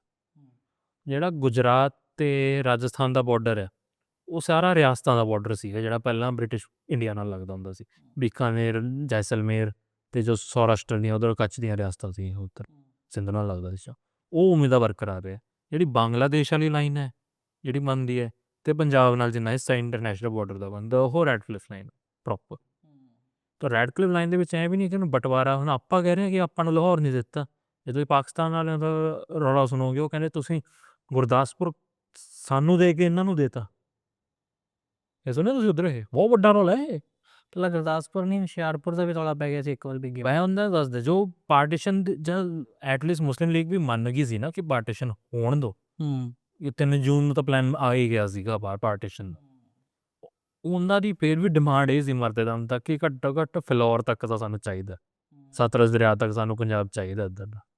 ਇੱਕ ਮੈਨੂੰ ਉੱਥੇ ਇੱਕ ਕਪੂਰਥਲੇ ਤੋਂ ਬਜ਼ੁਰਗ ਉੱਠ ਕੇ ਗਏ ਹੋਏ ਸੀਗੇ, ਮੈਂ ਇੱਕ ਦਿਨ ਵਲੌਗ 'ਤੇ ਦੇਖ ਰਿਹਾ ਸੀ, ਉਹ ਕਹਿੰਦੇ ਕਿ ਮੰਗਿਆ ਸੀ ਫਿਲੌਰ, ਦੇਤਾ ਸਾਨੂੰ ਲਾਹੌਰ, ਕਿ ਸਾਨੂੰ ਅਸੀਂ ਤਾਂ ਫਿਲੌਰ ਤੱਕ ਮੰਗ ਰਹੇ ਸੀਗੇ, ਸਾਨੂੰ ਤਾਂ ਲਾਹੌਰ ਤੱਕ ਹੀ ਇੱਥੇ ਦਿੱਤਾ। ਸੋ ਇਹ ਵੀ ਜੇ ਉੱਧਰਲਾ ਪਰਸਪੈਕਟਿਵ ਦੇਖੋਗੇ ਕਿ ਗੁਰਦਾਸਪੁਰ ਦਾ ਕੇਸ ਸਭ ਤੋਂ ਇੰਟਰਸਟਿੰਗ ਹੈ ਇਸ ਦੇ ਵਿੱਚ। ਗੁਰਦਾਸਪੁਰ ਦਾ ਜਿੰਨਾ ਜ਼ਿਲ੍ਹਾ ਹੈ, ਕਿਉਂਕਿ ਅੰਗਰੇਜ਼ਾਂ ਨੇ ਪਤਾ ਕੀ ਕੀਤਾ ਸੀਗਾ ਕਿ ਬਲੇਮ ਸਾਡੇ 'ਤੇ ਨਾ ਆਏ, ਤਾਂ ਜਿਹੜੀ ਪਾਰਟੀਸ਼ਨ ਦੇਖੋ ਇੰਡੀਪੈਂਡੈਂਸ ਮਿਲੀ 15 ਅਗਸਤ ਦਾ, ਜੋ ਬਾਉਂਡਰੀ ਲਾਈਨ ਦੀ ਘੋਸ਼ਣਾ ਹੋਈ ਹੈ ਉਸ ਤੋਂ 48 ਘੰਟੇ ਬਾਅਦ ਹੋਈ। 17 ਅਗਸਤ ਨੂੰ ਹੋਇਆ, 17 ਅਗਸਤ ਨੂੰ 2 ਦਿਨ ਬਾਅਦ ਹੋਈ ਸੀ। ਰੈੱਡ ਕਲਿਫ ਅਵਾਰਡ ਸਭ ਕੀ ਹੋਇਆ 15 ਤੋਂ ਲੈ ਕੇ 17 ਤੱਕ ਗੁਰਦਾਸਪੁਰ 3 ਜੂਨ ਦੇ ਪਲਾਨ ਦੇ ਹਿਸਾਬ ਨਾਲ ਸਾਰਾ ਪਾਕਿਸਤਾਨ ਦੇ ਵਿੱਚ ਹੋ ਰਿਹਾ। ਮੈਸ ਪਾਕਿਸਤਾਨ ਦੇ ਝੰਡੇ ਵੀ ਚੜ੍ਹ ਚੁੱਕੇ ਸੀਗੇ ਬਟਾਲੇ ਦੇ ਉੱਪਰ, ਗੁਰਦਾਸਪੁਰ ਦੇ ਜੋ ਡਿਸਟ੍ਰਿਕਟ ਆਫਿਸ ਸੀਗੇ, DC ਤੱਕ ਅਲਾਟ ਹੋ ਗਿਆ ਸੀ ਉਹਨਾਂ ਨੂੰ ਪਾਕਿਸਤਾਨ ਦਾ। ਇਨਫੈਕਟ ਦੰਗੇ ਵੀ ਭੜਕ ਗਏ ਸੀਗੇ ਜਿਹੜੇ ਉੱਥੇ ਹਿੰਦੂ ਤੇ ਸਿੱਖ ਰਹਿ ਰਹੇ ਸੀਗੇ। 2 ਦਿਨ ਬਾਅਦ ਪਤਾ ਲੱਗਿਆ ਜੀ ਤਾਂ ਇੰਡੀਆ ਨੂੰ ਐਲੋਕੇਟ ਹੋ ਗਿਆ, ਪਰ ਪਾਸਾ ਪਲਟ ਗਿਆ ਫਿਰ ਤਾਂ। ਬਈ ਜਿਹੜੇ ਮਾਰ ਰਹੇ ਸੀ ਉਹਨਾਂ ਮਗਰ ਲੋਕ ਹੋਰ ਪਏ, ਪਰ ਪਹਿਲਾਂ ਹਿੰਦੂ ਸਿੱਖਾਂ ਦੇ ਮਾਮਲੇ ਸਟਾਰਟ ਉਹ ਕਹਿ ਲਓ ਕਿ ਕਹਿੰਦੇ ਨਾ ਕਮਿਊਨਲ ਫਰੈਂਡਜ਼ੀ ਸੀ ਉਸ ਟਾਈਮ ਦੇ ਉੱਤੇ। There wasn't any single sane person back then ਜਿਹੜਾ ਮਰਨ ਮਰਾਉਣ 'ਤੇ ਨਾ ਉਤਰਿਆ। ਐਂ ਥੋੜ੍ਹੀ ਨਾ ਕਹਿਣਾ ਕਿ 10 ਤੋਂ 20 ਲੱਖ ਬੰਦਾ ਮਰਿਆ। ਸਾਡੇ ਨਾਲ ਉਹਦਾ ਕੀ ਹੁੰਦਾ ਕਿ ਅਸੀਂ ਆਪਣੇ ਆਪ ਹੀ ਇੱਕ ਦੂਜੇ ਨੂੰ ਮਾਰਨਾ ਹੁੰਦਾ। ਇੱਕ ਹੋਰ ਗੱਲ ਦੱਸਦਾ ਤੁਹਾਨੂੰ, ਮਾਰਦਾ ਵੀ ਉਹੀ ਹੁੰਦਾ ਜਿਹੜਾ ਸਭ ਤੋਂ ਨਾਲ ਰਿਲੇਟਡ ਹੁੰਦਾ। ਤੁਸੀਂ ਕਦੇ ਉਸ ਬੰਦੇ ਨਾਲ ਪੰਗਾ ਨਹੀਂ ਲਓਗੇ ਜਿਹਨੂੰ ਤੁਸੀਂ ਜਾਣਦੇ ਨਹੀਂ, ਜਿਹਦਾ ਤੁਹਾਨੂੰ ਭੇਤ ਹੁੰਦਾ ਕਿ ਇਹਨੂੰ ਕਿਵੇਂ ਦੱਬਿਆ ਜਾ ਸਕਦਾ। ਫਰੂਡੀਅਨ ਕੌਨਸੈਪਟ ਹੈ ਥੋੜ੍ਹਾ ਜਿਹਾ, ਬੰਦਾ ਲੜਦਾ ਵੀ ਉਸੇ ਨਾਲ ਹੈ ਜਿਸ ਨਾਲ ਪਿਆਰ ਹੁੰਦਾ, ਹੋਰ ਕਿਸੇ ਨਾਲ ਤੁਸੀਂ ਕਿਉਂ ਲੜੋ? ਸਾਡਾ ਵੀ ਪਿਆਰ ਨਹੀਂ ਹੈ। ਹਾਂ ਉਹ ਹੀ ਕਹਿ ਸਕਦੇ ਆ। ਹਾਂ ਬਟ ਲੜਾਈ ਇਹੀ ਹੁੰਦੀ ਹੈ ਕਿ ਜਿਹਨੂੰ ਤੁਸੀਂ ਜਾਣਦੇ ਹੋ ਤੁਸੀਂ ਉਸੇ ਨਾਲ ਹੀ ਲੜੋਗੇ। ਨਹੀਂ, ਅਸਲ ਐਕਚੁਅਲੀ ਦੇ ਵਿੱਚ ਹਿਊਮੈਨਿਟੀ ਨਾਲ ਹਮੇਸ਼ਾ ਹੀ ਪਿਆਰ ਕਰਨਾ ਚਾਹੀਦਾ। ਨੈਚੁਰਲ ਦੀ ਗੱਲ ਹੈ ਭਾਈ। ਉੱਥੇ war is a bad thing ਉਸੀ ਸ਼ੁਰੂ ਤੋਂ ਕਹਿੰਦੇ ਆ ਰਹੇ ਹਾਂ, ਅਤੇ partition could be a reality, but ਜਿਹੜਾ ਰਾਈਟਸ ਹੋਏ ਆ ਉਹ ਤਾਂ ਨੈਚੁਰਲੀ ਮਾੜੇ ਸੀਗੇ। ਦੇਖੋ ਬੱਚੇ ਮਰੇ ਨੇ, ਔਰਤਾਂ ਮਰੀਆਂ, ਬਜ਼ੁਰਗ ਮਰੇ। ਮਤਲਬ ਬਹੁਤ ਬੁਰੀ ਤਰ੍ਹਾਂ, ਮਤਲਬ ਈਵਨ ਕਿ ਹੁਣ ਦੀ ਹੈ ਜਿਹੜਾ ਦੇਰ ਵਾਜ਼ ਐਨ ultimatum for the Pakistan citizens to leave the country in the 48 hours at the time of Pahalgam attack। ਤੇ ਉਹਦੇ ਚ ਕੀ ਹੈ ਕਿ ਕੁਝ ਬੱਚੇ ਇੱਥੇ ਰਹਿ ਗਏ, ਮਾਵਾਂ ਜਾ ਰਹੀਆਂ, ਹਾਂਜੀ, ਇਹਨੂੰ ਕਹਿੰਦੇ ਕੁਝ ਬੱਚੇ ਚਲੇ ਗਏ, ਮਾਵਾਂ ਰਹਿ ਗਈਆਂ। ਬਾਬੂਸ਼ਾਹੀ ਡੋਮੀਨੇਟਿੰਗ ਹੋ ਜਾਂਦੀ ਹੈ ਨਾ। ਸੀ ਬਾਬੂਸ਼ਾਹੀ ਕਲਚਰ ਹੈ ਨਾ ਆਪਣਾ, ਜਿਹਨੂੰ ਆਪਾਂ IAS PCS ਕਹਿੰਦੇ ਆ, ਇਹ ਅਜੇ ਵੀ ਗੋਰਿਆਂ ਦੇ ਹਿਸਾਬ ਵਾਲੇ ਟਾਈਮ ਦੇ ਨਾਲ ਹੀ ਆਪਰੇਟ ਕਰ ਰਹੇ ਨੇ। ਇਹ these guys don't act as civil servants, they act as lords। ਉਹ ਬੰਦਿਆਂ ਨੂੰ ਇਹ ਬੰਦਾ ਨਹੀਂ ਜਾਣਦੇ ਬਹੁਤ। ਮੈਂ ਨਹੀਂ ਕਹਿੰਦਾ ਸਾਰੇ ਇੱਕੋ ਜਿਹੇ ਹੁੰਦੇ ਨੇ, but majority of the times babu ਬਣ ਗਿਆ ਮਤਲਬ ਬੰਦਾ ਹੀ ਇਜ਼ ਦ ਲॉर्ड। ਤੇ ਉਹ ਇਹ ਭੁੱਲ ਜਾਂਦਾ ਕਿ ਤੈਨੂੰ ਸਿਵਲ ਸਰਵੈਂਟ ਦੀ ਉਪਾਧੀ ਹੈ on the paper. Servant means ਨੌਕਰ ਜਨਤਾ ਦਾ, ਅਸੀਂ ਤੇਰੇ ਨੌਕਰ ਨਹੀਂ ਹੈਗੇ, ਤੂੰ ਸਾਡਾ ਨੌਕਰ। ਬਟ ਉਹੀ ਗੱਲ ਆਉਂਦੀ, ਦੇ ਡੋਂਟ ਕੇਅਰ ਵੈਨ ਉੱਪਰੋਂ ਆਰਡਰ ਆਉਂਦੇ ਨੇ, ਉਹ ਇੰਪਲੀਮੈਂਟ ਕਰਨ ਦੇ ਲੱਗ ਜਾਂਦੇ ਨੇ, ਇਹ ਵੀ ਨਹੀਂ ਦੇਖਦੇ ਕਿ ਉਹਦਾ ਫਾਲੋਆਊਟ ਕੀ ਹੋਏਗਾ। ਉਹੀ ਹਾਂ, ਕੁਝ ਐਕਸੈਪਸ਼ਨਸ ਹੋ ਸਕਦੀਆਂ ਸੀ, ਮਤਲਬ but still I would rather see ਕਿ ਥੋੜਾ ਪ੍ਰੋਪਰਲੀ ਮੈਨੇਜ ਕਰ ਸਕਦੇ ਸੀ।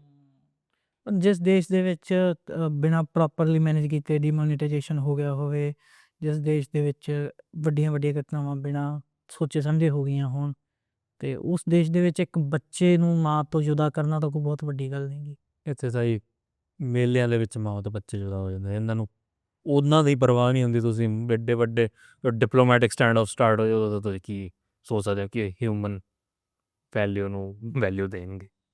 ਹਾਂ, ਕ੍ਰਿਟੀਸਾਈਜ਼ ਕਰਨਾ ਵੀ ਅੱਜ ਕੱਲ੍ਹ ਜਿਹੜਾ ਹੈ ਖਤਰੇ ਤੋਂ ਖਾਲੀ ਨਹੀਂ ਹੈ ਕ੍ਰਿਟੀਸਾਈਜ਼ ਕਰਨਾ ਅੱਜ ਕੱਲ੍ਹ। ਔਨ ਦਾ ਕੈਮਰਾ ਕ੍ਰਿਟੀਸਾਈਜ਼ ਕਰਨਾ ਤਾਂ ਇੱਕ ਵੱਡਾ ਮਸਲਾ ਬਣ ਸਕਦਾ। Exactly. So I would rather not comment on the political affiliations ਵਗੈਰਾ ਜ਼ਿਆਦਾ। ਬਟ ਉਹੀ ਗੱਲ ਹੈ ਕਿ ਪੰਜਾਬ ਦੀ ਹਿਸਟਰੀ ਦਾ ਤਾਂ ਉਹ ਕਿੱਥੋਂ ਸਟਾਰਟ ਹੋਏ ਸੀ, ਆਪਾਂ ਕਿੱਥੇ ਪਹੁੰਚ ਗਏ। ਹਾਂ ਬਿਲਕੁਲ, ਬਟ ਮਤਲਬ political stand of the comment we can ignore it, we can ignore the public comment on the public policy, ਇਹ ਕਰ ਸਕਦੇ ਆ at 1 degree। But when the question is and when the situation is there ਕਿ ਇੱਕ ਮਾਂ ਤੋਂ ਉਹਦਾ ਬੱਚਾ ਜੁਦਾ ਹੋ ਰਿਹਾ, ਵੀ ਸ਼ੁੱਡ ਕਮੈਂਟ ਦੇਅਰ। ਉੱਥੇ ਤਾਂ ਨੈਚੁਰਲੀ ਸਹੀ ਗੱਲ ਹੈ, ਮਾੜੀ ਗੱਲ ਹੈ। ਮੈਂ ਕਹਿਣਾ ਨਾ ਕਿ ਮੈਨੇਜਮੈਂਟ ਨਹੀਂ ਕਰਨੀ ਆਉਂਦੀ ਨਾ ਇੱਥੇ ਕਿਸੇ ਨੂੰ। ਦੇਖੋ ਇਸ ਗੱਲ ਨੂੰ ਮੈਂ ਇੱਕ ਗੱਲੋਂ ਕਹਿਣਾ, ਰਿਆਸਤਾਂ ਇਸ ਮਾਮਲੇ 'ਚ ਚੰਗੀਆਂ ਸੀ। ਸਰਦਾਰ ਮਤਲਬ ਖਾਂਦੇ ਪੀਂਦੇ ਸੀਗੇ ਪੂਰਾ, ਉਹ ਤਾਂ ਅੱਡ ਗੱਲ ਕਿ ਐਲੀਟ ਲੈਵਲ ਹੁੰਦੀ ਹੈ, ਬਟ ਉਹਨਾਂ 'ਚ ਨਾ ਇੱਕ ਹੁੰਦਾ ਕਿ ਉਹਨਾਂ ਨੂੰ ਸਕਿੱਲ ਹੁੰਦਾ ਸੀ ਉਹਨਾਂ ਕੋਲ, ਇਹ ਬੰਦਾ ਮੈਨੇਜ ਕਿਵੇਂ ਕਰਦਾ, ਕਿ ਮਤਲਬ ਸਿਚੁਏਸ਼ਨ ਜਾਂ ਹਾਲਾਤ ਵਿਗੜਦੇ ਨੇ ਨਾ, ਕਿ ਮੈਨੇਜਮੈਂਟ ਕਿਵੇਂ ਹੁੰਦਾ ਹੈ। ਜੋ ਬਾਬੂਸ਼ਾਹੀ ਹੈ IAS PCS ਕਰੈਕ ਕਰ ਰਹੀ ਹੈ, ਉਹ 4x4 ਦੇ ਕਮਰੇ 'ਚ ਬੈਠ ਕੇ ਰੱਟੇ ਮਾਰ ਰਹੇ ਨੇ ਪੂਰੇ। ਰਜਿੰਦਰ ਨਗਰ ਦੀ ਇਹੀ ਗੱਲ ਹੈ ਕਿ ਉੱਥੇ ਮਤਲਬ ਕਿ ਤੁਹਾਡੇ, ਬਿਕੋਜ਼ ਮੈਂ ਵੀ IAS ਵਾਲੀ ਕੋਚਿੰਗ 'ਚ ਰਿਹਾ ਹੋਇਆ ਸੀ, ਮੈਨੂੰ ਪਤਾ ਕਿਵੇਂ ਕੰਮ ਚੱਲਦਾ ਇਹਨਾਂ ਦਾ। ਤੁਸੀਂ ਕੈਸੇ ਪੁਆਇੰਟ ਦੇ ਵਿੱਚ ਆ ਜਾਂਦੇ ਹੋ ਕਿ ਤੁਹਾਡੇ ਮਤਲਬ ਪ੍ਰੋਗਰਾਮਿੰਗ ਇਸ ਤਰ੍ਹਾਂ ਹੋ ਜਾਂਦੀ ਹੈ ਕਿ ਤੁਸੀਂ ਤੋਂ ਬਚ ਨਹੀਂ ਸਕਦੇ। ਅਤੇ ਪੜ੍ਹਾਈ ਇਸ ਤਰ੍ਹਾਂ 'ਤੇ ਜਾਂਦਾ, ਯੂ ਹੈਵ ਟੂ ਵਰਕ। ਲੋਕ ਤਾਂ ਕਹਿੰਦੇ ਹੀ ਰਹਿੰਦੇ ਨੇ ਕੁਛ ਨਾ ਕੁਛ, ਕਿਉਂਕਿ ਉਹ ਸਹੀ ਤੁਸੀਂ ਕਿਤਾਬਾਂ ਦੇ ਵਿੱਚੋਂ ਪੜ੍ਹ ਕੇ ਤੁਸੀਂ ਲੱਗ ਜਾਓਗੇ ਕਿ IAS ਦੇ ਕੀ ਸਟੈਪਸ ਹੁੰਦੇ ਨੇ, ਪ੍ਰੀਲਿਮਸ, ਮੇਨਸ, ਇੰਟਰਵਿਊ, ਬਸ। ਬਾਅਦ ਦੇ ਵਿੱਚ ਤੁਹਾਡੀ ਲਵਾਸਨਾ ਵਗੈਰਾ 'ਚ ਟ੍ਰੇਨਿੰਗ ਲੱਗਦੀ, ਉਹ ਗੱਲਾਂ ਅੱਡ ਨੇ ਸੀ। ਬਟ ਟ੍ਰੇਨਿੰਗ ਵੀ ਉਹ ਕੰਮ ਨਹੀਂ ਕਰਾ ਸਕਦੀ ਜੋ ਤੁਸੀਂ ਵਰਚੁਅਲੀ ਰਿਐਲਿਟੀ ਦੇ ਵਿੱਚ ਲੋਕਾਂ ਨਾਲ ਵਿੱਚ ਪ੍ਰੈਕਟੀਕਲ। ਹੁਣ ਜਿਸ ਬੰਦੇ ਨੂੰ, ਇੱਕ ਬਹੁਤ ਵੱਡਾ ਜੋਕ ਚੱਲਦਾ ਹੋਇਆ ਸਾਡੇ ਪਿੰਡਾਂ ਵਾਲੇ ਪਾਸੇ ਕਿ ਕੋਈ PAU ਤੋਂ ਐਗਰੀਕਲਚਰਲ ਸਾਇੰਟਿਸਟ ਆਇਆ, ਉਹ ਮਿਰਚਾਂ ਦੀ ਖੇਤੀ ਦਾ ਸੀ ਪਤਾ ਹੁੰਦਾ ਉਹਨੂੰ ਕਿਵੇਂ, ਕਿ ਕੋਈ ਚੱਕਰ ਪੈ ਗਿਆ ਸੀ ਉਹ 'ਤੇ ਮਿਰਚਾਂ ਨਹੀਂ ਸੀ ਹੋ ਰਹੀਆਂ। ਲੋਕ ਕਹਿੰਦੇ ਜੀ ਹਰੀਆਂ ਮਿਰਚਾਂ ਨਹੀਂ ਸੀ ਹੋ ਰਹੀਆਂ, ਕਹਿੰਦੇ ਕੀ ਦਿੱਕਤ ਹੈ, ਉਹ ਕਹਿੰਦੀ ਕਿ ਜੀ ਤੁਸੀਂ ਲਾਲ ਮਿਰਚਾਂ ਲਾ ਲਓ। ਦਿਸ ਐਕਚੁਅਲੀ ਰਿਪਰੈਜ਼ੈਂਟਸ ਕਿ ਉਹਨਾਂ ਨੂੰ ਕਿ ਇਹ ਨਹੀਂ ਪਤਾ ਕਿ ਹਰੀਆਂ ਤੋਂ ਲਾਲ ਬਣਦੀ ਹੈ। ਜਦੋਂ ਫਰਾਂਸ ਦੇ ਰਾਜੇ ਦੇ ਮਹਿਲ ਦੇ ਬਾਹਰ ਲੋਕਾਂ ਨੇ ਰੈਵੋਲੂਸ਼ਨ ਤੋਂ ਪਹਿਲਾਂ ਘੇਰਾ ਪਾਇਆ, ਉਹਦੀ ਜਿਹੜੀ ਫਰਾਂਸ ਦੀ ਕੁਈਨ ਸੀ Marie Antoinette, she was asking to servant ਕਿ ਇਹ ਕਿਉਂ ਆਏ ਹੈ, ਤੇ ਉਹ ਕਹਿੰਦੀ ਇਹ ਬ੍ਰੈਡ ਮੰਗਦੇ ਆ, ਉਹ ਕਹਿੰਦੀ ਖਰੀਦ ਕੇ ਖਾ ਲੈਣ, ਲੈਟ ਦੈਮ ਈਟ ਦ ਕੇਕ। ਕਿ ਉਹੀ ਗੱਲ ਹੈ ਨਾ ਕਿ ਤੁਸੀਂ ਕੈਸੇ ਪੁਆਇੰਟ ਦੇ ਉੱਤੇ ਮਤਲਬ ਕਿ ਲੋਕਾਂ ਨਾਲ ਕਟ ਆਫ ਹੋ ਜਾਂਦੇ ਆ। ਬਾਬੂਸ਼ਾਹੀ ਦੀ ਮੇਨ ਦਿੱਕਤ ਇਹ ਹੀ ਕਿ ਲੋਕਾਂ ਨਾਲ ਕਟ ਆਫ ਬਹੁਤ ਨੇ, ਸਾਰਾ ਮਤਲਬ ਕਹਿ ਲਓ ਇੱਕ ਤਰ੍ਹਾਂ ਦਾ ਸਿਸਟਮ ਹੀ ਰੋਟਨ ਹੈ ਪੂਰਾ। ਉਹੀ ਕਹਿੰਦੇ ਆਰਾਮ ਭਰੋਸੇ ਚੱਲਦਾ ਮੁਲਕ ਆਪਣਾ, ਰੱਬ ਜਾਣਦਾ ਕਿਵੇਂ ਮੈਨੇਜ ਹੋ ਰਿਹਾ, ਉਹੀ ਚੀਜ਼ ਹੈ। ਆਪਾਂ ਥੋੜਾ ਜਿਹਾ ਜ਼ਿਆਦਾ ਕਰੰਟ ਸਿਚੁਏਸ਼ਨ ਨੂੰ ਲੈ ਕੇ ਐਨਐਲਸੀ ਵਾਲੇ ਪਾਸੇ ਚਲੇ ਗਏ। ਕਿਉਂਕਿ ਜ਼ਿਆਦਾ ਹੌਟ ਟੌਪਿਕ ਚੱਲ ਰਹੇ ਸੀ ਨਾ ਅੱਜ ਕੱਲ੍ਹ ਦੇ। ਆਪਣਾ ਵੈਸੇ ਤਾਂ ਪਲਾਨ ਬੇਸਿਕਲੀ ਜਿਹੜਾ ਆ ਉਹ ਥੋੜਾ ਜਿਹਾ ਪੰਜਾਬ ਦੀ ਹਿਸਟੋਰੀਕਲ ਸਾਈਟਸ ਨੂੰ ਲੈ ਕੇ ਹੀ ਸੀਗਾ ਕਿ ਆਪਾਂ ਉਹਨਾਂ ਦੇ ਆਲੇ ਦੁਆਲੇ ਥੋੜ੍ਹਾ ਜਿਹਾ ਕਰਾਂਗੇ। ਹਾਂ, ਥੋੜਾ ਫੁਟੇਜ ਜ਼ਿਆਦਾ ਹੋ ਗਿਆ, ਆਪਾਂ ਖਾ ਗਏ ਜ਼ਿਆਦਾ ਥੋੜ੍ਹੀ ਫੁਟੇਜ। ਸੋ ਥੋੜ੍ਹੀ ਜਿਹੀ ਗੱਲ ਕਰਦੇ ਹਾਂ, ਫਿਰ ਉਸ ਤੋਂ ਬਾਅਦ ਅਗਲੀ ਸੀਰੀਜ਼ ਦੇ ਵਿੱਚ ਜਿਹੜੀ ਆ ਉਹ ਹੋਰ ਗੱਲ ਕਰਾਂਗੇ ਪੰਜਾਬ ਦੇ ਜਿਹੜੇ ਚੜ੍ਹਦੇ ਪੰਜਾਬ ਦੀਆਂ ਹਿਸਟੋਰੀਕਲ ਸਾਈਟਸ ਹੈਗੀਆਂ। ਬੇਸਿਕਲੀ ਤੁਸੀਂ ਇੱਕ ਅੱਜ ਕੱਲ੍ਹ ਆਪਦਾ ਪੜ੍ਹਾਈ ਵਾਲਾ ਕੰਮ ਛੱਡਿਆ ਹੋਇਆ, ਜਿਹੜਾ ਫਾਰਮਲ ਹੋ ਗਿਆ, ਉਹ ਐਜੂਕੇਸ਼ਨ ਤਾਂ ਆਪਣੀ ਕੰਪਲੀਟ ਹੈ। ਠੀਕ ਹੈ, ਬੀਟੈਕ ਕੀਤੀ ਅਤੇ ਮੇਰੀ PhD ਕਰਦੇ ਵੀ ਨਹੀਂ ਹੋਈ ਵੈਸੇ ਕੰਪਲੀਟ। PhD ਤਾਂ ਹੀ ਹੁੰਦਾ ਉਹ ਤਾਂ ਕਦੇ ਮੁੱਕਣ ਜਾਂਦੀਆਂ ਹੀ ਨਹੀਂ ਹੁੰਦੀਆਂ। ਅਤੇ ਕੰਪਲੀਟ ਵਾਲਾ ਮਸਲਾ ਥੋੜ੍ਹਾ ਕੰਟਰੋਵਰਸ਼ੀਅਲ ਹੈਗਾ। ਅਤੇ ਓਕੇ, ਕੰਪਲੀਟ ਹੋ ਗਈ ਹੈ ਤੁਹਾਡੀ ਗ੍ਰੈਜੂਏਸ਼ਨ, ਅਤੇ ਤੁਸੀਂ ਹੁਣ ਤਵਰੀਖੇ ਪੰਜਾਬ ਨੂੰ ਆਪਣਾ ਜਿਹੜਾ ਹੈ ਉਹ ਕਰੀਅਰ ਬਣਾਇਆ ਪਿਆ। ਕਾਇੰਡ ਆਫ ਬਣ ਗਿਆ। ਅਤੇ ਕਦੇ ਸੋਚਿਆ ਨਹੀਂ ਸੀਗਾ ਕਿ ਜੋ ਮਜ਼ਾਕ 'ਚ ਕੰਮ ਸਟਾਰਟ ਕੀਤਾ ਸੀ ਉਹ ਖਾਣ ਨੂੰ ਵੀ ਦੇ ਦੂਗਾ ਕਦੇ। ਅੱਛਾ, ਕਿਵੇਂ ਹੈਰੀਟੇਜ ਵਾਕਸ ਕਿਵੇਂ ਰਹਿ ਰਹੀਆਂ, ਕਿੱਥੇ ਕਿੱਥੇ ਜਾ ਰਹੇ ਹੋ, ਕੀ ਰਿਸਪੌਂਸ ਕੀ ਹੈ? ਹੈਰੀਟੇਜ ਵਾਕਸ ਦਾ ਵੀ ਇਹੀ ਕੰਮ ਸੀਗਾ, ਜਿਹੜੇ ਸਟਾਰਟ ਹੋਈਆਂ ਨੇ ਅਕਤੂਬਰ ਦੇ ਵਿੱਚ। ਨਹੀਂ, ਟੈਕਨੀਕਲੀ ਜੇ ਤੁਸੀਂ ਦੇਖਣਾ ਚਾਹੋ ਕਿ ਹੈਰੀਟੇਜ ਸਾਈਟਸ ਦੇ ਉੱਪਰ ਸਟਾਰਟ ਹੋਈਆਂ ਨੇ ਦਸੰਬਰ ਦੇ ਵਿੱਚ। ਜਿਹੜੇ ਪਹਿਲੇ 2 ਮਹੀਨੇ ਸੀ ਤਾਂ ਮੈਨੂੰ ਹਿਸਾਬ ਦੇ ਵਿੱਚ ਹੀ ਆਇਆ ਸੀ, ਕਰਾਊਡ ਵਗੈਰਾ ਕਿਵੇਂ ਕੰਟਰੋਲ ਕਰਨਾ, ਮਿਊਜ਼ੀਅਮ ਦੇ ਵਿੱਚ ਸੀਗਾ ਉੱਥੇ। ਇਹ ਵੀ ਬੈਠੇ ਬੈਠੇ ਨਹੀਂ ਕਰ ਲਿਆ ਸੀ ਕਿ ਕੁਛ ਤਾਂ ਕਰੀਏ। ਔਨਲਾਈਨ ਵੀ ਕਿੰਨਾ ਕੁ ਚਿਰ ਚੱਲੀ ਜਾਏਗਾ ਕੰਮ, ਔਨ ਦ ਗਰਾਊਂਡ ਲੈਵਲ 'ਤੇ ਇੰਪੈਕਟ ਪਾਉਣਾ ਨਾ।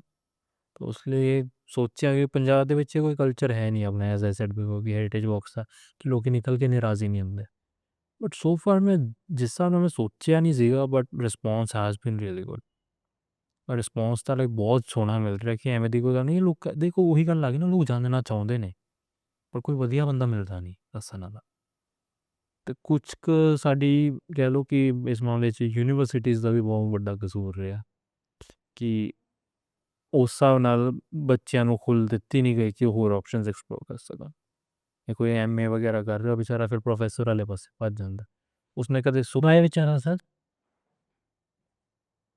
Okay, continue. Okay, so sorry for that. I would rather say कि MA ਵਿਚਾਰਾ ਕਰ, there has been a kind of BTech bias in that, ਕਿਉਂਕਿ ਸਾਡਾ ਹੁੰਦਾ ਨਾ ਇੰਜੀਨੀਅਰਿੰਗ ਦਾ, ਪਰ ਅਸੀਂ ਇੱਕ ਦੂਜੇ ਨੂੰ ਫਿਰ ਥੋੜ੍ਹਾ ਜਿਹਾ ਜੱਜ ਕਰਨ ਲੱਗ ਜਾਂਦੇ ਹੁੰਦੇ ਸੀ। ਇੰਜੀਨੀਅਰਿੰਗ ਦੇ ਵਿੱਚ ਵੀ ਬਹੁਤ ਹੁੰਦਾ ਸੀ, ਸਿਵਲ ਵਾਲੇ ਨੂੰ ਬੰਦਾ ਨਹੀਂ ਸੀ ਜਾਣਦਾ, ਕੰਪਿਊਟਰ ਵਾਲੇ ਦੂਜਿਆਂ ਨੂੰ ਨਹੀਂ ਬੰਦਾ ਜਾਣਦੇ, ਆਰਟਸ ਵਾਲਿਆਂ ਨੂੰ ਕੋਈ ਵੀ ਨਹੀਂ ਸੀ ਜਾਣਦਾ ਹੁੰਦਾ ਵਿਚਾਰਿਆਂ ਨੂੰ। ਤਾਂ ਕਿ ਮੈਨੂੰ ਬਹੁਤ ਹੁੰਦਾ ਸੀ ਕਿ MTech ਕਰੂੰਗਾ, ਬਟ ਮੇਰੀ ਨਾ ਬਹੁਤ ਗੰਦੀ ਆਦਤ ਸੀਗੀ ਕਿ ਮੈਨੂੰ ਜੋ ਚੀਜ਼ ਨਹੀਂ ਆਉਂਦੀ ਸੀ ਨਾ, ਮੈਂ ਉਸ 'ਚ ਪੰਗਾ ਲੈਂਦਾ ਹੁੰਦਾ ਸੀ।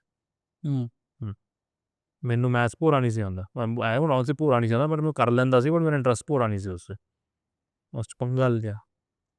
ਜਿਹੜਾ +1 +2 ਦਾ ਮੈਥ ਮੈਂ ਮੈਡੀਕਲ ਇਸ ਕਰਕੇ ਲਈ ਸੀ ਕਿ ਮੈਨੂੰ ਮੈਥ ਨਾ ਕਰਨਾ ਪਏ, ਬਸ ਸਾਲ 'ਚ ਪੂਰੀ ਕੀਤੀ ਉਹ ਸਾਰੀ 2 ਸਾਲ ਦਾ ਮੈਥ 1 ਸਾਲ 'ਚ ਕੀਤਾ ਮੈਂ। ਬਟ ਆਫਟਰ ਆਲ ਉਸਦਾ ਰਿਜ਼ਲਟ ਅੱਜ ਆਉਂਦਾ ਕਿ ਮੇਰੇ ਦਿਮਾਗ ਖੁੱਲ੍ਹ ਚੁੱਕਿਆ ਉਸਦਾ। ਸੋ ਇਹੀ ਗੱਲ ਹੁੰਦਾ ਕਿ ਜੋ ਚੀਜ਼ ਨਹੀਂ ਆਉਂਦੀ ਨਾ ਉਸ 'ਚ ਪੰਗਾ ਲੈ ਕੇ ਦੇਖੋ, ਜਿਹੜੀ ਚੀਜ਼ ਆਉਂਦੀ ਉਸ ਤੋਂ ਤੁਸੀਂ ਕੁਝ ਉਸ ਕਰ ਹੀ ਲਓਗੇ। BTech ਹੋਊਗੀ ਉਹ ਕਹਿਣ ਨੂੰ ਮੈਂ ਅੱਜ ਵੀ ਪੰਜਾਬ ਛੱਡ ਕੇ ਵਧੀਆ ਕਿਤੇ ਬਾਹਰ ਫੋਰਨ ਦੇ ਵਿੱਚ ਜੋਬ ਲੈ ਸਕਦਾ।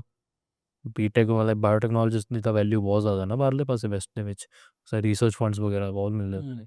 ਔਰ ਮੈਨੂੰ ਆਇਆ ਸੀ ਯਾਰ ਕਿ ਕਿੰਨਾ ਕੁ ਚਿਰ ਪੰਜਾਬ ਛੱਡ ਭੱਜੀ ਜਾਵਾਂਗੇ। ਪੇਜ ਦੇ ਉੱਤੇ ਵੀ ਲੋਕਾਂ ਨੂੰ ਇਹੀ ਕਹਿੰਦਾ ਹੁੰਦਾ ਸੀ ਕਿ ਪੰਜਾਬ 'ਚ ਰਹੋ, ਪਰ ਮੇਰੇ 'ਤੇ ਗੱਲ ਆ ਜਾਏਗੀ ਨਾ ਜੇ ਮੈਂ ਹੀ ਛੱਡ ਕੇ ਭੱਜ ਗਿਆ ਕਿ ਦੂਜੇ ਕੀ ਕਿੱਥੋਂ ਰੁਕਣਗੇ। ਆਪਾਂ ਤਾਂ ਰੁਕ ਰਹੇ ਹਾਂ ਹਮੇਸ਼ਾ। ਸੋ ਸੋਚਿਆ ਕਿ ਕੁਛ ਹਟ ਕੇ ਕੀਤਾ ਜਾਏ ਕਿ ਜਿੱਥੇ ਮੇਰਾ ਵੀ ਜੀਅ ਲੱਗਿਆ ਰਹੇ ਅਤੇ ਕੋਈ ਸੋਰਸ ਆਫ ਇਨਕਮ ਵੀ ਬਣ ਜਾਏ, ਅਤੇ ਐਸਾ ਵੀ ਨਾ ਹੋਏ ਕਿ ਬੰਦਿਆਂ ਦੀ ਛਿੱਲੀ ਲਾ ਦੇ।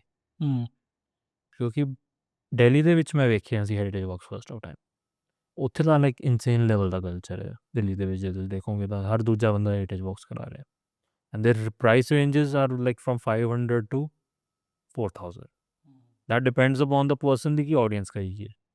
ਪੰਜਾਬ ਦੇ ਵਿੱਚ ਤਾਂ ਹੋ ਹੀ ਨਹੀਂ ਰਹੀਆਂ ਸੀ ਕਿਉਂਕਿ ਇਹ ਤਾਂ ਸੀਗਾ ਬਹੁਤ ਕੁਛ, ਕਿਉਂਕਿ ਜੋ ਲੋਕ ਨਹੀਂ ਜਾਣਗੇ ਤਾਂ ਕੰਜ਼ਰਵੇਸ਼ਨ ਕਿਵੇਂ ਹੋਏਗੀ। ਟਿਕਟਸ ਦੇ ਥਰੂ ਹੀ ਉਹਨਾਂ ਨੂੰ ਇਨਕਮ ਹੈ, ਜੋ ਲੋਕ ਮੰਨੋਗੇ ਜੀ। ਇਹ ਮੈਂ ਹੁਣ ਅੱਗੇ ਉੱਥੇ ਵੀ ਕਰਾਊਂਗਾ, there is a site Basian ਕੋਠੀ, ਜਿੱਥੇ ਮਹਾਰਾਜਾ ਦਲੀਪ ਸਿੰਘ ਨੇ ਆਖਰੀ ਰਾਤ ਪੰਜਾਬ 'ਚ ਕੱਟੀ ਸੀ, ਲੁਧਿਆਣੇ ਜ਼ਿਲ੍ਹੇ 'ਚ ਰਾਏਕੋਟ ਕੋਲ।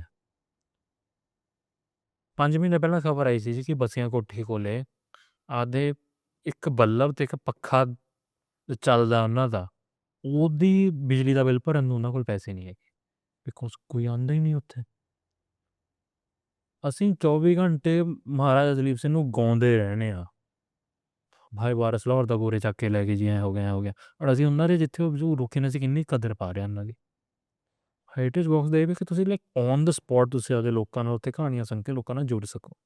ਕਹਾਣੀ ਐ ਵੀ ਨਹੀਂ ਕਿ ਮੈਂ ਜਾ ਕੇ ਮਸਾਲੇਦਾਰ ਜਾ ਕੇ ਦੱਸਦਾ, I am just basically factual ਕਿ ਸਾਡੇ ਹਿਸਟੋਰੀਅਨਸ ਇੱਕ ਬਹੁਤ ਗੰਦੀ ਸਾਡੇ ਉੱਤੇ ਮੈਂ ਆਰੋਪ ਲੱਗਦਾ ਹੁੰਦਾ ਕਿ ਤੁਸੀਂ ਇਮੋਸ਼ਨਲੈਸ ਬੰਦੇ ਹੋ ਜਾਂਦੇ ਇੱਕ ਪੁਆਇੰਟ ਦੇ ਉੱਤੇ ਆ ਕੇ, ਤੁਸੀਂ ਫੈਕਟਸ ਔਰ ਡੇਟਾ ਬੇਸਿਸ ਦੇ ਉੱਪਰ ਹੀ ਚੱਲਦੇ। ਇਮੋਸ਼ਨਸ ਲੋਕਾਂ ਦੇ ਕਨੈਕਟਡ ਹੁੰਦੇ ਆ but truth has to be true, ਕਿਉਂਕਿ ਮਹਾਰਾਜਾ ਖਾਲਸਾ ਦਰਬਾਰ ਦੇ ਨਾਲ ਕਿਉਂਕਿ ਜਿੰਨਾ ਪੋਪੂਲਰ ਹੈ ਨਾ ਇਹ ਓਨਾ ਹੀ ਮਿਸਅੰਡਰਸਟੂਡ ਹੈ। ਅਸੀਂ ਇਹਨੂੰ ਕਦੇ ਜੰਗਾਂ ਤੋਂ ਹਟ ਕੇ ਸੋਚਿਆ ਹੀ ਨਹੀਂ। ਸੋ ਮੇਰਾ ਮਕਸਦ ਵੀ ਇਹੀ ਹੈ ਕਿ ਜਿਵੇਂ ਕਿ ਹੁਣ ਹੈਰੀਟੇਜ ਵਾਕਸ ਹੋ ਰਹੀਆਂ ਨੇ, always there is a like ਅੱਡ ਫੇਸਿਸ ਦੇ ਵਿੱਚ ਹਿਸਟਰੀ ਕਵਰ ਹੋ ਜਾਂਦੀ ਉਸ ਦੇ ਵਿੱਚ। ਚੰਡੀਗੜ੍ਹ ਉੱਤੇ ਤੁਹਾਨੂੰ ਏਂਸ਼ੀਅੰਟ ਤੋਂ ਲੈ ਕੇ ਸਿੱਖ ਪੀਰੀਅਡ ਤੱਕ ਕਵਰ ਮਿਲਦੀ, ਹੋਰ ਸਾਈਟਸ ਹੈ ਨਾ ਪ੍ਰੋਪਰ ਹਿਸਟਰੀ ਪੂਰੀ ਐਕਸਪਲੋਰ ਹੋ ਜਾਂਦੀ ਉਸ ਦੇ ਵਿੱਚ। ਮੇਰੇ ਵੀ 2-3 ਘੰਟੇ ਟਾਈਮ ਪਾਸ ਵਧੀਆ ਹੋ ਜਾਂਦਾ, ਲਾਈਕ ਇਨਕਮ ਸੋਰਸ ਹੈ ਕੁਛ ਨਾ ਕੁਛ, ਘਰੇ ਵੀ ਆਪਦਾ ਖਰਚਾ ਨਿਕਲਣ ਲੱਗ ਗਿਆ। ਸਭ ਤੋਂ ਵੱਡੀ ਗੱਲ ਤਾਂ ਇਹ ਹੈ ਕਿ ਅੱਜ ਤੋਂ ਕਿਉਂਕਿ ਮੈਂ ਜਦ ਡਿਸੀਜਨ ਲਿਆ ਸੀਗਾ ਕਿ ਬੈਂਗਲੌਰ ਵਗੈਰਾ ਨਹੀਂ ਜਾਣਾ, ਉਸ ਪੁਆਇੰਟ ਦੇ ਉੱਤੇ ਐਂ ਲੱਗਣ ਲੱਗੇ ਤੂੰ ਕਰੇਂਗਾ ਕਿ ਲਾਈਫ 'ਚ। ਬਟ ਆਫਟਰ ਆਲ ਲੋਕਾਂ ਦਾ ਪਿਆਰ ਬਹੁਤ ਮਿਲਿਆ, ਚਾਹੇ ਮੈਂ ਲਾਈਕ ਆਪਦੇ ਲੋਕਾਂ ਨੂੰ ਕ੍ਰਿਟਿਸਾਈਜ਼ ਵੀ ਬਹੁਤ ਕਰਦਾ ਹੁੰਦਾ ਕਈ ਗੱਲਾਂ 'ਤੇ, ਬਟ ਆਪਣੇ ਲੋਕ ਚੰਗੇ ਵੀ ਬਹੁਤ ਹੈ। ਮੈਂ ਇੰਨਾ ਇੰਡੀਆ ਵੀ ਬਹੁਤ ਘੁੰਮਿਆ ਮੈਂ, ਬਟ ਆਪਣੇ ਲੋਕਾਂ ਜਿੰਨਾ ਮਤਲਬ ਕਿ ਅਰਾਧ ਸੀ ਕਿ ਜਿੰਨੇ ਕਿ ਸਪੋਰਟਿਵ ਅਤੇ ਫਰੈਂਡਲੀ ਨੇ, ਬਾਕੀ ਪੂਰੇ ਮੁਲਕ 'ਚ ਨਹੀਂ ਹੈ। ਕਿਹੜੀਆਂ ਸਾਈਟਸ 'ਤੇ ਤੁਸੀਂ ਹੁਣ ਤੱਕ ਜਿਹੜੇ ਉਹ ਆਰਗੇਨਾਈਜ਼ ਕੀਤੇ? ਸਾਈਟਸ ਤਾਂ ਤੁਸੀਂ ਗੱਲ ਕਰੋ, ਮੈਂ ਫਸਟ ਟਾਈਮ ਆਪਣੇ ਇਲਾਕੇ ਤੋਂ ਸ਼ੁਰੂ ਕੀਤੀ ਸੀ ਬਿਕੋਜ਼ ਮੇਰਾ ਉਹੀ ਗੱਲ ਆ ਗਈ ਨਾ, Bathinda is like on of route for most of the people ਜਿਹੜੇ ਬਾਹਰੋਂ ਆਉਂਦੇ ਨੇ ਪੰਜਾਬ, ਚਾਹੇ ਪੰਜਾਬ ਦੇ ਵੀ ਨੇ, ਉਹਨਾਂ ਲਈ ਬਠਿੰਡਾ ਬਹੁਤ ਦੂਰ ਹੈ। ਬਠਿੰਡੇ ਵਿੱਚ ਕੀਤੀ ਸੀ ਬਿਕੋਜ਼ ਇੰਡੀਆ ਦਾ ਸਭ ਤੋਂ ਪੁਰਾਣੇ ਕਿਰਿਆਂ 'ਚੋਂ ਆਪਣਾ ਉੱਥੇ ਸੀਗਾ, ਅਤੇ ਉੱਥੇ ਏਂਸ਼ੀਅੰਟ ਤੋਂ ਲੈ ਕੇ ਸਿੱਖ ਪੀਰੀਅਡ ਤੱਕ ਹਿਸਟਰੀ ਮਿਲ ਜਾਂਦੀ ਹੈ। ਸਭ ਮੈਂ ਪਟਿਆਲਾ ਕਰ ਚੁੱਕਿਆ, ਸੰਗਰੂਰ ਕਰ ਚੁੱਕਿਆ, ਅੰਮ੍ਰਿਤਸਰ ਕਰ ਚੁੱਕਿਆ, ਮੈਂ ਨਕੋਦਰ ਕਰ ਚੁੱਕਿਆ, ਮੈਂ ਦੱਖਣੀ ਸਰਾਂ ਕਰ ਚੁੱਕਿਆ, ਮੈਂ ਫਿਲੌਰ ਬਣਾ ਕੀ ਕਹਿੰਦੇ ਨੇ ਨੂਰ ਮਹਿਲ ਕਰ ਚੁੱਕਿਆ, ਅਤੇ ਰੋਪੜ ਵੀ ਕਰ ਚੁੱਕਿਆ, ਚੰਡੀਗੜ੍ਹ ਵੀ ਕਰ ਚੁੱਕਾ। ਮੇਰੇ ਕੁਛ ਕੁ ਮੈਂ ਫਿਊਚਰ ਦੇ ਵਿੱਚ ਪਲਾਨ ਕਰ ਰਿਹਾ ਕਿ ਮੈਂ ਬਟਾਲਾ ਦੀਨਾਨਗਰ ਸਾਈਡ ਜਾਂ ਗੁਰਦਾਸਪੁਰ ਵਾਲੇ ਪਾਸੇ ਅਤੇ ਹੁਸ਼ਿਆਰਪੁਰ ਵਾਲੇ ਪਾਸੇ ਅਤੇ ਕੁਛ ਕੁ ਨਾਭੇ ਵਾਲੇ ਪਾਸੇ ਵੀ ਟਰਾਈ ਕਰਾਂ। ਸਭ ਤੋਂ ਵੱਡੀ ਦਿੱਕਤ ਇਹੀ ਹੈ ਕਿ ਰੈਡ ਟੇਪਿਜ਼ਮ ਬਹੁਤ ਹੈ।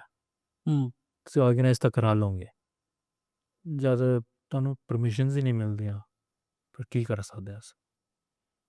ਪੰਜਾਬ ਸਰਕਾਰ ਕਹਿੰਦੀ ਰਹਿੰਦੀ ਹੈ ਕਿ ਜੀ ਇੱਥੇ ਆਓ ਕੰਮ ਕਰੋ ਕੰਮ ਕਰੋ, but how much you guys are giving the free access to us. ਕਿਲੇ ਤੁਸੀਂ ਬੇਮਤਲਬ ਬੰਦ ਕੀਤੇ ਪਏ ਨੇ, ਉਹਦੇ ਕੋਈ ਤੁਕ ਨਹੀਂ ਬਣਦੀ। ਕਿਸੇ ਕਿਲੇ ਦਾ ਫਰੀਦਕੋਟ ਦਾ ਰੌਲਾ ਹੀ ਨਹੀਂ ਮੁੱਕਣ ਜਾ ਰਿਹਾ। ਫਰੀਦਕੋਟ 'ਚ ਇੰਨਾ ਕੁਝ ਹੈ ਤੁਸੀਂ ਸੋਚ ਨਹੀਂ ਸਕਦੇ। One of the best preserved forts ਹੈ ਉਹ ਪੂਰੇ ਪੰਜਾਬ ਦਾ, ਜਦ ਅੰਦਰ ਉਹਦੀ ਮੀਨਾਕਾਰੀ ਸ਼ੀਸ਼ੇ ਦਾ ਕੰਮ ਦੇਖੋ ਫੈਬੂਲਸ। ਜੇ ਤੁਸੀਂ ਮੇਰੇ ਕੁਛ ਫਰੈਂਡਸ ਗਏ ਹੋਏ ਨੇ ਮੈਂ ਫੋਟੋਸ ਭੇਜੇ ਹੋਏ ਆ, ਤੁਸੀਂ ਜਾ ਹੀ ਨਹੀਂ ਸਕਦੇ ਬਿਕੋਜ਼ ਉਹਨਾਂ ਦੇ ਟਰਸਟ ਅਤੇ ਉਹਨਾਂ ਦੇ ਡਿਸੈਂਡੈਂਸੀ ਨੂੰ ਰੌਲਾ ਮੁੱਕਣ ਜਾ ਰਿਹਾ ਅਜੇ ਤੱਕ, ਤਾਂ ਡਿਸੀਜਨ ਹੋ ਗਿਆ ਫਿਰ ਵੀ ਬੰਦ ਪਿਆ ਉਹ। ਉਹੀ ਗੱਲ ਹੈ ਕਿ ਜੋ ਸਭ ਤੋਂ ਵੱਡੀ ਗੱਲ ਇਹ ਆ ਜਾਂਦੀ ਹੈ ਕਿ ਉਹੀ ਗੱਲ ਆ ਗਈ ਪੰਜਾਬ 'ਚ ਸਭ ਦਾ ਹੀ ਹਾਲ ਮਾੜਾ ਹੋਇਆ ਪਿਆ, ਚਾਹੇ ਉਹ ਰਾਇਲਸ ਦੇ ਡਿਸੈਂਡੈਂਟ ਵੀ ਨੇ ਨਾ, ਉਹ ਵੀ ਕੋਈ ਬਹੁਤ ਇਸ ਮਾਮਲੇ 'ਚ ਹੈ ਨਹੀਂ ਕਿ ਅਸੀਂ ਕੁਛ ਆਪਦੇ ਲੋਕਾਂ ਨੂੰ ਗਿਵ ਬੈਕ ਕਰੀਏ ਜਿਨ੍ਹਾਂ ਦੇ ਤੁਸੀਂ ਉੱਪਰ ਇੰਨੇ ਸਾਲ ਰਾਜ ਕਰਕੇ ਗਿਆ। ਉਹਨਾਂ ਨੂੰ ਆਪਦੀਆਂ ਜ਼ਮੀਨਾਂ ਦੀ ਅਯਾਸ਼ੀਆਂ ਦੀ ਪਈ ਹੈ, ਲੋਕਾਂ ਨੂੰ ਆਪਦੀ ਪਈ ਹੈ। ਸੋ ਇਹੀ ਹੈ ਕਿ ਪੰਜਾਬ ਇਸ ਤਰ੍ਹਾਂ ਹੀ ਖੰਡਰ ਹੋ ਜਾਂਦਾ ਹੈ। ਇਹੀ ਰੀਜ਼ਨਸ ਹੈ ਕਿ ਪੰਜਾਬ ਦੇ ਵਿੱਚੋਂ ਐਸੇ ਪੁਆਇੰਟਸ ਤੱਕ ਮਿਲੇ ਨੇ ਸਾਨੂੰ ਕਿ ਮੰਨੋਗੇ ਨਹੀਂ, ਪੰਜਾਬ ਦੀ ਇੱਕ ਐਸੀ ਹਿਸਟਰੀ ਦਾ ਸਪੇਸ ਆ ਜਾਂਦੀ ਹੈ ਕਿ ਉਹ ਘੱਟੋ ਘੱਟ 500 ਸਾਲ ਦਾ ਗੈਪ ਪੂਰਾ ਟੋਟਲੀ ਨੋਨ ਐਗਜ਼ਿਸਟੈਂਸ ਹੈ ਸਾਡੇ ਕੋਲ। 500 ਏਡੀ ਤੋਂ ਲੈ ਕੇ 1000 ਏਡੀ ਤੱਕ ਤਾਂ ਸਾਡੇ ਕੋਲ ਕੁਛ ਨਹੀਂ ਪਤਾ ਸਾਨੂੰ ਕੀ ਹੋਇਆ, ਅਤੇ ਰਾਜਿਆਂ ਦੇ ਨਾਂ ਤੱਕ ਨਹੀਂ ਪਤਾ, ਅਤੇ ਉਹ ਜੋ ਸਾਨੂੰ ਪਤਾ ਲੱਗ ਰਿਹਾ ਉਹ ਐਰੇਬਿਕ ਅਤੇ ਪਰਸ਼ੀਅਨ ਸੋਰਸਿਸ ਤੋਂ ਪਤਾ ਲੱਗ ਰਿਹਾ, ਉਹ ਵੀ ਬਹੁਤ ਮਾਈਨਿਊਟ। 500 ਸਾਲ ਦੇ ਇਤਿਹਾਸ ਦਾ ਟੋਟਲੀ ਇਸ ਮਿਸਿੰਗ, ਅਤੇ ਉਸੇ ਪੁਆਇੰਟ ਦੇ ਉੱਤੇ ਜੋ ਸਾਡਾ ਮਾਡਰਨ ਕਲਚਰ ਉੱਥੋਂ ਡਿਵੈਲਪ ਹੋਣਾ ਸਟਾਰਟ ਹੁੰਦਾ। ਸਾਨੂੰ ਅੱਜ ਤੱਕ ਇਹ ਨਹੀਂ ਪਤਾ ਪੰਜਾਬੀ ਦੀ ਪ੍ਰੀਕਰਸਰ ਲੈਂਗੁਏਜ ਕਿਹੜੀ ਹੈ। ਪੰਜਾਬੀ ਆਪਾਂ ਕਹਿੰਦੇ ਪ੍ਰਾਊਡ ਟੂ ਬੀ ਪੰਜਾਬੀ, ਤੁਸੀਂ ਦੇਖੋਗੇ ਨਾ ਕਦੇ ਕਿ ਡਿਵੈਲਪ ਕਿਵੇਂ ਹੋ ਰਹੀ ਹੈ, this is a big question mark over it. ਅਸੀਂ ਐਸਟੈਬਲਿਸ਼ ਹੀ ਨਹੀਂ ਕਰ ਪਾ ਰਹੇ ਇਸ ਦੀ ਪ੍ਰੀਕਰਸਰ ਪ੍ਰਕ੍ਰਿਤ ਰਿਲੇਸ਼ਨ ਕਿਹੜੀ ਹੈ। ਕੋਈ ਕਹਿੰਦਾ ਸ਼ੌਰਸ਼ਿਨੀ ਹੈ, ਕੋਈ ਕਹਿੰਦਾ ਗੰਧਾਰੀ ਹੈ, ਕੋਈ ਕਹਿੰਦਾ ਕੁਛ ਹੈ, ਕੋਈ ਪਤਾ ਹੀ ਨਹੀਂ ਸਾਨੂੰ। ਬਹੁਤ ਇਹੀ ਪ੍ਰੋਬਲਮ ਹੁੰਦੀ ਹੈ ਫਰੰਟੀਅਰ ਰੀਜਨਸ ਦੇ ਵਿੱਚ ਕਿ ਟੋਟਲੀ ਵਾਇਬਲ, ਮਤਲਬ ਕਿ ਵੋਲੇਟਿਲਿਟੀ ਬਹੁਤ ਹੈ, ਚਾਹੇ ਪੋਲੀਟੀਕਲੀ ਲਾ ਲਓ ਚਾਹੇ ਸੋਸ਼ਲੀ ਲਗਾ ਲਓ।